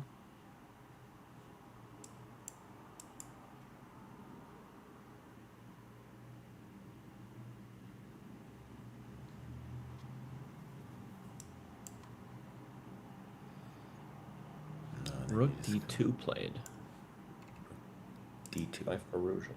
Okay, he just wants to hold the tension. That's a good move. So that has the benefit of stopping any kind of king f1 business. And the wreck. Okay. This is still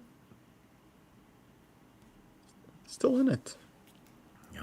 All right, I'll be As long right as back. white doesn't have a clear way.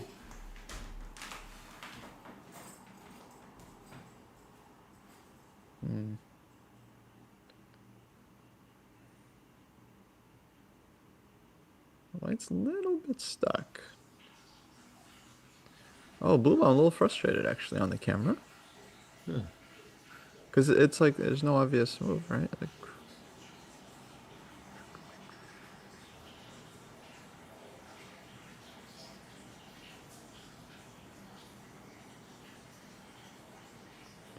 well, Hans knows he's lost. Uh-oh.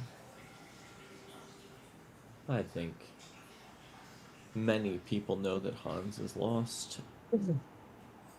I certainly don't know that Hans is lost, but you could just be upset that, his chances are done regardless. Mm-hmm. Yeah. So it's basically just lose-lose situation for him. Fair enough. He could have an unhappy look for many reasons when he's in this position as black without necessarily being lost.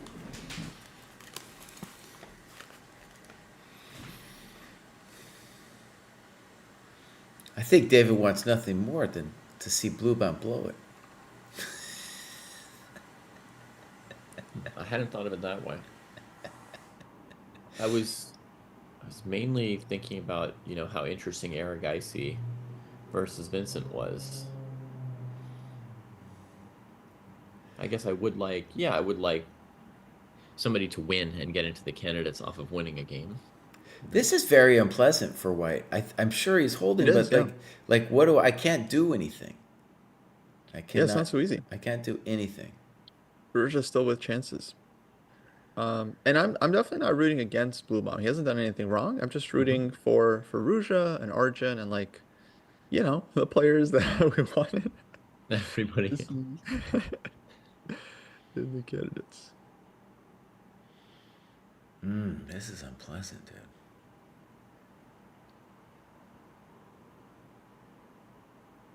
So obviously, if we just sit, Black will calmly just improve the pawn. Oh, buddy, what have you done? Okay, we got to move rook e1. Now let's just play d4 and see if dude can do anything here.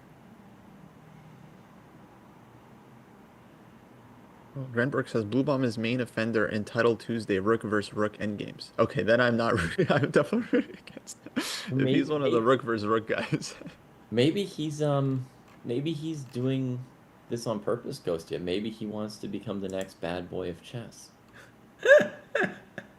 Yeah, Take over that title. that's why he gives these like extremely like humble and polite interviews. Yeah. It's like a sneaky approach. Very sneaky. Like, But he, nobody ever he's like expected he's you know, the shaking bad boy his of leg. chess to just be somebody who like plays out a bunch of rook end games. Okay, maybe Blue Baum's intention is this: d4, king f1.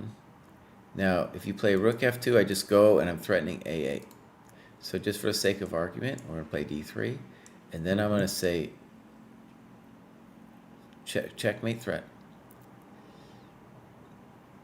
And then I'm going to say if you do me here, I'm just going to go back, and that will always be a draw if you take.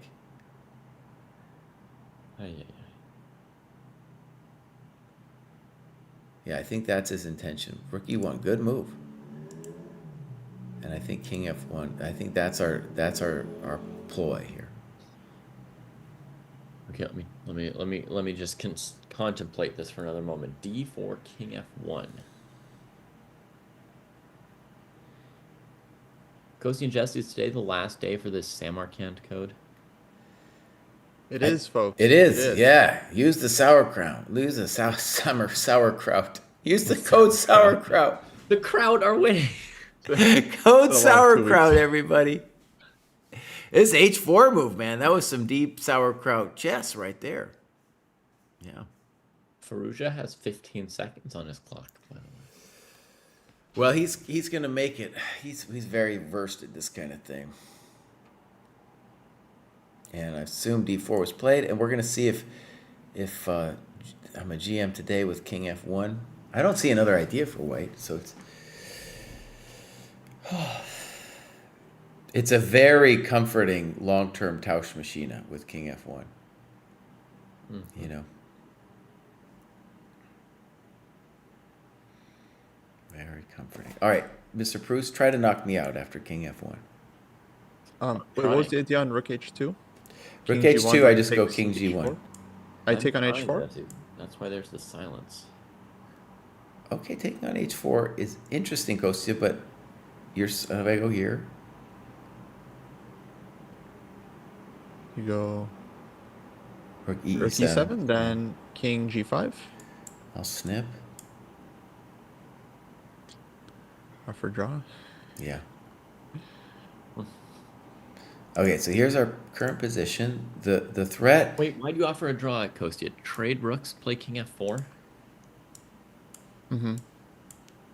Play to the last grain, just in case there's something. Well, but just for the purpose of analysis, I thought it's kind of. I mean, I assumed white's fine here. Rook h4. Rook h4, king g3. I think you should probably try king e3, but okay. Then you'd have rook e4. But okay, yeah, king e3, you're right.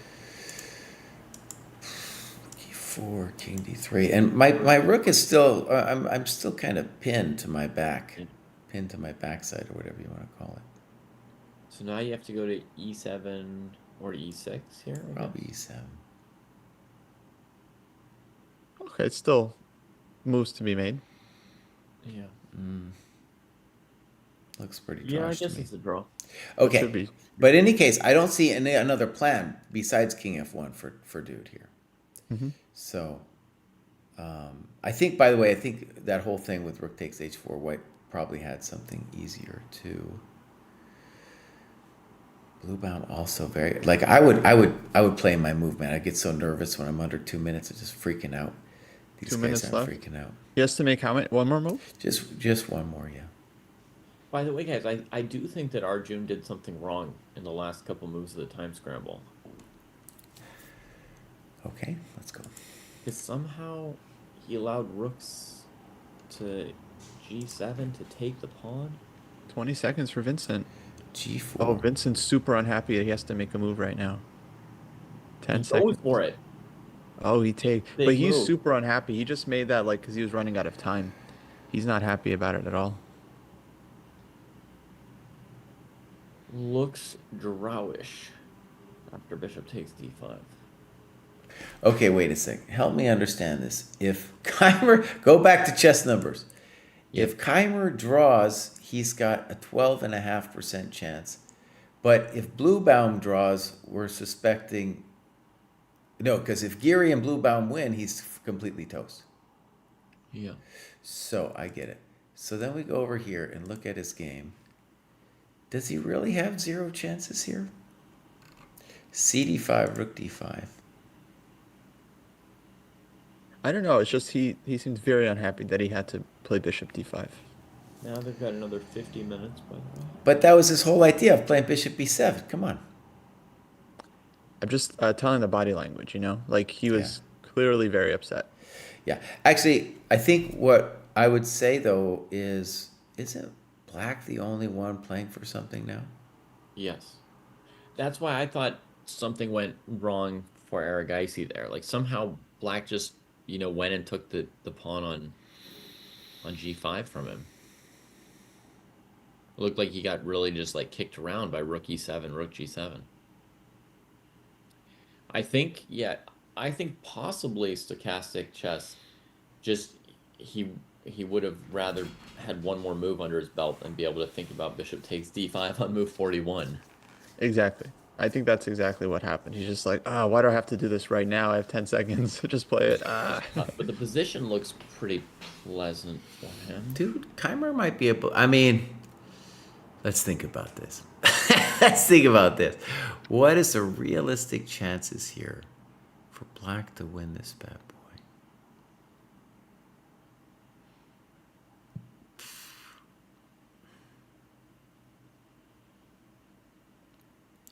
But you called it. Arjun definitely blew it.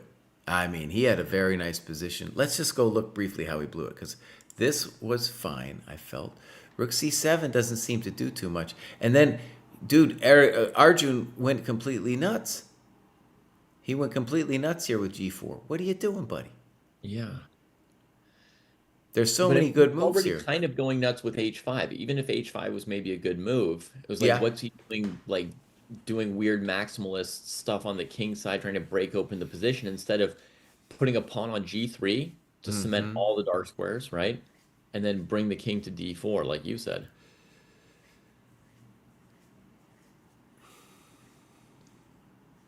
Yeah, so maybe king f2, rook g7, rook g3.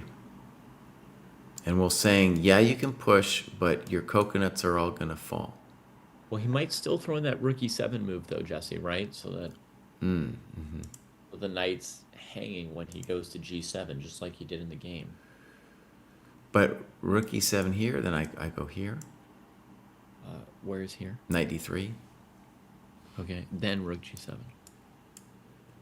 And then I get the Knight of Doom.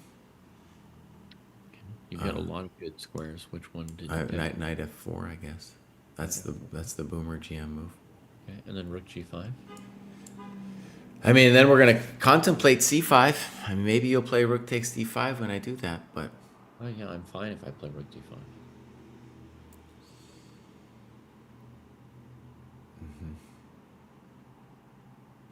Okay, we got moves on the board. We got king e2 here.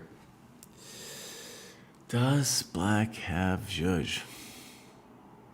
So one good thing for White here is if fg, knight e4, and you at least can't take here immediately because of a forky fork. All right, king e2 is probably a good move. Yeah. So W. Reynolds, you're asking why would the commentators think that Black is okay in this position? I guess Black has rook and 2 pawns against 2 knights, approximately, is the material count. And, normally rook and 2 pawns is slightly better than 2 knights in an endgame. And especially the fact that White has so few pawns means that Black's not in much danger, because it looks like White's g4 and h5 pawns can't can't be protected, so there's one B pawn for white left. Now, it's got to be said, black hasn't picked up the pawns yet. So there's still some open questions about how we actually get at those pawns. Right. Also, knight on b6 is not that amazing. I mean, black could give back in exchange here, play like fg4, knight e4, rook h5. Okay. Knight f6 check, king f7. Just play 3 pawns against the knight, which is also often better for the pawns. Doesn't seem maximal for black, but look where maximal got Arjun.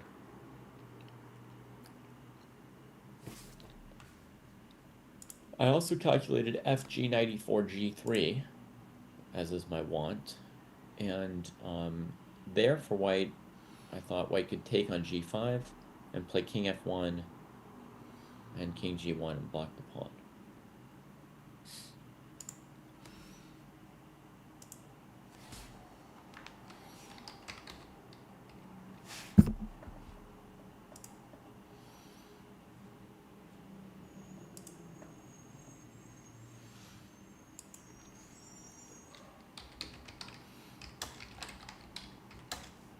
You know what's sad is that for the FIDE thumbnails for their live coverage, they basically they haven't featured Blue Bomb once on the cover because they usually put the leaders, except for today's round, they put them in the very back behind Hans, Firouzja, Giri, and Keimer. But I'm looking at the other rounds and it's like Giri Firouzja, Tan Zhongyi, and then another one, it's like Nihal Firouzja, Katerina Logno. So it's like 2 leaders from the Open, a woman. Never Blue Bomb though, even though he was leading most of the event. Poor guy. King f1, I'm a GM today. Rook h2. We are strongly suspecting king g1 here.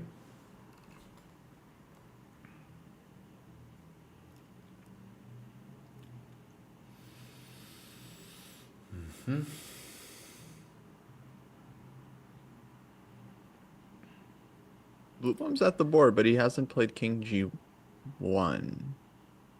He's just thinking about it a little bit. Yeah, we have a weird question from chat whether rook e2 is also a forced draw for white here. Trying to lure the black rook to e2 and then queen.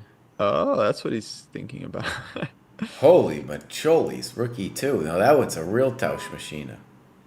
Yeah, that is an endgame study in Tausch Machina. Wow, okay. Okay. Now you're showing me something. That's a fun Okay, move. here's a refutation for it. Okay. For rook e2. It was not easy to find. I've been thinking about it for a minute in the background. So black takes with the h rook. Okay. White queens, and then we go rook f2 check just to sell our rook on a different square. Yeah. And then king e1, rook takes a8, king takes f2, rook a4, and the king can't go to d3. Why is this winning though? Because your king can't move, buddy. I don't know if it's winning, but the point is that after that we're going to play d3 next and trade the d3. No, just play king g3 though. King g3. Play king g3 here and just Yeah. wait. No progress for black, maybe. Okay. Rook b4? I'll probably play king h3. I think king g4 also draws, but king h3. Right. All right. The drawn position. That's true. I like rook e2. Just the presence of mind to consider it. Great. Yeah. King g1 also is probably drawing, but this, and I think was probably his original intention, but now he's just seeing that he's got this other option. And he's got 42 minutes. Oh, you gotta like the Blue Bomb, man. Yeah. This guy played, dude, he played Firouzja, Keimer, Nordebek Sr., Sarin, Erigaisi, Mishra, Prague. Oh, dude. And then a bunch of other 2600s in the first 4 rounds. This guy faced them all. Didn't lose a game. Mm-hmm. Well, he hasn't drawn this one officially yet, but yeah. Okay, let's get your take on this endgame. We left it claiming that white was winning. I was wrong, by the way, about a key endgame earlier, which was Niemann versus Mishra, where I thought for sure Niemann was winning. And then the computer was like, nope, it's a draw the entire way. And that was also bishops of same color. So I was completely wrong there. We're going to see. Maybe I'm completely wrong here. This one, I don't know. Maybe Anish has messed it up, or what is happening here? Okay, bishop e2. It's certainly hard for Anish to make progress. Okay, bishop b. After a long think, Anish made a move. Bishop b2. I would think the normal process here for white would be to bring the bishop through g6 to f5. Okay. Right, so if we imagine black just sitting, what is the point of bishop e2? I don't know, bishop d1, perhaps. Wait, where was our bishop here? So it's on a6. Well, actually, Mr. Proust, maybe we're doing a clever. So if you go bishop, we're saying maybe it's Zugzwang. If bishop e6, then bishop b5, and then we can do your idea. That might be the idea with bishop e2. By the way, even if we get here... If there weren't a Zugzwang, he can just go bishop d1 to b3 to f7, etc. If the black king ever moved away, white would play e5, right? That's our thought. By the way, let's just imagine we get the bishop to f5 and black kicks it. Bishop f7. Still, it's not a done deal. It's not a done deal. Maybe this is not so simple, my friends. Okay, wait. Let's do a little calculations. Let's pretend this does end in a draw. Then this opens the door. Who does it open the door for? Does it open the door for Arjun if this is a draw? I think I can beat bishop f7 for you if you like. Okay, so let's let it happen. We're just going to let it happen. Make some moves back and forth so chat can follow it, even though we would think about this schematically, chat. Like if we were looking at this position as white in a game, we wouldn't immediately think in terms of specific moves, right? We would just imagine like when the bishop's on a certain square, can we get through or not? So we would just picture this position from the start. So I'll go bishop g4 here, threatening king f5. Okay, try this one. And black's probably going to try bishop g6 to keep the king back, right? So whichever way I go. So first I use my bishop to conquer f5 by chasing black's bishop away. So this is like the most common type of battle in a same colored bishop ending, right? You use your bishop to win control of a penetration point you need. Their bishop backs away, but whichever diagonal you move on, they then move to a different diagonal and reconquer the square. Here the plan is h5 for white. Good. I think I see what you're doing. So if I go... wait, sorry. Could I ask a real quick question? Yeah. Instead of bishop g4, what if white played a different bishop move? Like bishop c8? Okay.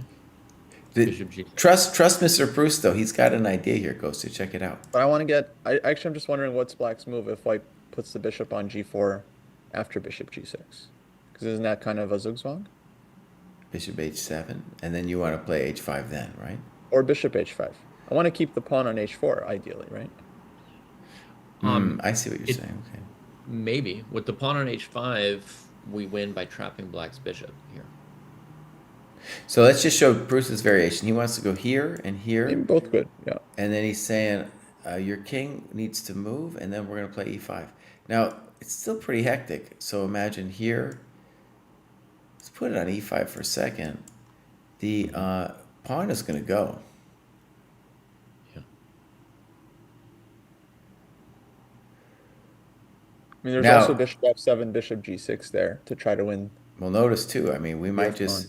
This one might just be gone because you can't stop my pawn anymore. Yeah, this one might also be good. I guess what I'm saying is it feels like white is having multiple ideas in a lot of these lines.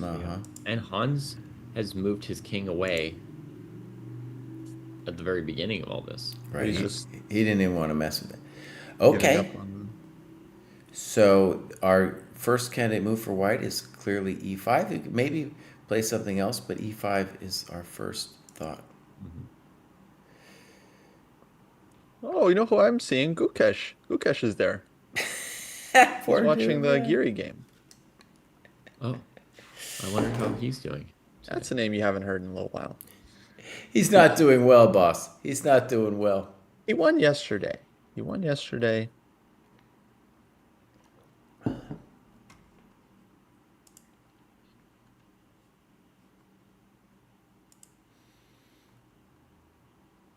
This looks pretty good. White's other pawn goes to a6 whenever you need.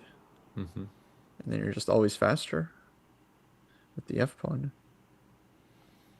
Ooh, Sam won today. Shanky. Yeah. Nice.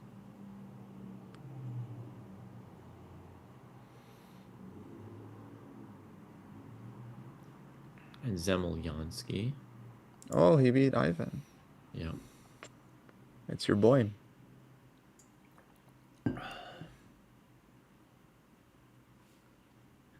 I can't. So it's find kind of it's Gukesh's coming down to board. Giri, yeah. Oh, blue bomb rookie 2 on the board. Yeah, buddy. Blue bomb. Now that's a real Tausch Machina move. You gotta have Tausch of Steel to play rookie too, Tausch of but Steel. So good. Can anyone find Gukesh's game for me? you gotta scroll all the way down, buddy. That's what I gotta tell you scrolled there. all the way and I must have missed it. You and gotta now I'm scroll scrolling even again. further. I'm just scroll, There's a keep scrolling. Very and handy scrolling. search bar at the top for these Oh, kinds of moments. You just I found type him. GUK. I found him. Beautiful. Looks like he's got a beautiful position against Volokitsin. Oh, look, nice. I hurt my arm the other day just trying to scroll so far down to find him. I pulled it or something. Carpal tunnel searching for Gukesh's game, dude. On board 3000, dude. Oh, God. Firouzja does have a chance after a draw. If Giri blows it, then Firouzja has great chances. But if Giri wins, Firouzja's out.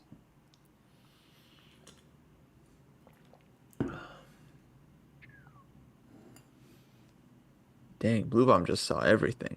It's like he can give us rook on e2, he can give us rook on e1 with check. One of my favorite quotes actually from today was Bluebaum has held work end games than this, and look at this, the man is holding. Yeah. Check to the miserable rook. And look, guys, I mean, look, we're happy for him, but look at the previous outsiders in the candidates. We had Alexienko and Abasov, and it's like, have they really improved since their candidates? Like, we kind of stopped hearing about them, right? So was it even good for them to play that tournament?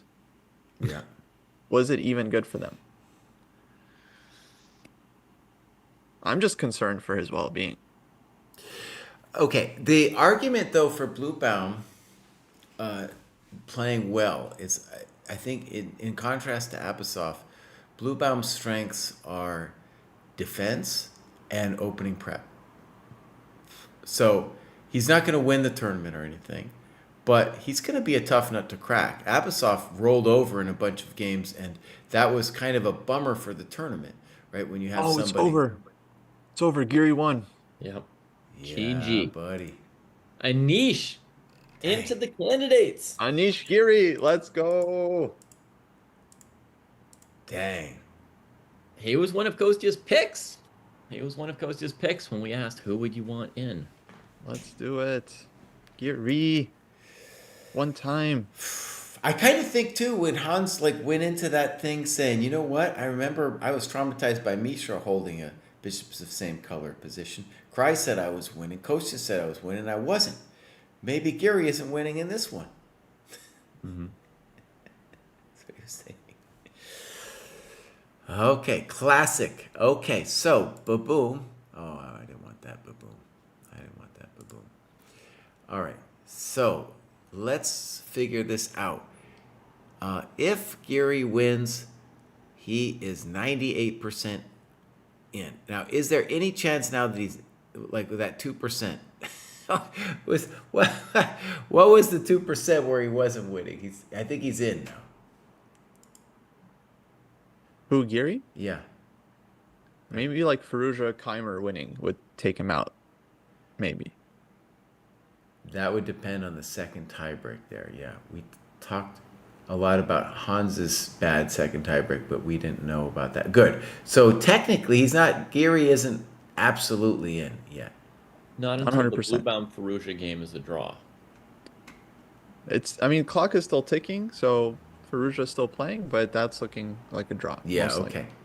So we're going to say Giri looks strong, and then so at the moment it looks like Giri and Bluebound. There it is. Yes. Giri Bluebound. Nice.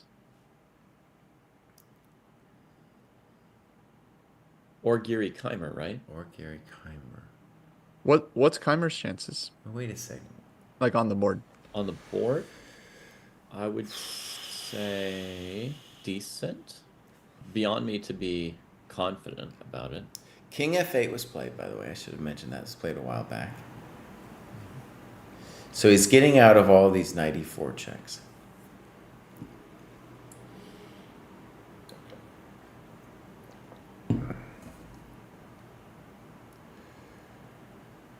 So, Giri in for sure, and Keimer has to win this bad boy. Arjun totally out. Gary probably needs a draw on board one, but board one draw very likely right now. Very, very likely. So likely, you could almost count it. And I would say likely enough that I don't think that Giri is like nervous about it even. No, he's already started prepping for Blue Bone. All right, knight b6. The other knight gets into the business. Now there's two hoppies. Oh, yeah. Now my gut is we play rook d8. Let's just put rook d8 on the board for a second.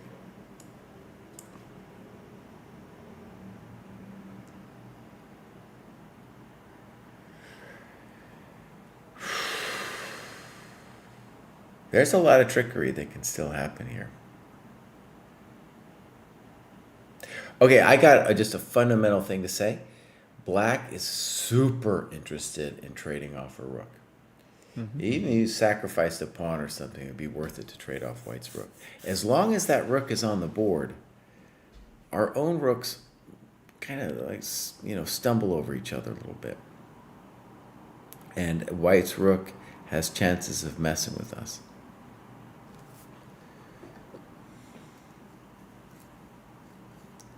So I'm thinking rook d4 here. Instead of rook d8? Yeah. Okay. Part of it is if white goes knight c4, then I could maybe play a4. Good. Okay. Rook d4 is more ambitious than rook d8. Yeah, I'll give you that for sure. And, on your comment about trading rooks, I also considered if I played rook d4 and somehow, if white did nothing, I'm just wondering if I'm threatening to play f4 to trade a rook, right? Okay, good. But, Yeah. but my feeling there was actually rook e4, knight e4, rook takes g4, king f3. I didn't love that for black. Right. It felt like white's pieces were pretty well placed there. Although, I can play rook h4 and I'm threatening either rook h3 or rook h5. It's not completely done, but I didn't love it. But after rook e4, one other nice thing for me is I'm not really sure what white wants to do there. Mm-hmm. Yeah.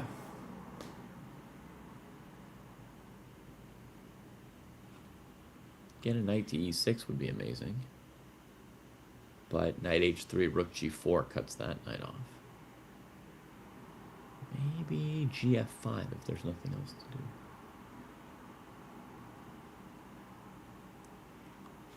But gf5, rook f5, knight e4.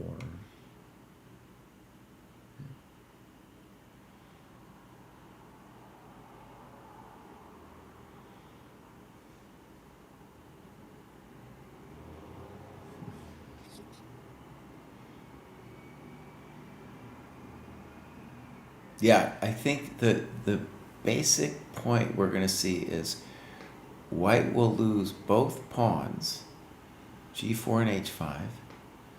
Black loses e4. The knights are hopping. But are they hopping mad? I don't know about that. And once our rook gets to like h5, then we got some scope with those bad boys, with like rook h2 and stuff. So,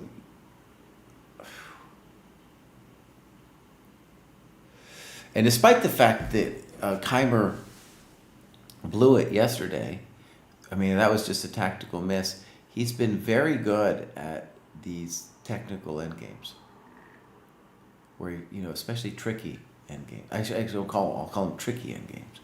Very good at figuring out ways to mess with his opponent. Yeah. Yeah, he's got the endgame touch for sure.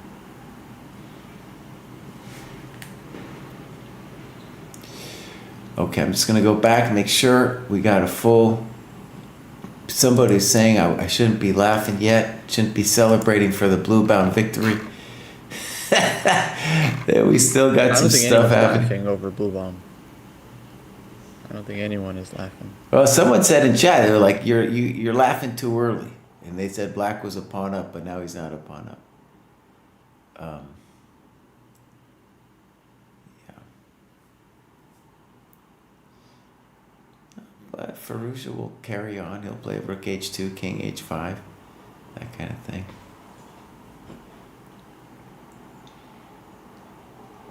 Yeah, Fallujah can make him play on for a little bit. Doesn't he win the H pawn here? What's yeah, he's happening? going to win the H pawn. That's a draw, but you know, still, you could keep the game going.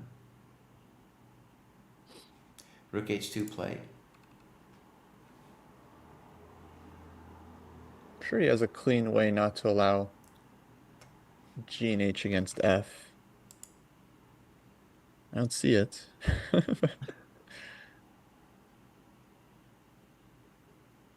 No, I think G and H against F shouldn't be that hard to hold. King h5. Rook d7. Yeah, H6. h6.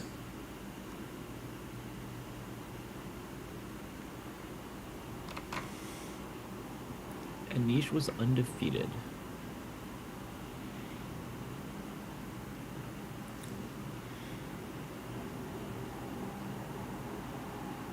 I'm with Hayden. This isn't over. To me, it's because Black has. It's not F and G against F. It's G and H against F.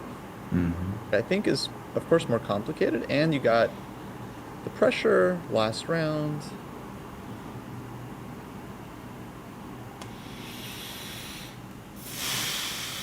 I'm just gonna say the man is held worse than games than this. King G1. Just see. Okay, The game is not over. Laugh all you want. G5.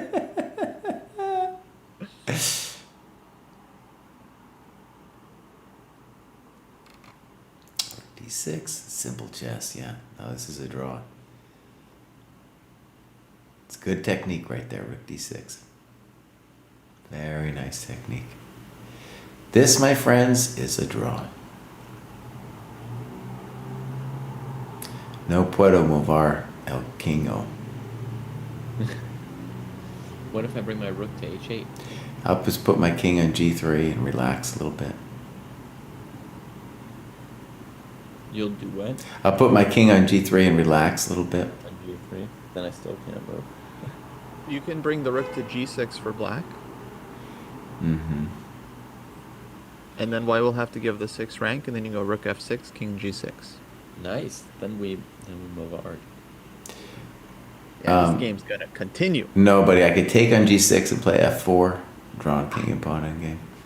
You've been taking lessons with Blue Line? What's going on? I apologize. Anish all smiles and Fide Bragas. He should be smiling. He did it, dude. Yeah. So his matches with Hans, he learned he can beat him, and it paid off.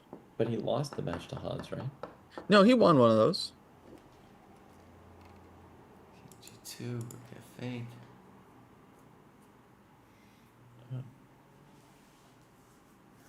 I thought he lost the Hans match. Was there more than one? Yeah. I didn't realize that either.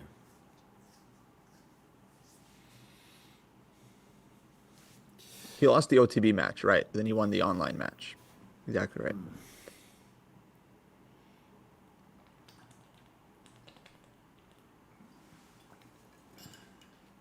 Dang, F4. Yeah, easy draw.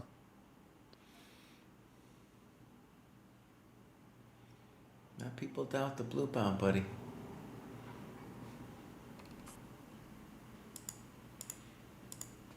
All right, come on, Vincent. All right, we'll go back to Vince. Back to Vincent. He's thinking on this rook d4 move. Yeah, rook g6 on the board by Ferrugia, so I think it's over. Oh, I called that, buddy, from 1,000 moves away. Look at that. Yeah, it's over. So now Giri's in. Right? Once this draws, Giri's in. Yeah. Yeah. Dude, F4 on the board. he's going to make him stalemate him with like king h1 or something.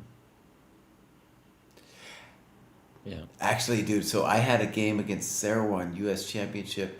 Oh, he doesn't even...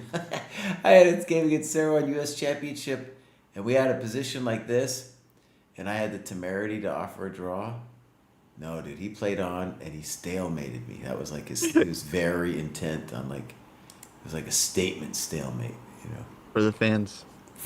For his ego or something, I don't know. Okay, we have not rook d4, but rook b5. Yeah. It's mildly surprising, but doesn't really change anything too much, I don't think.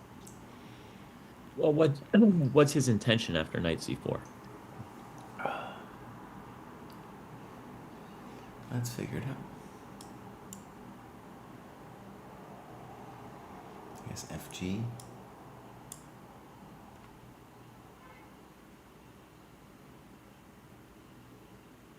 I'm a little confused by rook b5 because if nothing else, it just gives me more ideas. All right, so yeah, what is his intention on knight c4? If he's not careful, white will play knight d6 to f5, right? So he's got to do something. Rook b5 is a weird move.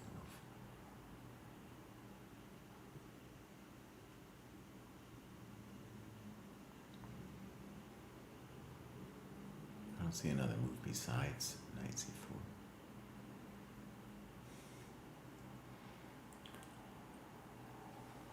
All right, you guys, what is his intention on knight c4?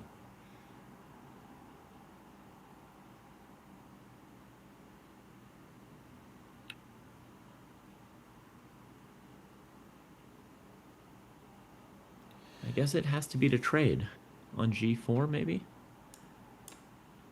And then with the king on f8, there's not the same check on f6, but still, white's knights are in the game. That king's going to get... Okay, but yeah, don't I now, like, that makes sense to me. Knight d6. Okay, we have knight c4 on the board. See what dude has here.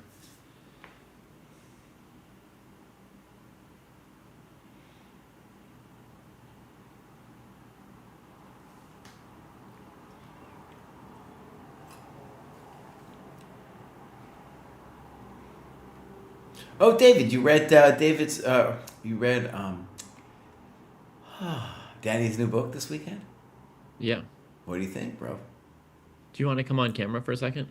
Oh, I've fallen off because I've reached the relaxed stage of the You fell off the broadcast. side of things, but you could move something. Like you could either move your computer a little bit, or I'm trying, boss. I fell off. That's I've okay. fallen and I can't get up. Yeah, I mean, we're probably gonna do a dojo talk about it, right? But We should, for sure. I read almost all of it. Falling off the camera completely.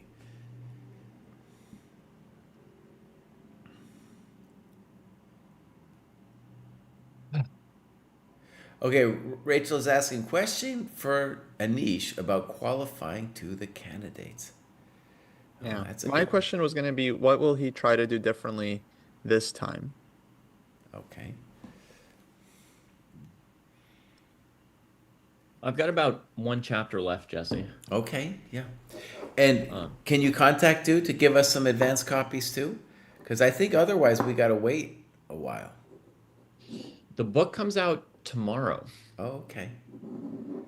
I'll so you just, won't have to wait very long. I'll just buy it then if he's not going to have the decency to send me a copy. I mean, I can ask. I can ask, but folks, this book here, Dark Squares, you all are pretty much chess fans, right? So this comes out tomorrow. You might want to get a copy. So far, David, enjoyable read? Um, I sort of, in a sense, disenjoyed it very much because it's very painful, story, you know. It's not rainbows and butterflies and stuff, you know. Right. It's pretty tough.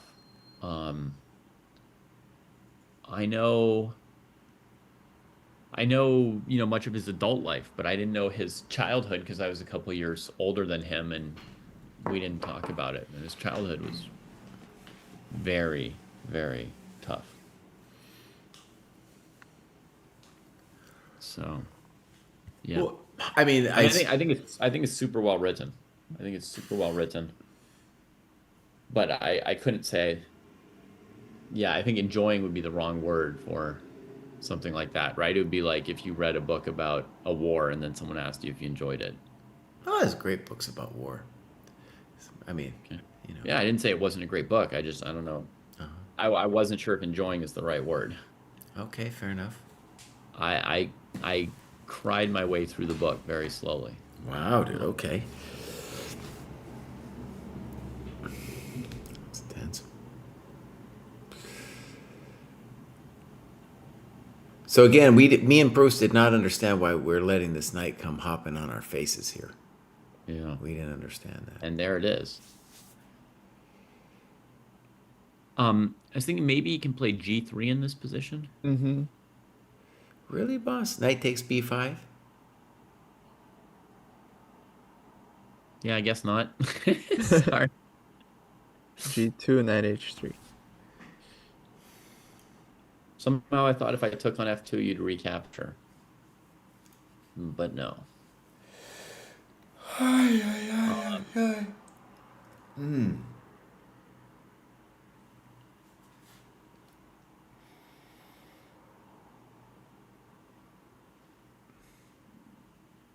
I don't know. The knights are definitely all over the place now. Ponies be hopping. Ponies be hopping. Huge mess to me. I got chastised in the chat earlier because I said they're hopping, and somebody said you got to say be hopping. You know, and apparently that's just the way the kids say it these days. Yeah. Some kids like to say these knights. The Whose That knights? sounds like that. Whose knights? These knights. That's right. Okay, how about rook b to e5? Since we got to move this rook anyway. All right, so let's play knight e4. Which one? Knight de4. Knight d. Okay.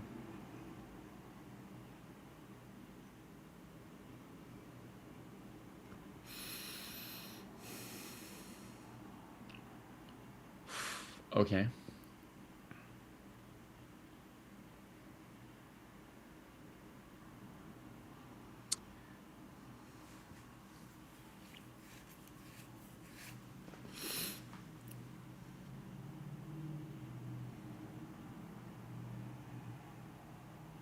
Okay, rook takes h5. And while we're thinking on this, the whole question is like, well, why did we get this position where we could have had the knight sitting on a4 or b6 rather with the rook on here? What are we doing over here? And the position's still interesting, but those knights be hopping. Yeah, I can't tell you why. Okay, I'll play rook e6. Yeah, something like that. And I have no idea. I think there's multiple moves here for white, but this one I don't see. This one's hard to win for white. If you just imagine me creating a little chunk with like knight gf2, and then I put my rook somewhere like f3, how are you gonna beat me there, buddy? You know. But there might be more, probably more aggressive things for white to do besides that. Like rook could f3 say and then for knight Vincent. gf6. What's that? I think what you could say for Vincent is that, he traded a couple pawns without any tactical disaster, and he still has, an H pawn and an A pawn on the board.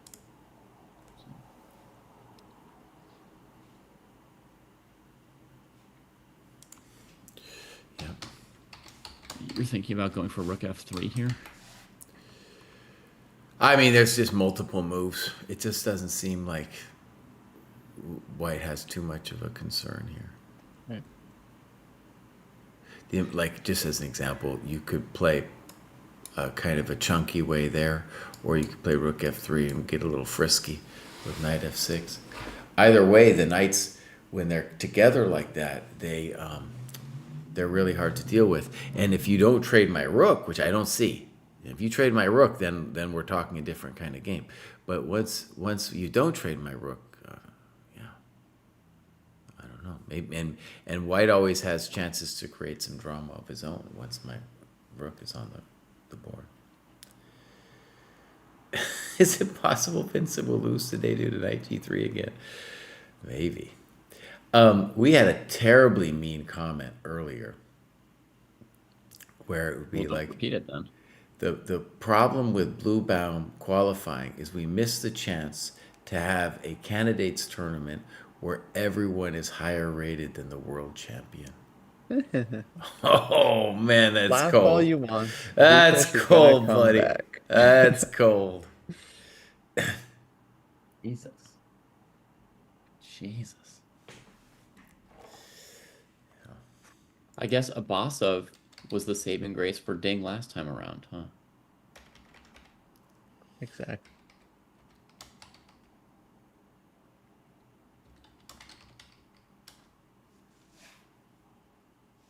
Okay. So rook b6 was played. Knight d takes e4. Okay, just to explore something different. Is there any world where Vincent doesn't take on h5 and just backs up his rook? I don't know why you would do that. Oh, I I- get to hold the G pawn, huh? Just to ask a question, I Okay. mean, I don't think I should do it. I could play rook to g8.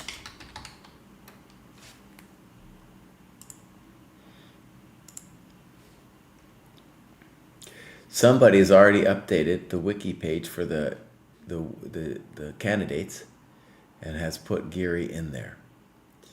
So one reason I went here though was I wanted to look. So you guys, we just spent a good chunk of our lives doing this thing, but oh my God, I guess chat needs to know about this too. From the 31st of October to the 27th of November. Now, this only took up 11 days of my life. That, to me, looks like a whole month. Yeah. There's going to be that bad boy. Sounds like World Cup. And I don't know yet, like, what time we'd have to wake up or yada, yada. I don't know anything about that. Yeah. I think it's in India this year, That's right, in Goa. so that's But we'll be usually covering- not great. That's hugely not great for us. I'm also going to be playing basically. I'm going to be playing a tournament there too. In me and Kosi both are going to be at least part of that. We're going to be in Oh, in Charlotte. Charlotte, yeah, probably during the finals. Actually, yeah, right. The Charlotte. So 27th November. That's right after Thanksgiving, and our tournament starts the 26th. So conceivably, we could do a lot of coverage. Okay, we got Rook H5. My plan would be to H4. cover all of the classical days of the World Cup, but to skip all the rapid tie breaks. Yeah. Okay. Those will be my rest days. Smart. Yeah, I think we'll probably cover a good chunk of it. Um, I always feel like the first round of the World Cup is not interesting Hmm. because there's like too many big like gaps between the players. Hmm. But then round two is always very juicy. Round one is definitely the least interesting, Yeah. and then they get more and more interesting for a while. Oh yeah. So here's a couple things. I'm just looking at the people who are qualified. Now, this doesn't mean they would actually play. So, for example, Magnus, he played in 23. That would be, I doubt he's going to play it, but, Hmm. maybe. Gukesh, of course, I'm going to guess that kid plays, and, oh my God, he needs like redemption. He needs some redemption after this event. Fabi looks like he's playing, even though he doesn't need to play. Hey, he might not play. Maybe Fabi won't play. Prague doesn't need to play either because he's qualified through the FIDE circuit thing. Hmm. Then looking at number 6, that's Arjun's big chance. So everybody above that is already in, basically. Then we got Nordebek Senior, Farusha, Wei Yi, Anish. Will Anish play? Good question. I think in general these people should play to get like it's just a great opportunity to hone your chess. Like I think we talked a lot about Naka. I really think Naka needs to play this event. I guess he's probably not, but dude, you need to be playing these guys, right? Then of I course, mean, by World Cup, Naka might have an infant, toddler. Isn't that like right around?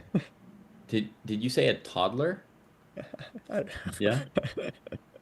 I'm infant. not trying to hold anything against you. I'm just curious. Did you say infant and then toddler? I think toddler is a better word. Yeah. Okay. a toddler is a kid, buddy. Who wait? So I didn't know about that. By the way, he's having a kid. Naka? Yeah. Yeah.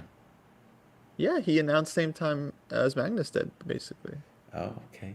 He's just copying Magnus in all things life. Um, so I mean, that might had a prevent him kid. from getting away. Yeah. By the way, I will tell you, you have a kid, you drop 100 elo points instantly. That's a well-known, documented thing. So that's a problem. Oh, I thought you knew about this. I mean, I thought it was very relevant to our discussion about Hanaka not traveling to Well, these you should have tournaments. said something, buddy. He did. He mentioned it. Oh, okay. Yeah, I thought we. Yeah, buddy, but I that's thought not you'd a ask that's not a ChatGPT the next morning, then decide if what Kostya told you was true. that's not a toddler, by the way. An infant is totally different than a toddler. Yeah, yeah, Okay, no, yes. it's just Kostya knows as much about babies as, someone else might know about some chess opening. It might seem esoteric to them, like the difference between the Sicilian and the Caro. For Kostya, that's like an infant or a toddler. Yeah, they're all toddlers to me. Yeah. But Anish has three. They're more grown. Right. But so Jesse's comment about you lose 100 points if you have a kid, uh, it depends whether you take care of your own kid. If someone else takes care of the kid for you, then you don't have to lose the 100 points. So Anish has not lost 300 rating points, obviously, right?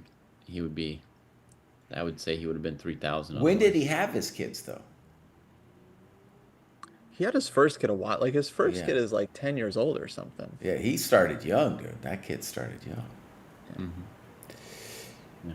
But I think his youngest maybe 3 or 4. The other thing that's remarkable about Anish is, dude, I mean, he is like razor thin, razor thin. And one of the things that happens, in my experience, is not only do you lose rating points because like a hormonal thing that goes down with you, but also like you get a dad bod.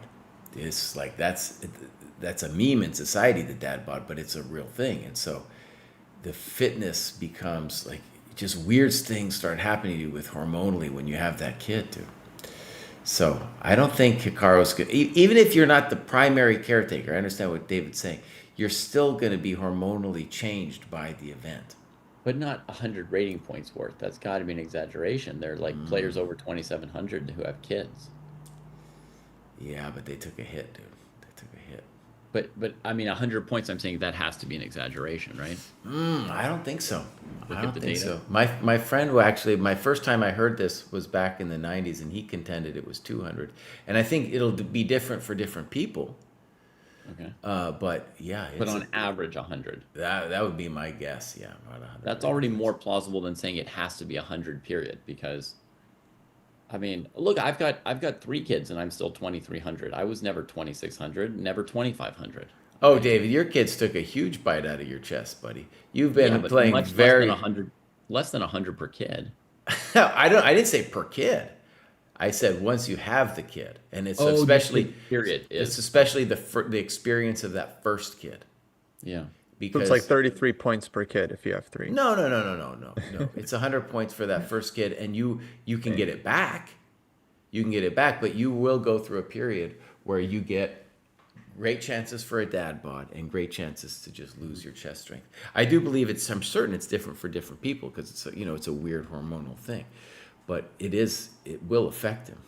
So you think that dad bods are hormonal, and then when your hormones change, they go away?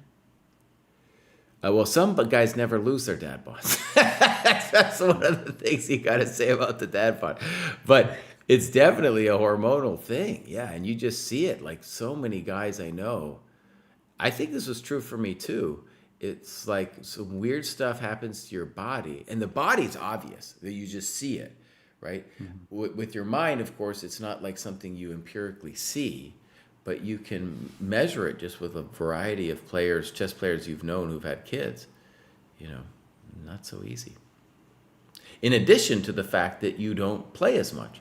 And Nako, if he decides, for example, not to play this thing because he's got a kid, then that would be a prime example of like, no, I can't play because I got the kid.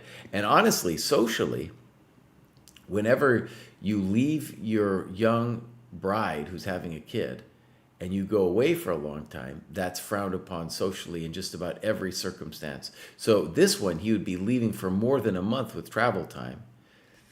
That's he's not going to play that, dude. He's not going to play that tournament. Yeah. Well, yeah. That's what everybody told you, was he wasn't going to play that tournament. All right, Rook H3, Rook E6. Yeah. Yeah. So position. I gotta address this comment because I've seen people make this point like multiple times over the last like 2 years, how the only way to get Magnus back in is if Hans becomes world champion, and then Magnus will have to like, guys, it's Fantasyland. Magnus is gone. I'm sorry. Oh, I think if sorry, Hikaru folks. He's becomes so champion, then done. Magnus will come in, dude. He can't take that. He wouldn't be able to handle that. No chance. He's not coming back to the FIDE cycle. Maybe they set up a match between the two of them, but Magnus is not coming back to FIDE cycle. And let's just talk about the obvious thing, dude. Oh, It's one of the huge bummers of this tournament. I think it's a great tournament, but a bummer of the tournament was when Gukesh cranks, falls so far, then it's like Magnus gets to sit back and be like, yeah, chump champ, that isn't real, you know? No, that's mean-spirited. I don't think Magnus is like mean-spirited about. Oh, yeah. No, everything I've seen from Magnus, he shows a ton of respect to Gukesh every time. It's easy to show a ton of respect to a dude you don't feel like is on your level, you know? Gukesh is down to 11th in the world right now. No, I mean, in Magnus's words, I mean, he's like, he thinks Gukesh is world champion. Yeah, he still calls himself number one, though, but Maybe he does. he does. But And the thing I that don't- you I would don't like think to, it's, like, the thing that you would like to disrespect. tell yourself when you call yourself number one is that the world championship title doesn't mean that much. And for me as a chess fan, it's like, oh, do not say that. You know, world championship title is a thing going back We've talked about this before. It's a beautiful thing going back hundreds of years, and he's disrespecting it. And it's easier for him to disrespect it now that Gukesh blew it so hardcore and has fallen to number 11th in the world. Okay. right, but how does he disrespect? You know, he just, he just lives his life. Yeah. Exactly, as if he doesn't need to be part of the game. Right. So one variation in the present position for Vincent, who's got 11 moves to make here to another 15 minutes at move 60. Rook d5 check, king c4, rook takes e4 check, king takes d5, rook takes g4, rook takes h7 is an easy lead drawing rook endgame for white. Guys, I got to get out of here. I got a life situation. Do either one of you want to take over? Sure.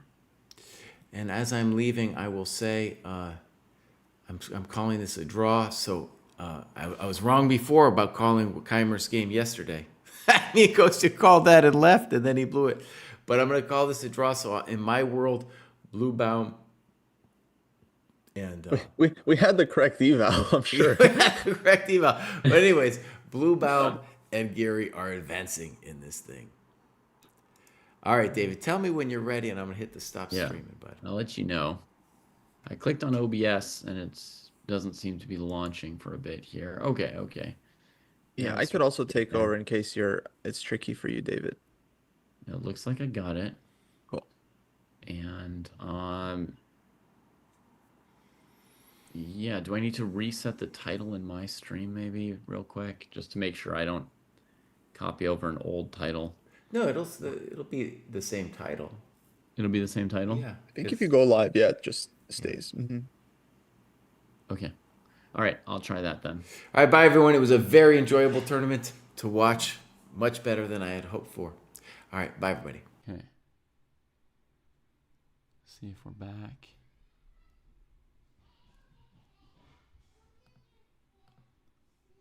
Okay, it looks We're back. like the thing got switched so that Jesse's name is just on the template now. I can't change. Yeah, I think DM put it on the template directly. Okay. That's okay. I mean, a bit of an upgrade. You were Rock Angel earlier. Energy and Cry. Okay. All right, we'll live with it. We'll live with it. Hey, folks. Welcome back. If indeed we're back. Okay, we are on Twitch. I wonder if YouTube is still the same link or not. Samarkand. Yeah. Okay, we're good. Samarkand. Baby, don't hurt me. Okay, folks. Since I'm just starting up this stream, can I get a quick sound check before we go too far into this? Just let me know if you hear Kostya well and if his audio is on a similar level as mine. Arjun Keimer, Keimer Arjun. Arjun Keimer, Keimer Arjun. All Nice. good? Good. No Thanks, guys. echoes, no problemitos. Folks, do we have let's confirm the math and maybe anyone that is tuning in. So Giri seems like 100% in, and Blue Bomb is also in unless Keimer wins. Is that right?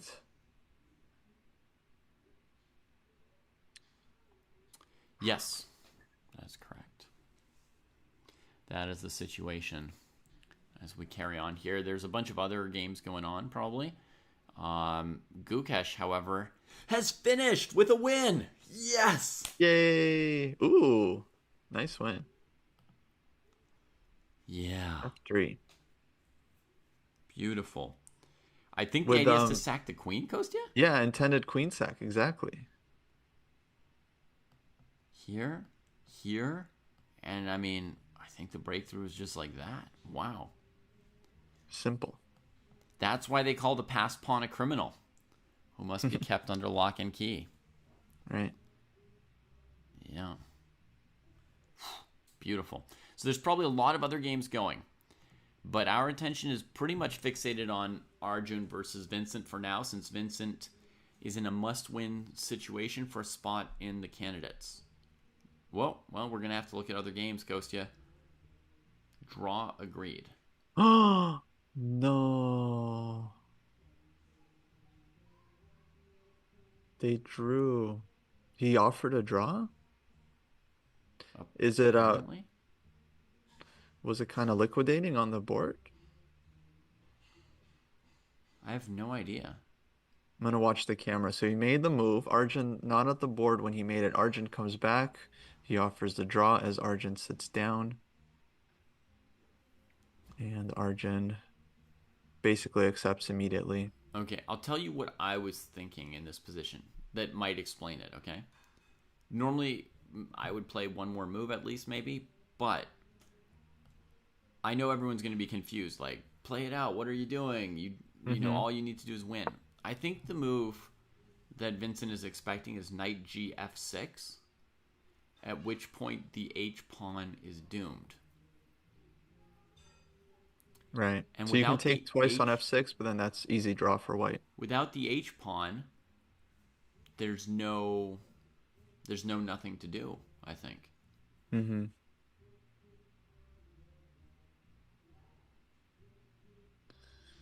Oh, that's it then, isn't it? I think it is it. I think it's Giri and Blue Bomb. Yeah.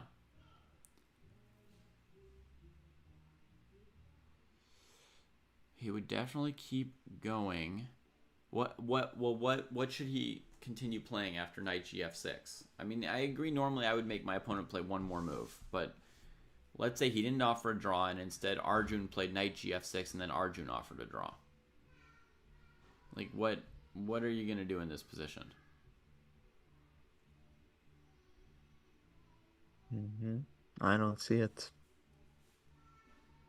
This means Bluebaum will be He's in the in. candidates. Pretty much officially. Yeah.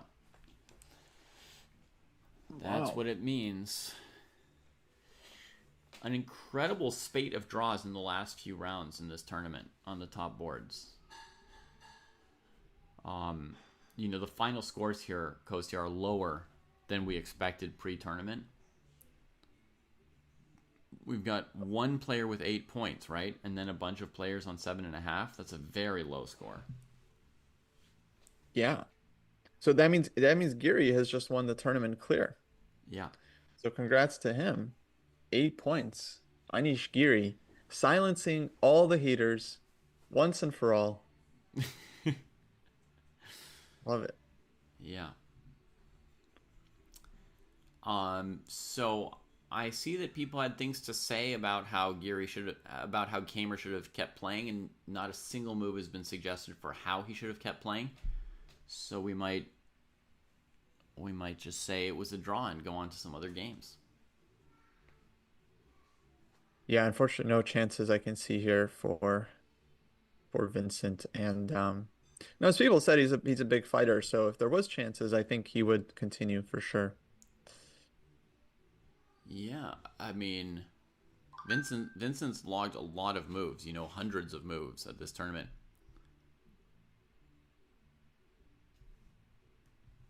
Yeah. Yeah.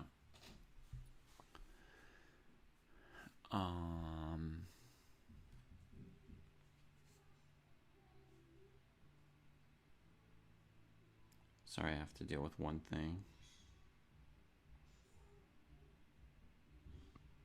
Oh, chess numbers got credit on Reddit, criticism on Reddit. Dang, Oh yeah? for posting objective analysis. He What, just what else he is new? just posts numbers. How could he get hate? The numbers don't lie, but they have some salty opinions. So people were mad at facts, huh? Mad at facts. Angered by numbers. Triggered by numbers. By the chess numbers. I wonder, do chess numbers and chess numbers in India, do you guys ever disagree on stuff or mostly see eye to eye? And how do you feel about chess numbers in India? Like, in general, like, like chess based India, all right, they're cool, but chess numbers in India, it's I, just I think I think it would be great if one of them were really mad that the other person always rounds to the 10th instead of the 100th or something. Like really angry about what place number, you stop your numbers at.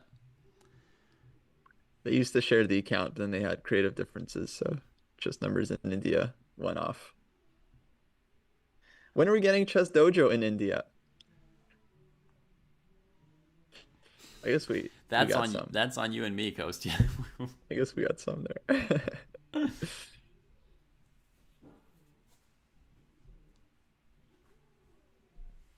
Dang. Dang. So, folks, Giri, Blue Bomb. Arjun Keimer, by the way, discussing the game at length, like two professionals who love the game. Let's see how Ivanchuk's doing, Kostya. I saw going into today, actually, he wasn't doing half bad. He was on +1. Yeah. He's on a winning streak here. He won his last 2 games against Bacro and Biera. So if he wins, he'll be half a point away from a candidate spot. If he wins, he would be on 6.5. 6.5. Dang. What's going on here? He's playing Niels. I guess he needs 7.5 for a candidate spot. My bad. Anyway, he's having a good tournament. He has a good position too, doesn't he? At the moment, he's got an extra bishop on the board. I suppose Niels is threatening some kind of queen c1. Yeah. Queen e3 would stop that, wouldn't it? Queen e3. You also can threaten checkmate with like rook a8, queen b8. I don't know if that's a good idea, but probably not actually. Abandon our king and go for the other king. Yeah. But I like your queen e3. Yeah. Oh, but queen b5. Oh, no, that's not very good. Yeah, Neil's very tactical. Uh-oh. So, the complications are there. We're going to look at this checkmating idea for a second, folks. Rook a8, queen b8. Kostya threatens g8. I'm going to try knight f4 for Niels. For Luft, but maybe there's still a lot of checks. Queen check. Rook a6. Idea queen f7 next. F6. Yeah, f6, queen e8. Oh, and back to h7. Sneaky. Then queen e4. They thought he was trying to run. Yeah, it's just, so much hanging in White's position. But then he just went back into his little spot. Because there's still like knight h3 in the air. Yeah. I don't know. Okay, but weirdly, I play like f5 to get out of check, and then if White plays queen f3, Yeah. where are all my nifty threats? Then it's really tough. You even cover b3. Everything.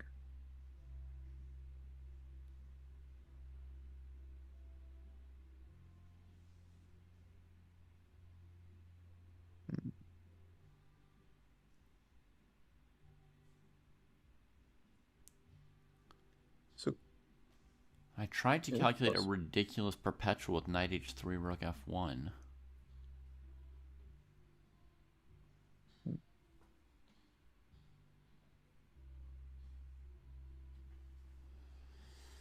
Jesse had to leave the broadcast for a minute to go crash 2700 chess again. all his devices. He's afraid that Gukesh might be up to top 10 again after winning today.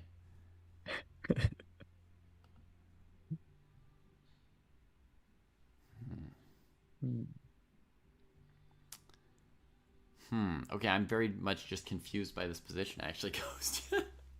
Yeah, can we go back to live board? Yep. I went straight back to live with no conclusion. So rook d1.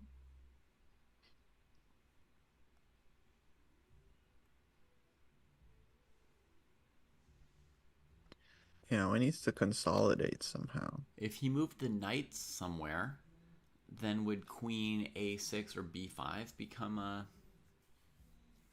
Yes, but then the b pawn starts running, you know? Also, there's nowhere White's to put still the knight very other tied than down. a7, which feels really bad. Mm-hmm.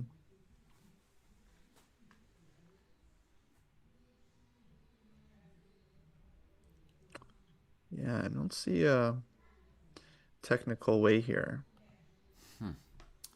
crazy. A whole extra piece and nothing to do. Wait, did we look at rook c2 to stop queen c1? Rook c2, b3, Then rook c8. king h7. And then I was going to go knight c3. And then queen c1. Queen c1. Did you sack on f1 first or no? No. Just queen c1. So I can take the rook? Oh, I didn't see that. Knights still go backwards, huh? Unlucky. Yep. Knight was rushing back. Okay, but I have a doubt. Mm-hmm. Live position. Yeah. Can white also go queen b8 check, queen e8? Try to go to e2. Let's see about it. Check here, here. So you try to leave the knight where it is, leave the rook blocking the b pawn, and coordinate everything off of the queen's work.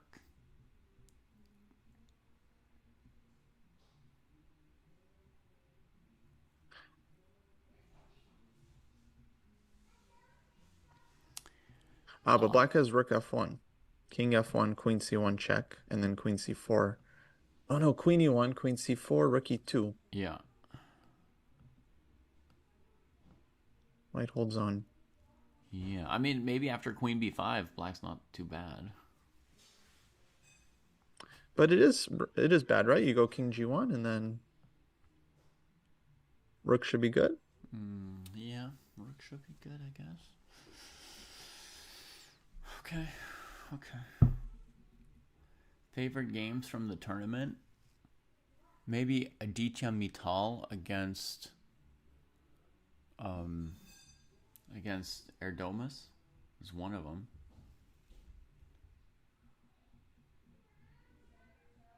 That was a nice finish. I also liked Morizi's third round win against Artemiev. I don't know if you've seen that yet, Kostya. That one is... We didn't see it on the live broadcast. I just saw it eventually on my own. Let's see. Hard to remember all these games. Queen c6, 21 and a half minutes from Ivanchuk. They're at move 45, so basically they got an extra 50 minutes at move 40, and Ivanchuk has burned it all in 5 moves. He's stopping queen c1 because of a queen trade. He's defending g2 in advance against something like knight f4.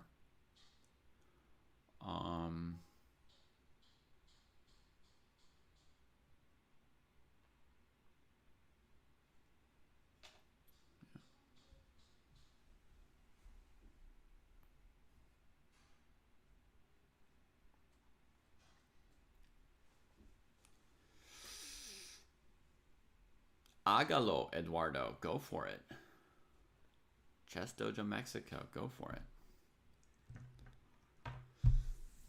it. A headdress dojo. Or dojo headdress. Yeah. Dojo ishek.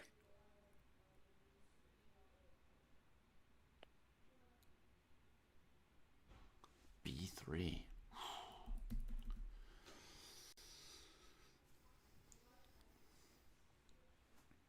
Niels, I guess, also used quite a bit of time in the first 3 or 4 moves of this second time control.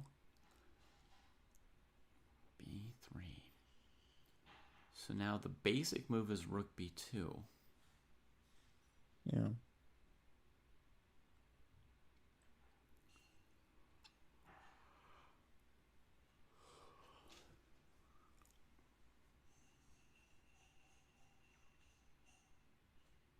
Yep.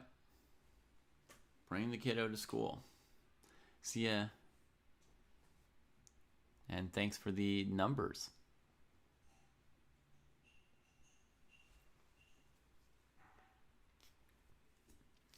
Shirov was also doing well in this tournament, Kostya. Mm-hmm. Someone was saying that Nepo was doing okay, but then he messed up a win against Shirov, and that essentially spoiled his tournament. He lost in the last round to Esipenko. Oof.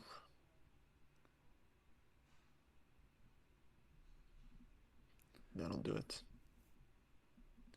Folks, we remind you it's the last day to get 20% off your first month, the Chess Dojo training program.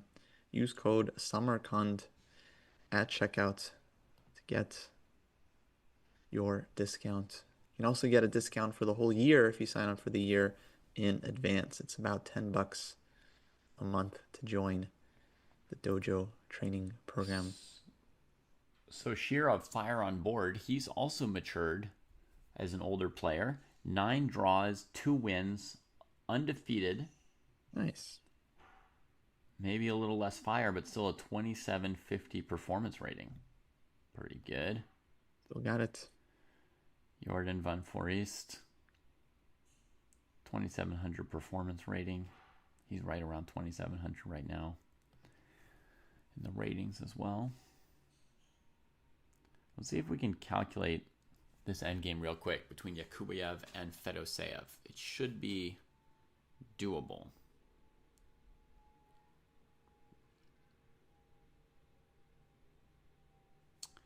A pawn versus knight. It's a classic. Almost as classic as bishop versus knight. Wow. King c5, what a move. So a6, knight d6 was a draw. King b6, knight d6 is also a draw. So he's trying to box out the knight with the idea of knight d8, king b6. Right.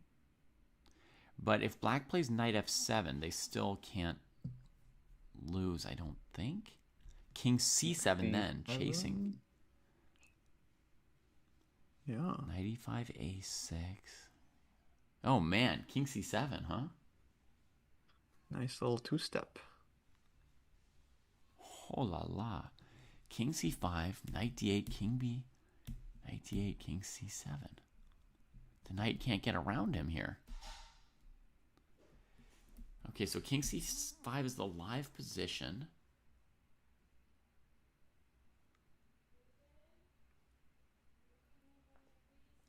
Mm-hmm.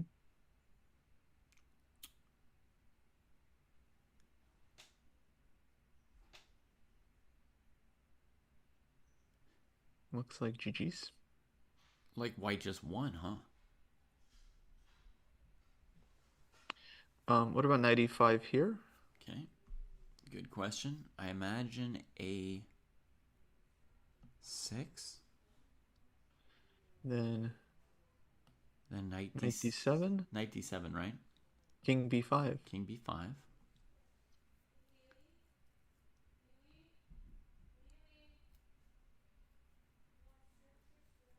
That's cold.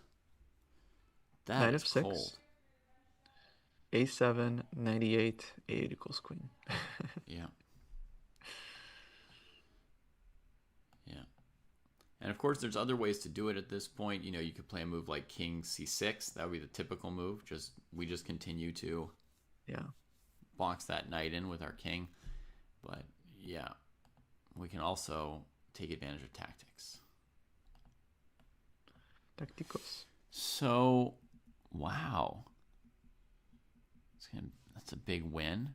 Nice finish for Noterbeck Jr.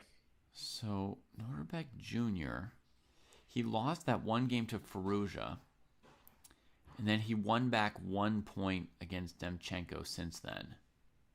So if he wins this, I mean, he'll have had a quite good tournament. Yeah. Future 27. He had 7 out of 11, and his rating will be over 2690. So, wow.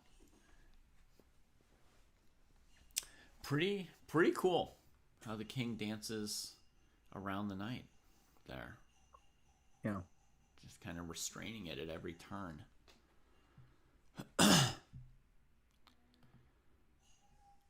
Oh, women. What happened with women? The qualifiers were Vaishali and Lano. Yeah. Oh, they all had draws too on the top boards. Last round's tough. But yeah, by Charlie Lano, clear winners.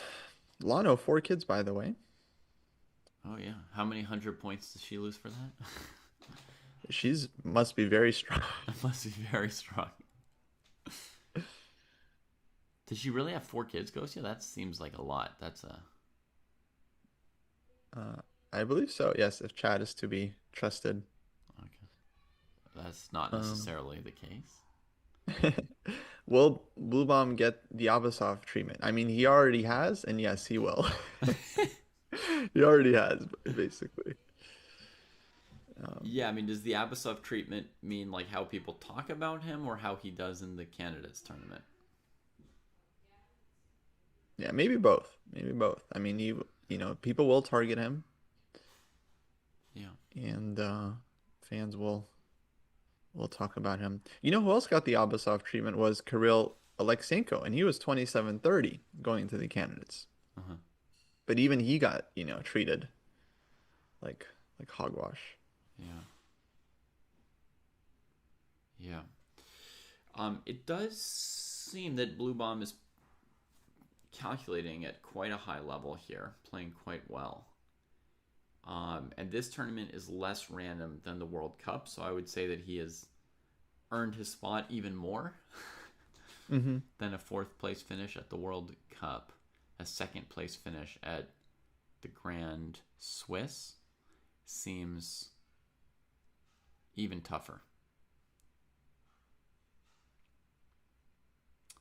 And he won the European Championships this year, and overall his rating is at a career peak. Oh yeah. So it's possible that he's a little bit of a late bloomer and is a 2700 plus level player. Maybe he'll be over 2700 by the time of the candidates tournament if he continues to play as well as he is right now. It's also always possible that you have a certain result and it is just the luckiest week of your life or the most focused week of your life or whatever you want to call it. Everybody at some point has their best tournament without knowing that it's their best tournament, and that everything else will be downhill from there. Like you hit your rating peak at some point, and then you might actually settle 50 points below that. It's hard to be sure which it will be for Blue Bomb, but that's certainly an interesting question to follow. I'm sorry, Glassy Boy. 28 is definitely a late bloomer in chess. I mean, if you're comparing him to other players in the top 10, I think all of them were higher rated than that in their teens, would be my guess. Yeah, of course, chess is a young game. Doesn't mean people don't get better, but late bloomer I think is fair. Shanklin's a late bloomer, Late bloomer is fair. Yeah. I mean, it's many of us won't become candidates for the World Championship Far Eastern. That is true. But you could still have a very healthy chess life without competing for the World Championships. Most of us are never bloomers. Never bloomers. After King C5, that was the last move. Fedoseev resigned instead of making 1 or 2 more uncomfortable, awkward steps with the knight in this dance won by the king. And Ivanchuk now under 2 minutes. Gosh, what's wrong with Rook B2? What is wrong with Rook B2? Eventually plays Rook E2.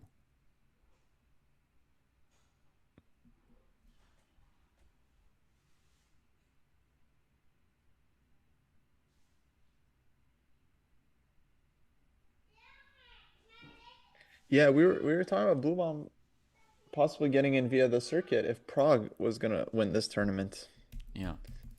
And he showed us he won the tournament. I mean, Let Prague have honestly, the circuit. both Bluebaum and Anish were in the chasing pack in the Yeah, circuit, right? Where if Prague exactly. had won, they were in the top 4 players behind him who are very close in score, along Yeah. with Noterbek Abdusatorov.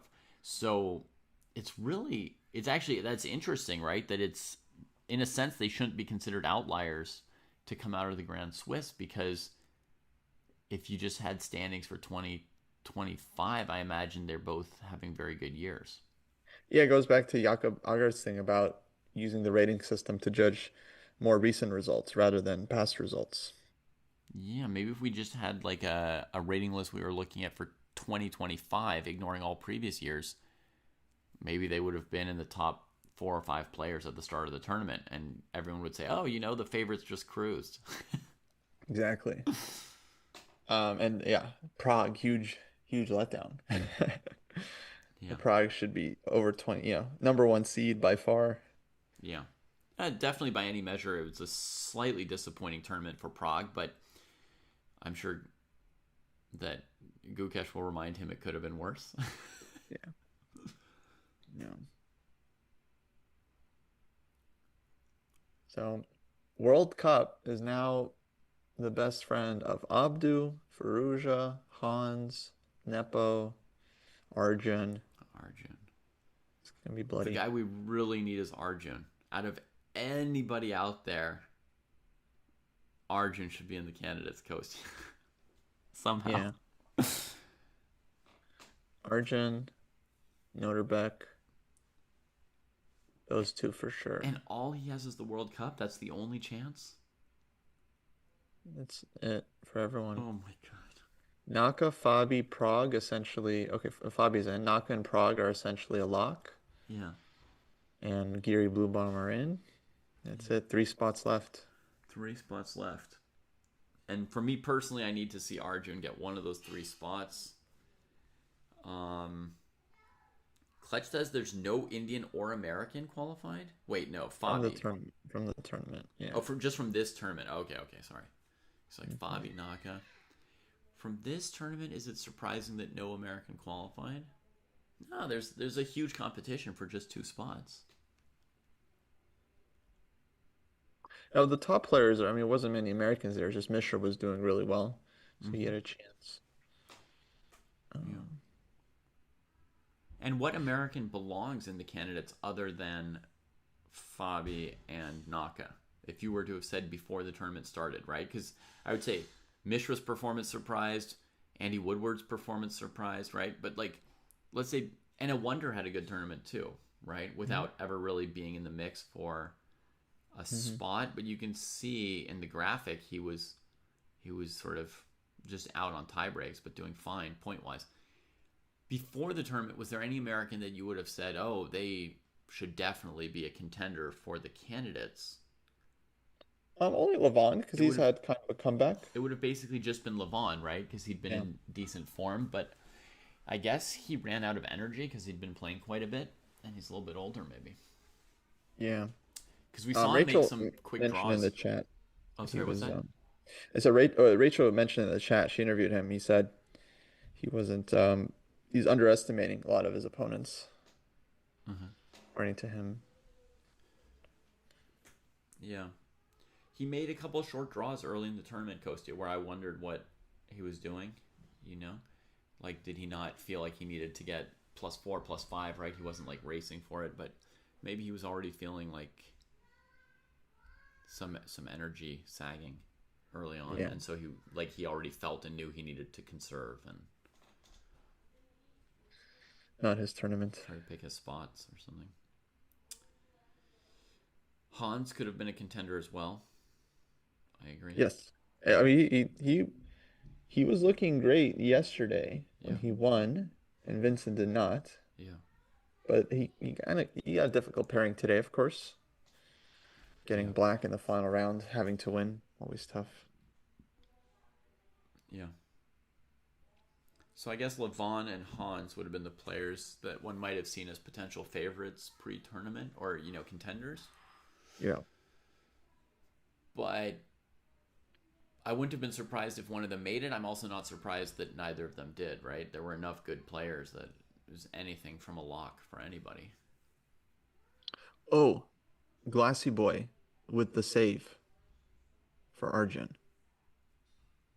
So if there's some double qualifiers from the World Cup, Arjun maybe gets in as the second place from the 2024 circuit. Huh. Interesting. So he needs,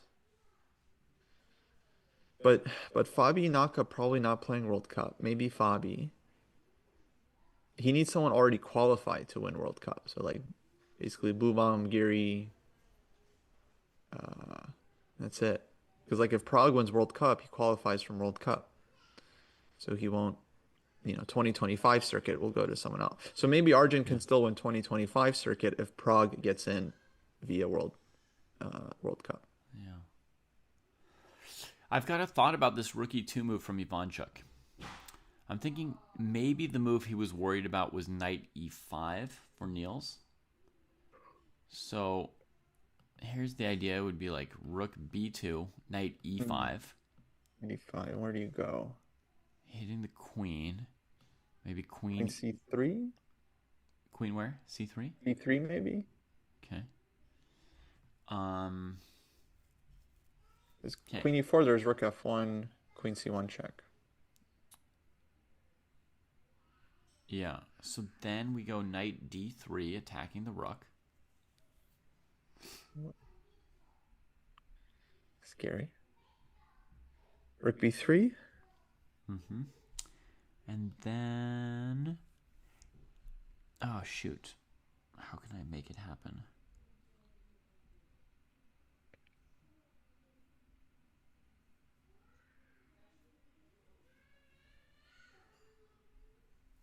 No, I can't. I was trying to pull off some knight c1, knight e2, but I guess there's just rook b2. Let me look again. Queen c3.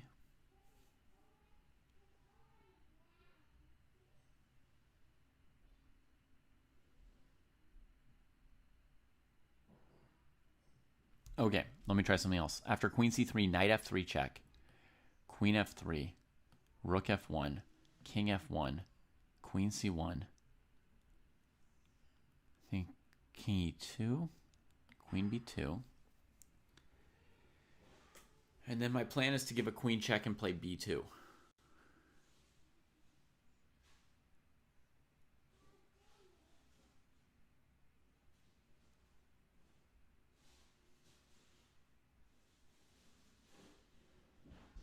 Yeah, it looks like it's enough for black. And that black could do against any queen move, right? Once the knight's on e5. Yeah. So, in that sense, rook e2 would be more or less the only move to stop knight e5 because of queen e8. Queen takes e5.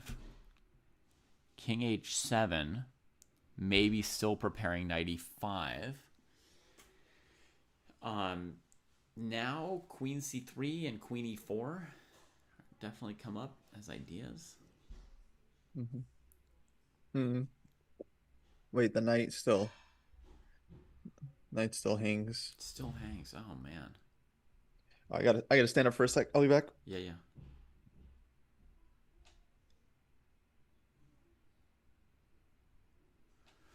Yeah, so folks, I'm just hanging the knight over here. Horrible with that suggestion. King h7, g3 was played quickly by Ivanchuk. That's nice. That does give the king some other places to hide against back rank stuff. And against knight f4, there won't be a threat of checkmate. Yeah, that move looks very nice, actually. That might solve Ivanchuk's problems. Black has a move to maybe throw b2 at him where, it would divert the rook and the knight could come.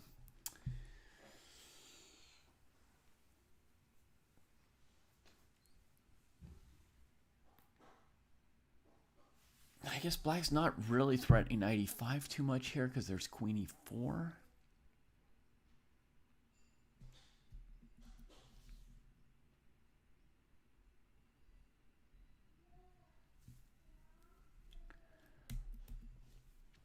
upcoming major tournaments before the World Cup. I don't know for sure everything that's out there, Cartier, but we do know that there's the U.S. Chess Championships here, which may not be too interesting to players outside of the U.S., but it tends to have a pretty strong field.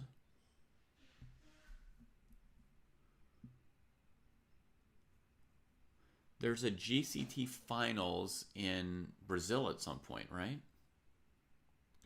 I don't know exactly where it is or how major a tournament is. It's only a 4-player tournament.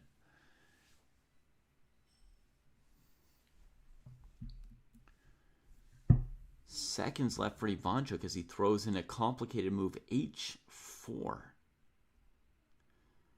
Holy moly, things are tense.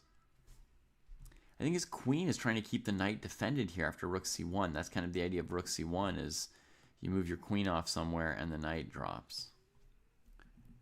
So where else could he have gone?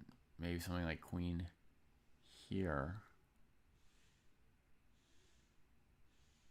And then once the white queen is off of c1, black has this combination. b2, rook takes b2, rook f1, king f1, queen c1. Equalizing.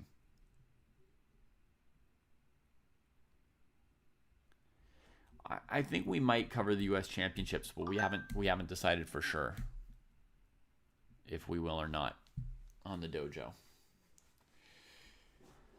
When we looked at the schedule in advance, we had said we would cover the Grand Swiss and the World Cup, and other events hadn't been decided because, as you all know, we like to do other things other than covering, Super Grandmaster World Championship level chess. We also like to cover rank and file chess. So, knight takes h4 played. It is confirmed, Doomsday, yes. There is also a Kasparov versus Anand match, sort of like rapid 960 or something. Okay, white centralizes the queen. Black could bring the knight back. I think white might try and bring the knight into the game, but yeah, okay, the rook's covering b2.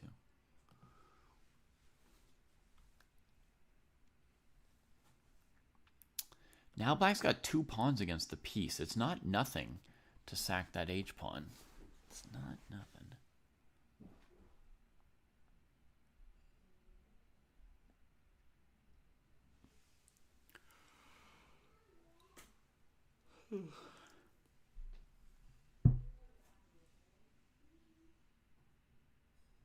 I guess like a question is, if knight g6 and we bring the knight into the game, does b2 combination still work here? And it seems like it does. So we might not be allowed to bring the knight back into the game, which is very annoying because we need this piece to do something useful really soon.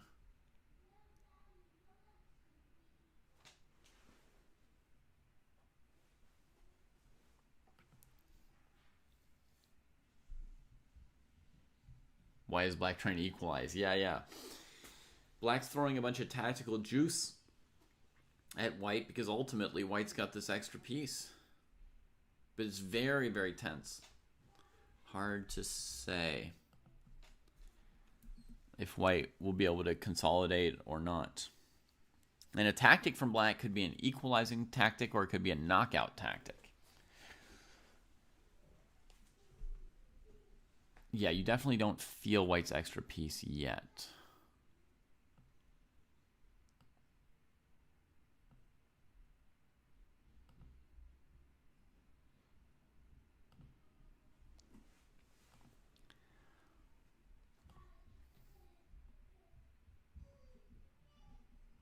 Let's see what other games are still being played. Pretty high board. Sevian against Predke. The rook endgame looks holdable for black. How'd Moritzi finish the tournament? 6 out of 11. Just behind Chirov.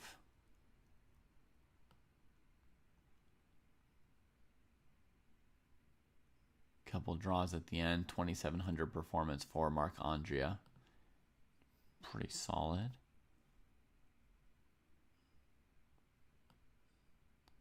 Dubov basically drew every single game at this tournament.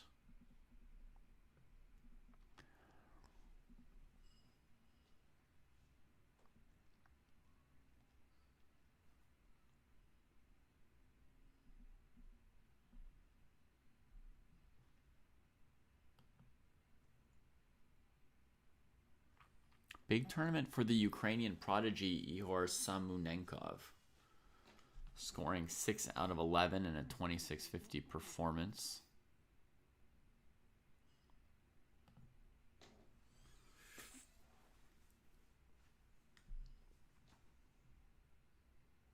Some hand and brain match, sure.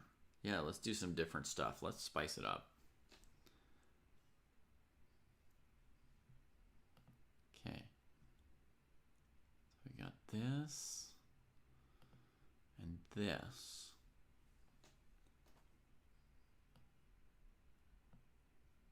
Knight g6 was played, and Ivanchuk played queen d3. This redefends the knight, attacks the pawn, and prevents the b2 combination. Because the queen can recapture, stopping queen c1.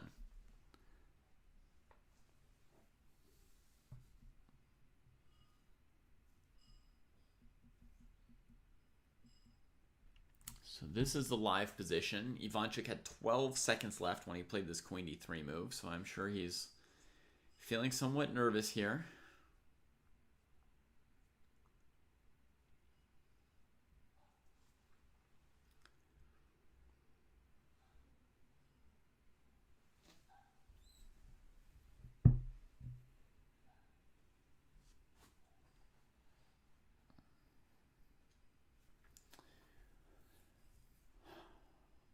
So b2 doesn't work. Knight f4 is illegal. White wants to take this next move, clean up the b pawn, then worry about your pieces, which definitely makes sense, because that b pawn is a tactical problem. Does black have a way to just defend the pawn? I don't know. The queen's stopping rook b1. I don't see how this queen gets over. Wow, maybe Ivanchuk found it. That was really intense, but now I'm finally running out of ideas for Niels here. Of like immediate tactical moves. I mean, he can still try and draw the game and put pressure with a plan like this. It's just, it's not immediately tactical. It's going to take a move or two. It's partly just trying to trade off White's last pawns for both perpetuals and so White can't win by queening eventually. There'll still be a fight even if White collects this pawn. The game will still be a fight. But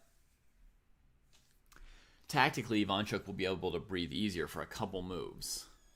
f5 played. So this could be to play f4 or just to be able to move the knight. But yeah, he's going to be able to collect the b pawn. If he makes it another 10 moves on the increment, he'll get 15 minutes added at move 60, which will help him a little bit, but not for long.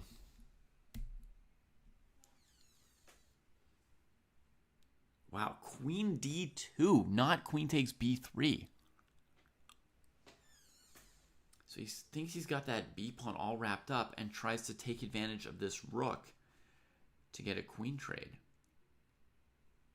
If knight f4, he can't take the rook because of knight e2, but he can play queen f4.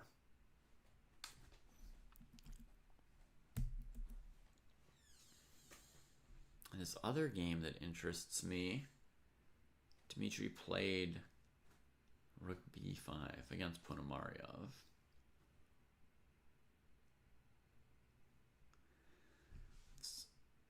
This is a little bit annoying for Ruslan. It put some real pressure. Luckily, rook c7 was not yet working, because black's able to just trade off the queenside pawn immediately.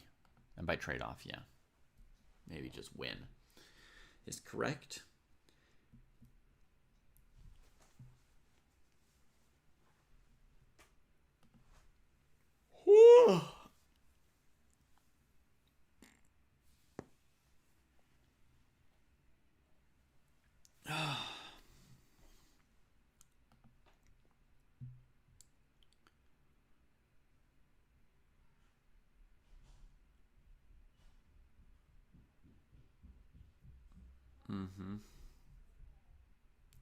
Yeah, I didn't see queen d3 coming either, Patrick. It was quite a nice find by Vasily,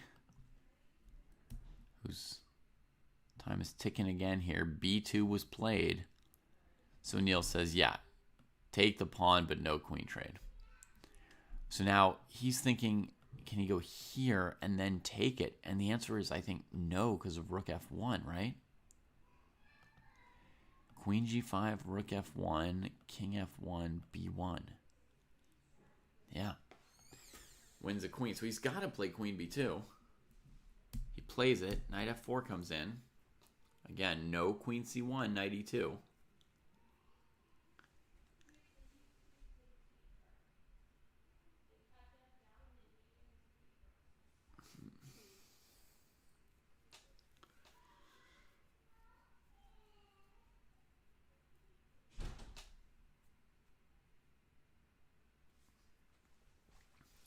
If white moves the rook, depending where they go, black might play some version of knight h3, knight f4, knight h3, knight f4. Carney Saro tells us that Ponomarev is on a perfect score so far at this tournament. 10 out of 10 draws. Thrilling. Exciting tournament. Huh. Crazy. Is there anyone else who could accomplish that feat? Or would he be the only one in the whole tournament? Maybe rook e7. Good question.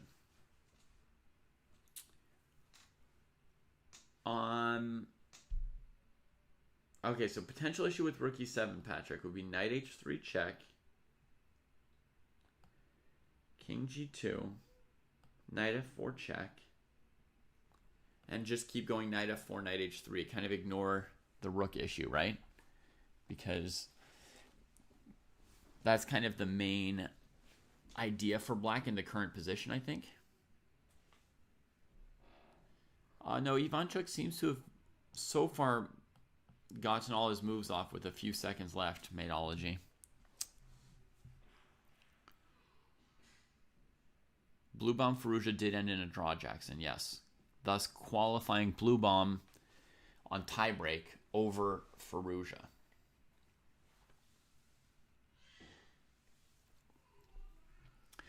They all finished on 7.5, along with Vincent Keimer. King h2, black can play rook takes bishop. Followed by probably checkmating white in the near future, yeah.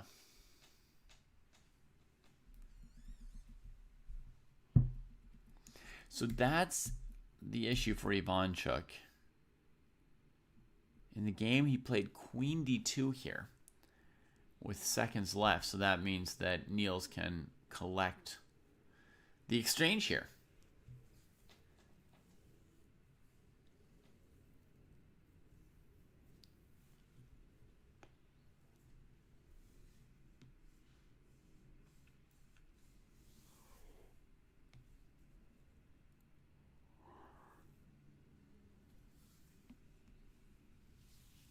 Should be just enough to draw for Niels.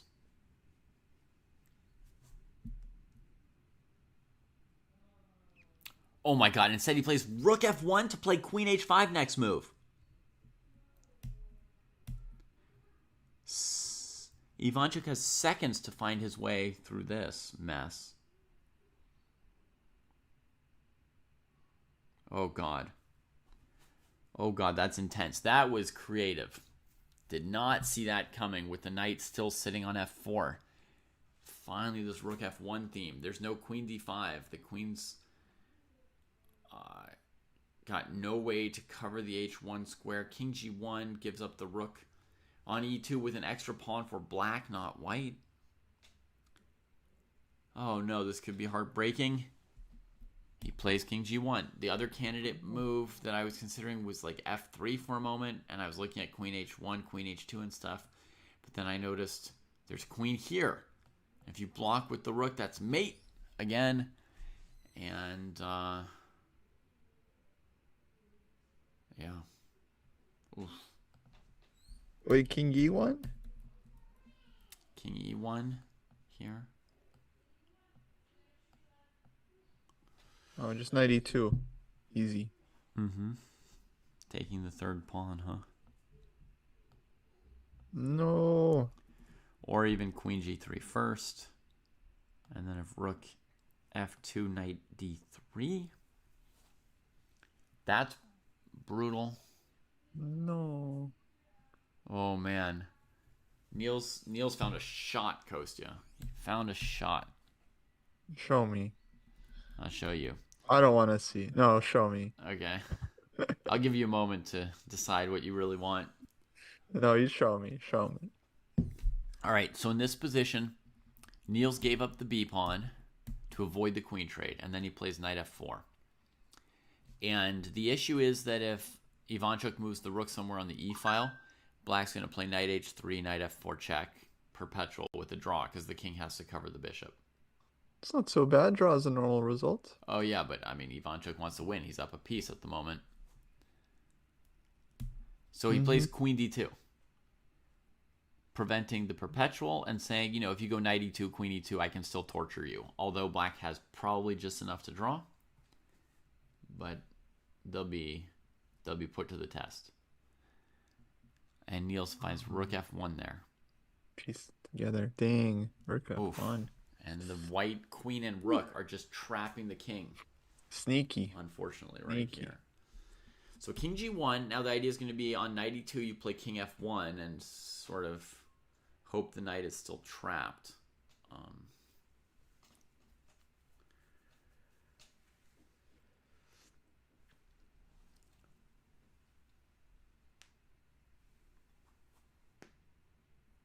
But there's a classic trick. Knight E2, King F1, Queen F3.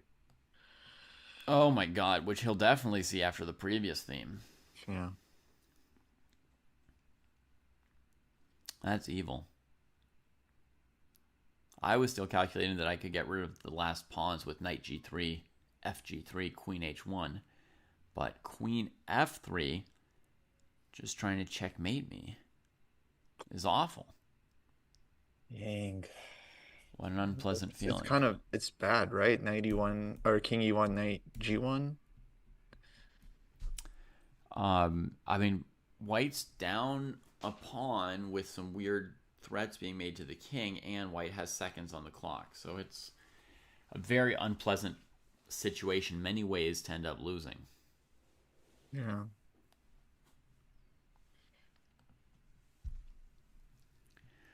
Niels using his 3 minutes here. They've got 5 moves to make until they get another 15 minutes, but unfortunately I can imagine Ivanchuk being upset and freaked out here.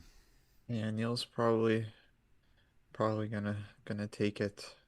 Oh, David, you've been offline. Did you see I made my 2800 quest? No! Seriously, Kostya? Yes, That's incredible. 2 days ago, day 12. Day 12. I took 12 days of, I guess, 5 hours a day. Blitzing. That's a lot. Was there any day that you skipped? Like, did you have a rest day, or was it 12 consecutive days? 12 straight days, no rest days. I kind of got into a rhythm for like the stream as well. Mm-hmm. Like it was fun to kind of go live every day. Mm-hmm. And Yeah. yeah, I actually so the day started off pretty badly actually. It was like I went down at first and I wasn't feeling good at all about my blitz. And then somehow I picked up some steam and then yeah, managed to get it up to 2800. Um, and then I set my bullet peak too. I got my bullet to 2700. Like immediately. I beat someone like 9-1. Like 9 games in a row, somebody? I beat someone like 9-1 like in a 9-1. mini match. Oh my god. Yeah. Um, and then I got to 2700 bullet. But actually yesterday I didn't play any blitz. I did a stream, but I went back to annotating games and stuff. Nice. but I wanted to keep playing some so I can stay in form Yeah. because otherwise I'll lose it for sure next time I play. Gotcha. Gotcha. Gotta maintain it. Maintain it. Yeah, I also felt like it was pretty useful for dialing in the openings, guys. Just I would just repeat a lot of lines. I didn't really switch it up during this run that much. Yeah. And I feel like, yeah, now like I'm seeing obscure lines for like the sixth, seventh time, and I'm like, okay, I know what to do here. I'm fine. It's Wow. like, so it's kind of nice. Yeah, definitely been great Najdorf practice because I was mostly playing. That's the other thing. I got to 2000 playing openings that are pretty fresh to me. Like E4 is white, my least played move, and Najdorf against Sicilian. Yeah. I've got like a handful of games. Great. Um, Great. My Blitz quest, I've been offline in a forest, so I haven't played any Blitz games. Um, yeah, I'll have to catch up a little bit when I can, but I also have a lot of coaching to do because yes. of coach champs. It's a very, very tight schedule, 1 month, so that's what I'm going to be doing today after this here. You have a lesson today? I have 3 lessons today. Wow. Yeah, I'm meeting with one of my students from 10 to 12, another from 12 to 2, and another from 3 to 5. And are you Okay. streaming any of that? I'll probably stream all of the lessons, yeah. Oh, you are. Yeah. Oh, great. Okay. Wait. When were you streaming again? I mean, I won't overwhelm you or Jesse, but anytime you aren't streaming, I'll stream my lessons. No. You should stream. Yeah. Just let me know when you're doing it, and I can stream around you Okay. because I don't So really there's I'm 10 not to too. 12 and 12 to 2 Pacific. And then there's a little break, and then the next one is like 3 to 5. It's all Pacific time. All Pacific time. So it'll be my first time like meeting them, live in person. Right. And which three is it?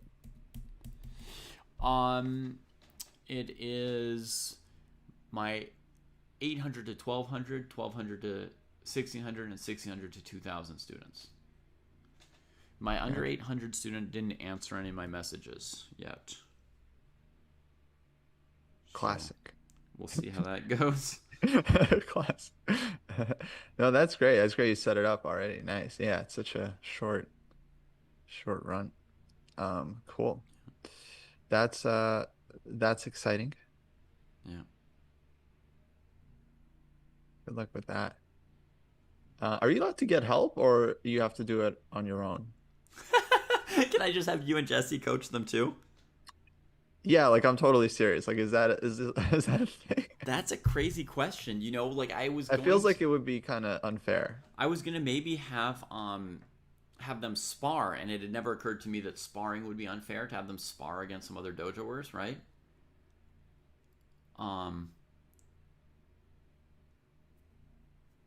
But That's definitely no. I'm sure they're allowed to you're sure train that's with allowed. whoever. But Yeah. it hadn't occurred to me to just be like, oh yeah, and you'll get your second lesson today from Kostya and your third lesson from Jesse. That's an interesting question because, well, actually, I can imagine a lot of students already have a coach, Right. They're probably and allowed to so keep doing whatever they want. They're allowed to study courses. They're allowed to.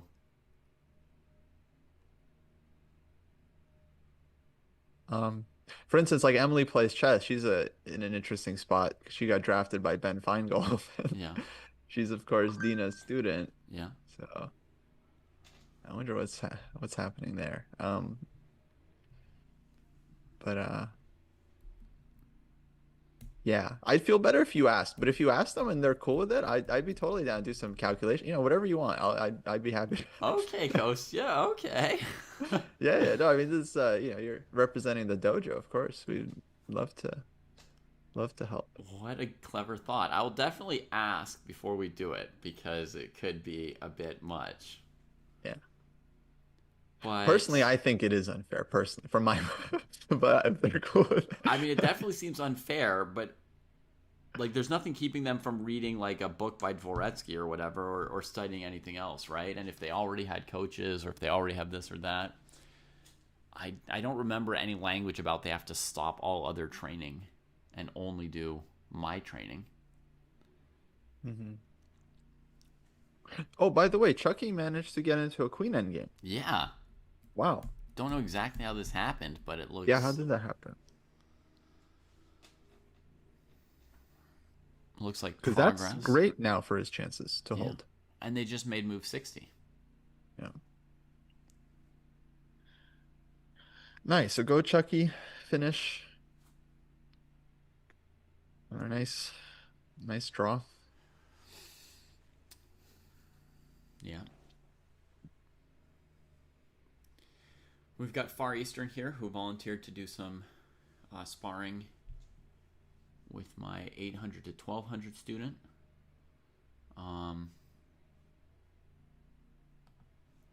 So we'll see. I have to sort of figure out the training plan for my students and see how much sparring is involved. But I'm guessing I'll probably have them do some sparring.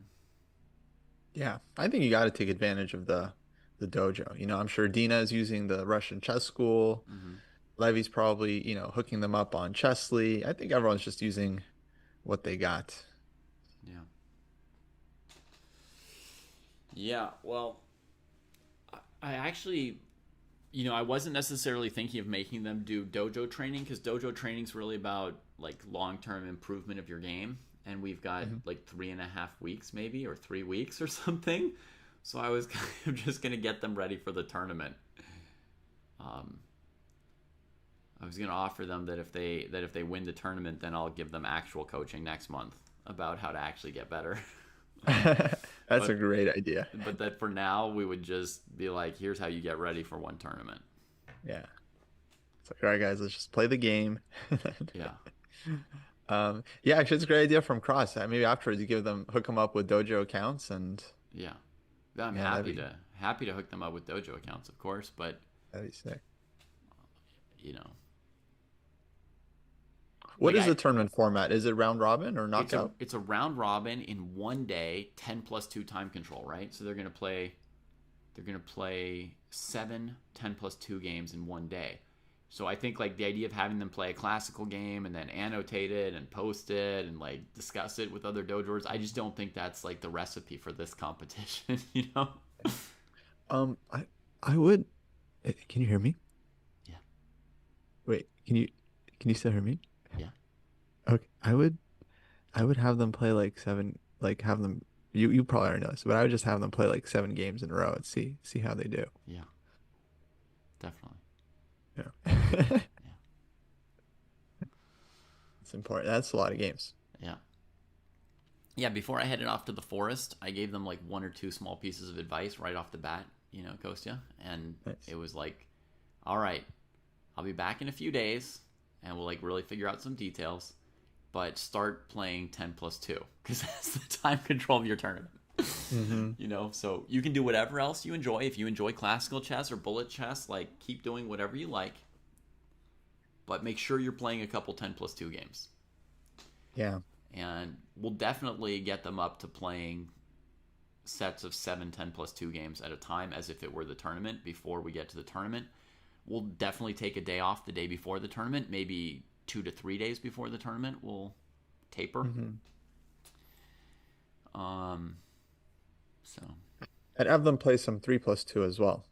I have that plan as well, especially for those who are a little bit on the slower side. Yeah. I just want them to be like comfortable winning on a 2-second increment. So And yeah, Skebik's answering Chess Gaines' question right there. yeah. Yep. We just set up a tournament round robin against dojoers in their rating group. Imitate the entire coach champs in advance. Oh, interesting. Like a little cohort. Maybe put a little pressure on them too. Like today's practice tournament, if you win, you get a lifetime supply of tea or something like that. So they're like really like, oh my God. They've already felt that kind of pressure. Yeah, great idea. No. 10 plus 0 and 15 plus 5 are not close enough for these purposes, G. I need them like completely like living and breathing the 2 second increment. Yeah, yeah, it's like really important to get the rhythm of the 2 second increment. Yeah.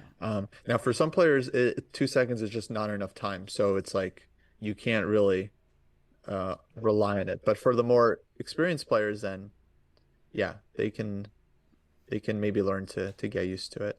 Yeah.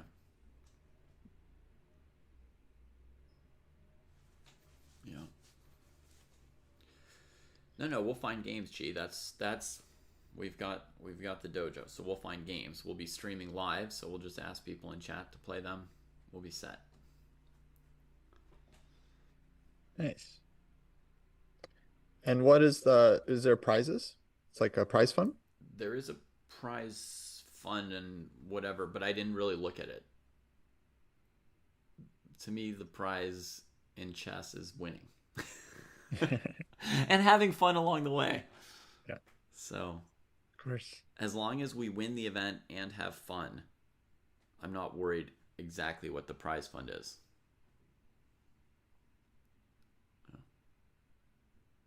Would you rather win the event or would you rather have fun? I mean, if I win, I'm gonna have a lot of fun. But if I'm supposed to imagine a world where my team wins and I don't have fun, Like, I guess the simple example would be like, would you rather win and then your students don't really talk to you, or lose and then you maintain a nice relationship with them? I guess I'd pick the latter. Yeah, same. Yeah. They're like, the coaching sucked. We just won, luckily. We want nothing more to do with him or his methods. Or his methods. Yeah. Yeah. I guess I would rather we all have fun and we finish in second place.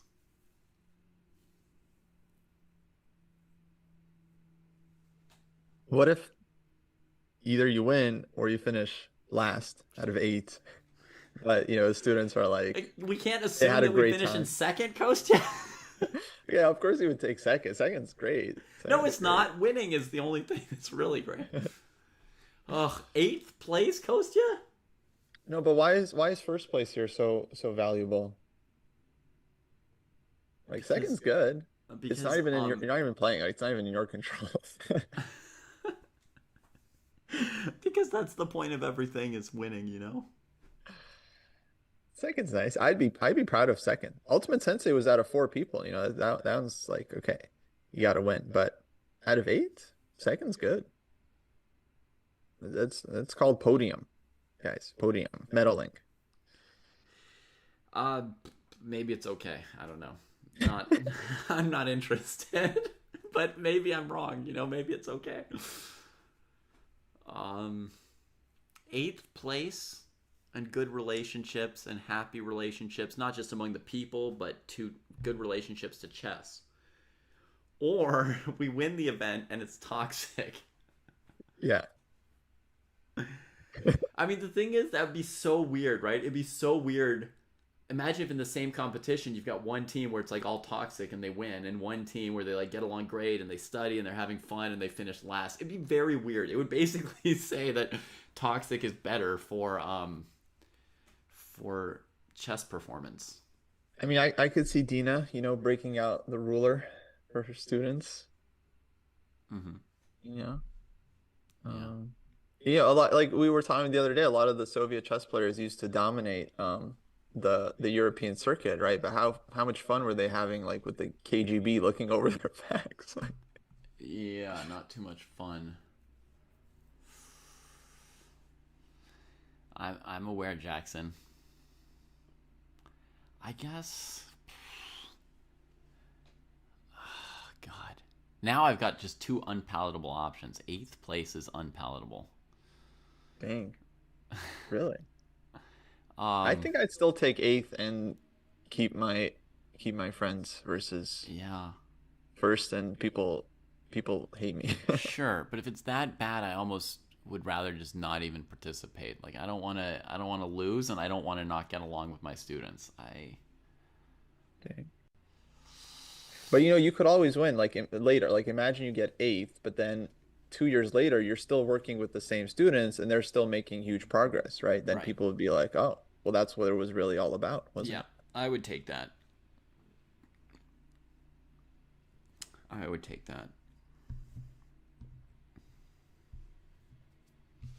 So maybe there's a second competition here that no one else knows about. Right. Whose The team has long the game. highest average rating 2 years down the road? Exactly. 'Cause people won't forget. Yeah. The thing is, like, if you just coach them for a month and you just coach them for the tournament, it kind of it has very minimal bearing on how they'll do in 2 years, right? You would have to coach them for the long run Yeah. to really say that there was a competition for who ended up being better in 2 years. And right now, there's no incentive for anyone to do that. So, I mean, I might do that, but I don't know that the other coaches would.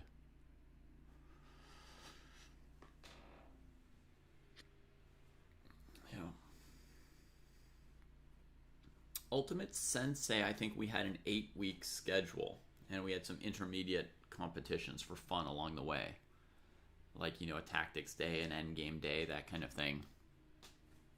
Yeah. It's 2 months basically. And we had the initial tournament where the coaches could see the students play. Yeah. And then pick off of the draft. It was fun. I mean, obviously Ultimate Sensei was a slightly better format, even though it was also not like my dream format. My dream format for this kind of event is a 6-month process with a real OTB tournament as the deciding tournament. Like, when I first dreamed of it, I assumed World Open as kind of like target event, and you would start your teams 6 months before the World Open, and you would train them, and then they would all play in the World Open, and then you'd compare the team scores from the World Open. Yeah. But I thought there was a but coming.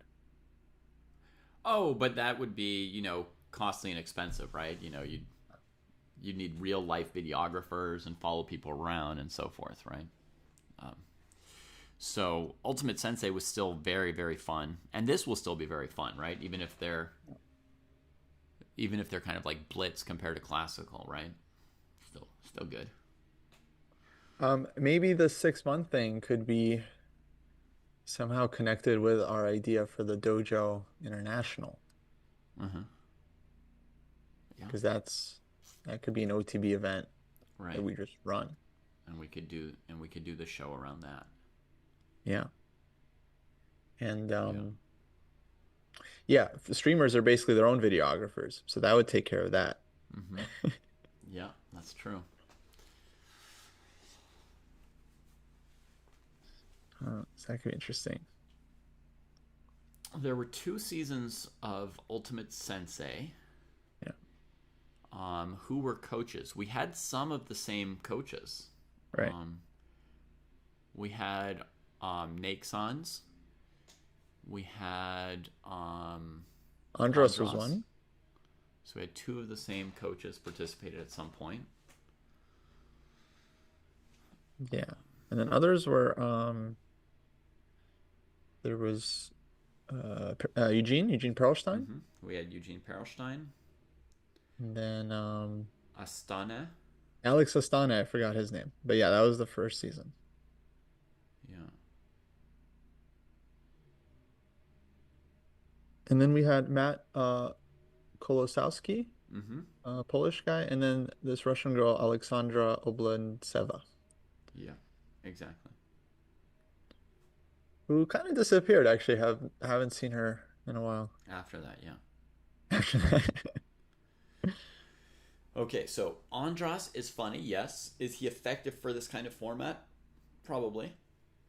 He's a good coach. He does a lot of coaching. So being funny doesn't necessarily negate your coaching skills. I don't think it takes away from them. I can tell you who I think got the best rosters if you want.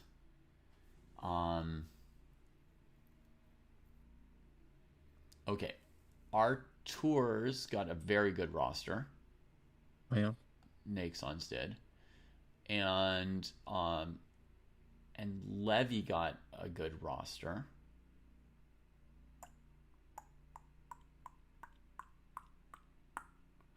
I think those are the two best day one rosters. Naxons and Levy. And I think my roster is close, comparable. That was really good timing for O'Donnell, who asked about who got the candidates' places. I hope he tuned in right as you said Naxons and Levy. Yeah. It was Giri Blue Bomb today, folks. Giri and Blue Bomb made it in. And yeah, we're gonna have to learn how to use the umlaut.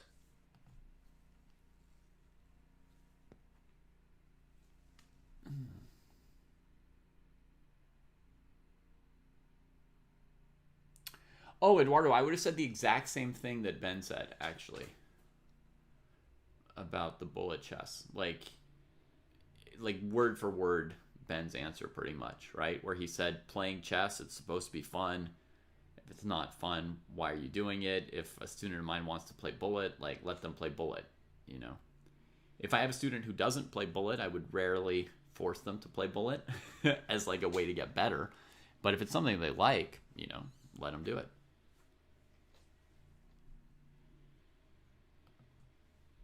Yeah.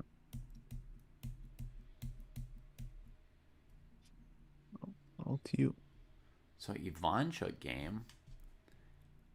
Tricky move from Niels with f4. If you take it, his intention's probably this king and pawn ending, where you know the black king comes to f5 and you get Zugzwanged.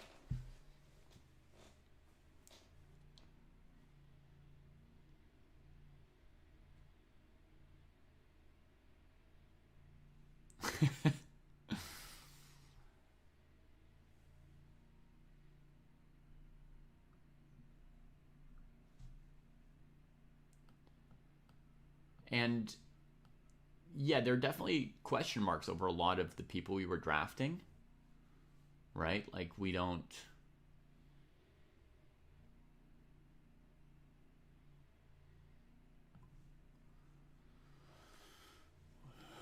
know what everybody's motivation or attitude or time or stuff like that is in advance, right, for this month. So we'll find out. So Ivanchuk had to let the pawn on f4 live, which is a little bit of a thorn, a little dangerous if the black queen could get into g3. But the black queen does also have to keep the king protected from perpetuals.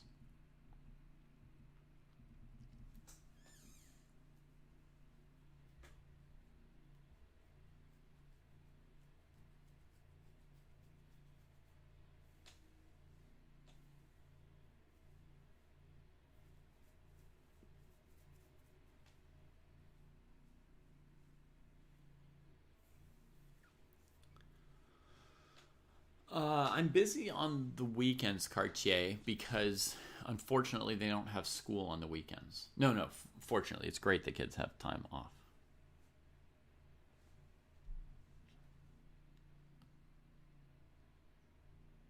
Oh, our Maya recap is out, folks.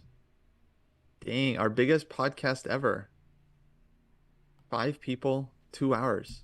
Wow. Massive. Massive. And they said to keep YouTube videos short. Yeah. Yeah, of course, to stream at G. Definitely.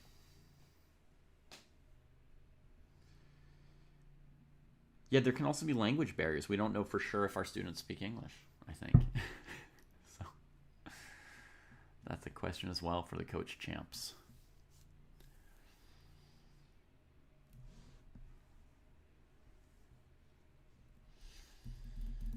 I'm generally available weekdays between 9 a.m. and 2 p.m. Pacific. And then again in the evening, like 8:30 to 11.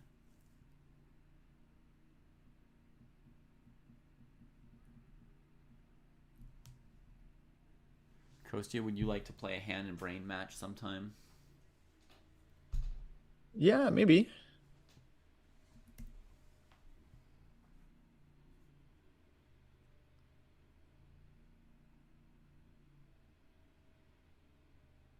Wow, that's nice, Far Eastern. That's nice.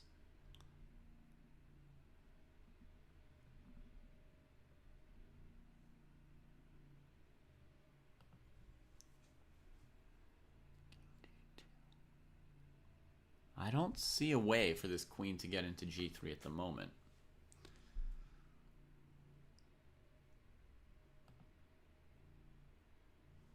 This queen's covering queen e1, which is good because that could get in. Okay, Friday mornings, Cartier. I mean, mornings for us, evenings for you, obviously.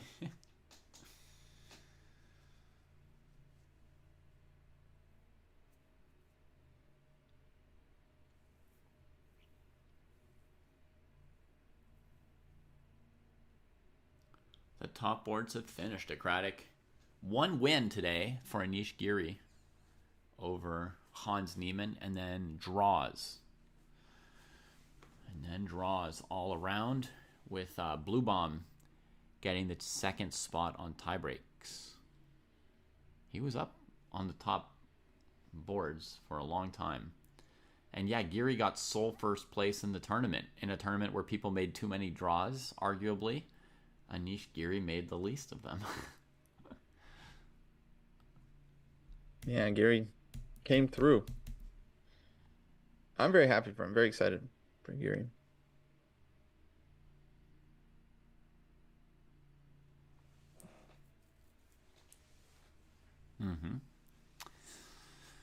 Fair enough, Socratic. I mean, I think Niemann would have been a very good candidate as well. Yeah. But black against Anish in the last round was certainly challenging.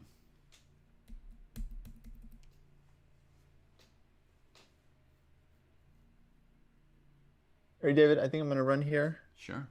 Maybe check out some of this outside everyone's always talking about. Mm-hmm. Yeah, yeah. Looks pretty bright. Yeah.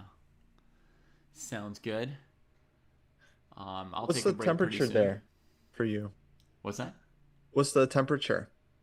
I think it's like 70s in the Bay Area right now. Pretty Oh, comfortable. nice. Yeah. It's like 90 here. Oh, wow.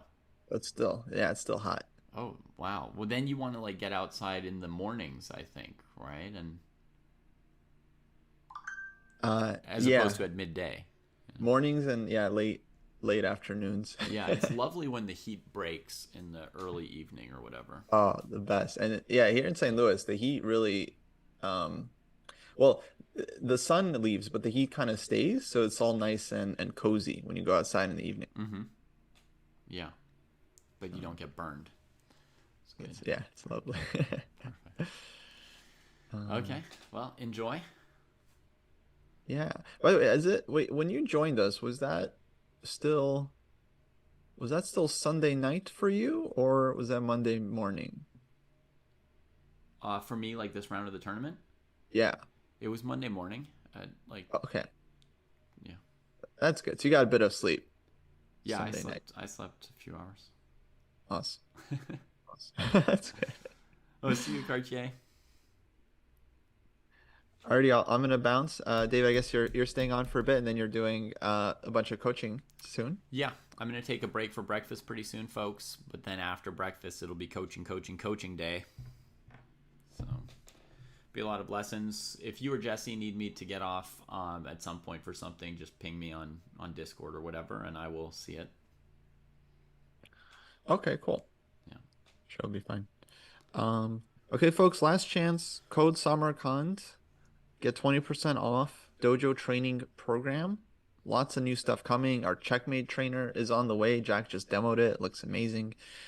So 20% off your first month if you want to check it out. You can also just try it out. There's a free option available if you just want to see the site, see how it works, what the training program is like. And then, of course, you can also sign up for the full year if you want to get that full discount. All right, folks. Bye-bye. Bye, David. Bye.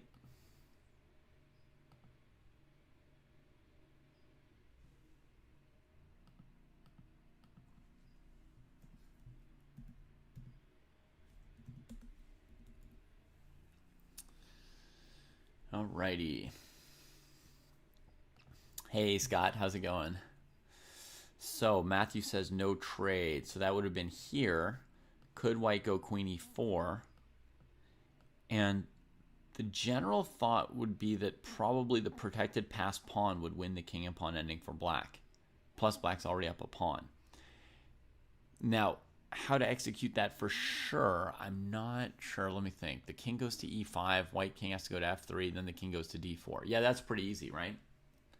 The king just walks up to attack this pawn, and black wins the endgame. So no queen trade possible for white on e4, that's for sure. But black's having a hard time making any progress, because to get their queen under, to push the white king away from defending this pawn, it feels like they would be allowing white to go queen e4, queen e8 with a perpetual. Like, let me show somewhere around here. Actually, how do we even get in? Okay, yeah, so it would be a move like this, right?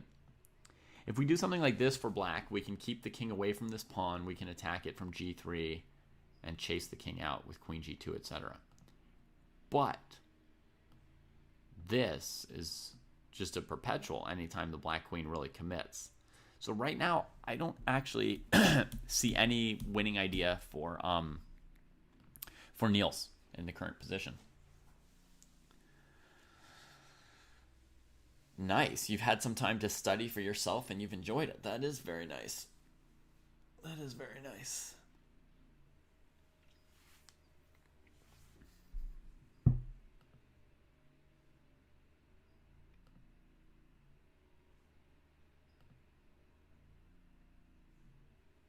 Let me see what's happened here. Oh, it looks like the B pawns got traded, huh? Well, most importantly, the rooks, I guess. Rook trade. Grabs that pawn. And then that pawn. Okay, so white is up a pawn now.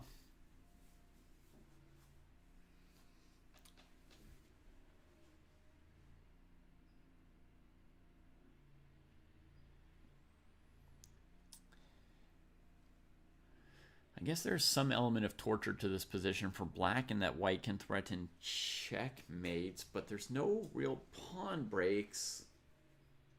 I would think this endgame here would be a draw. And yeah, as Chessgame says, Pono, he's a man on a mission. Other people came here to try and become candidates for the World Championship. Ponomarev is fighting for the perfect 11 draws. He had a big chance to draw earlier in the middle game. Let's see. Here black looks very solid. Well, he's not trying to win. What do you mean a big chance to win? No, I was kidding. I knew the whole time what you meant.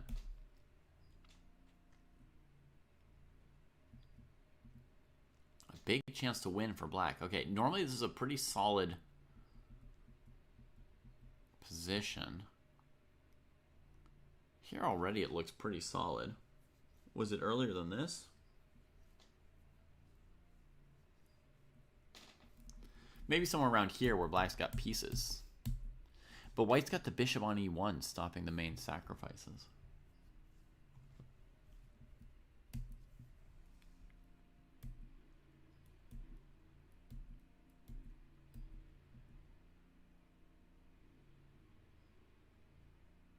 Maybe right here.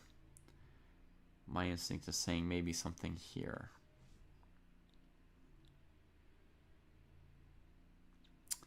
But if I take, white can take the knight on d5.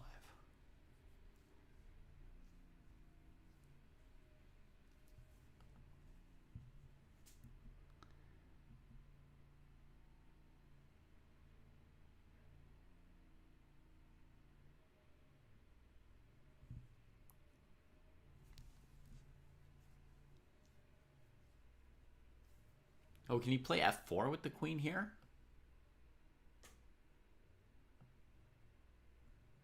And then white's king's very weak. White's set up to stop the sacrifices on g3 with this bishop on e1. Just a little like f4 with the rook opposite the queen. He traded on c3, bishop c3, and now I guess he doesn't play f4 here.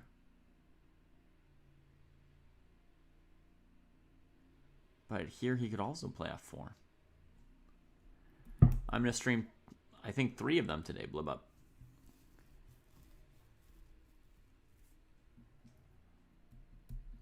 F4.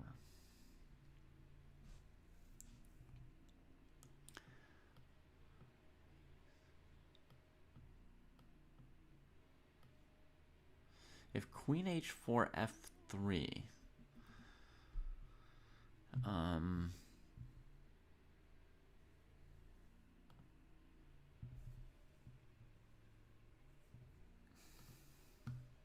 Bishop f4 is, of course, possible. Just, keep the game going. And the king is weak and black is better. Quite a bit better. White's rooks are not really involved. The king side's got a lot of weaknesses. f3 defends h4 at some point, but weakens the e file badly. Yeah, there's not really a way to play this position for white. Looks very painful. And so the big difference is that maybe here with f4, maybe white has this move.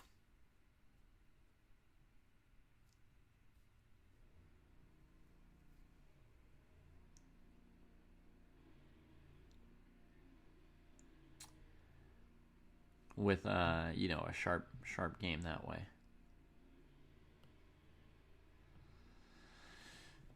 In the game, they're tooling around. Yeah, I think it's probably gonna end in a draw. In this game, king f2, queen check, king back.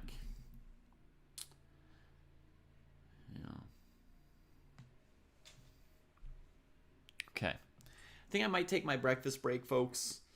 Check on my injury, do a little icing, and my first lesson today will be at 10 o'clock my time, which is in an hour and 10 minutes. We'll get back to streaming. So maybe some final comments and thoughts and impressions about this tournament in Samarkand.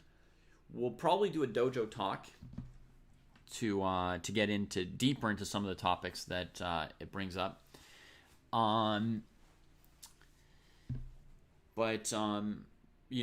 Certainly like one of the big questions here from this tournament is, what is the difference between the 2600s and 2700s? And Rachel said she managed to ask that question to Nihal Sarin. So I'll be able to find his interview on Take and see his take on that question. That'll definitely be one of the questions we ask about. Basically, because the 26 and 2700s are usually segregated, is that rating gap merited? Do the 2700s live up to their rating expectancy against the 2600s in this tournament? Were there more upsets than we should have expected, or was it actually about what the ratings say? So that's one topic on our minds from this tournament. There was also some exceptional junior showings. So really bright junior stars. Yagiz Khan Erdomas. Then Abhimanyu Mishra, who was on the top boards all the way through the entire darn tournament, kept his million-game unbeaten streak alive. And, only missed out on making the candidates off of tiebreaks. So Mishra, then another junior who had maybe a breakout performance, Andy Woodward, made a draw against One Last 2700 today in a tournament with a 2700 performance for Woodward. So some real awesome performances for some juniors. And then, of course, our candidates, Bluebaum and Anish, get into the candidates. And obviously questions about how good is Bluebaum. his name has bloom in it actually, but he's late blooming. He's 28 years old.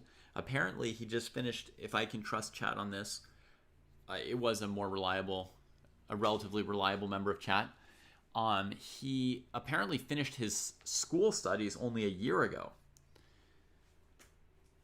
and is now playing chess, I guess, more than before.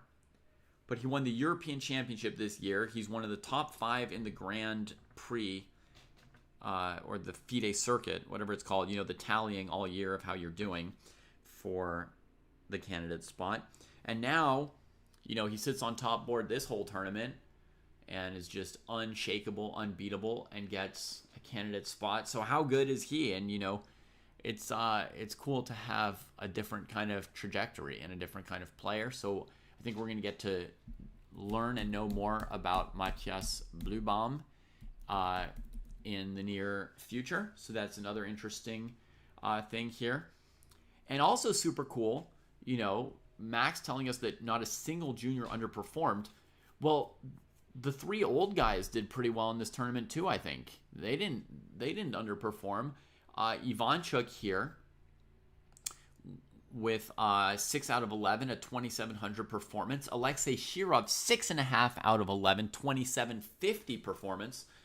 Gelfand had a rougher one, but overall, the 3 seniors kind of were still able to play against all these computer-trained 2,600, scary, underrated juniors. So some interesting inspiration there for older dudes as well. And overall, just a super exciting tournament, and people have been really enjoying it and talking about, hey, maybe there should be more tournaments of this style and this caliber. So those are some topics and some thoughts coming out of this tournament. And yeah, really enjoyed it. We'll still digest some of the best games over time. And I'll be back with some coaching in just over an hour. So have a nice break, everybody. Try and get a snack yourselves or walk about the compartment, or maybe even outside for a moment. And I'll see you again soon. Oh, I should send a raid perhaps over on the Twitch. Let's see what we got. Chess rerun. I don't know what a rerun means. Bullet grind. No. Blitz grind. What's up with chess these days? We're going to raid a channel I've never heard of. Just because they don't claim in advance that they're playing Bullet. So we'll see. Maybe they'll be playing Bullet too.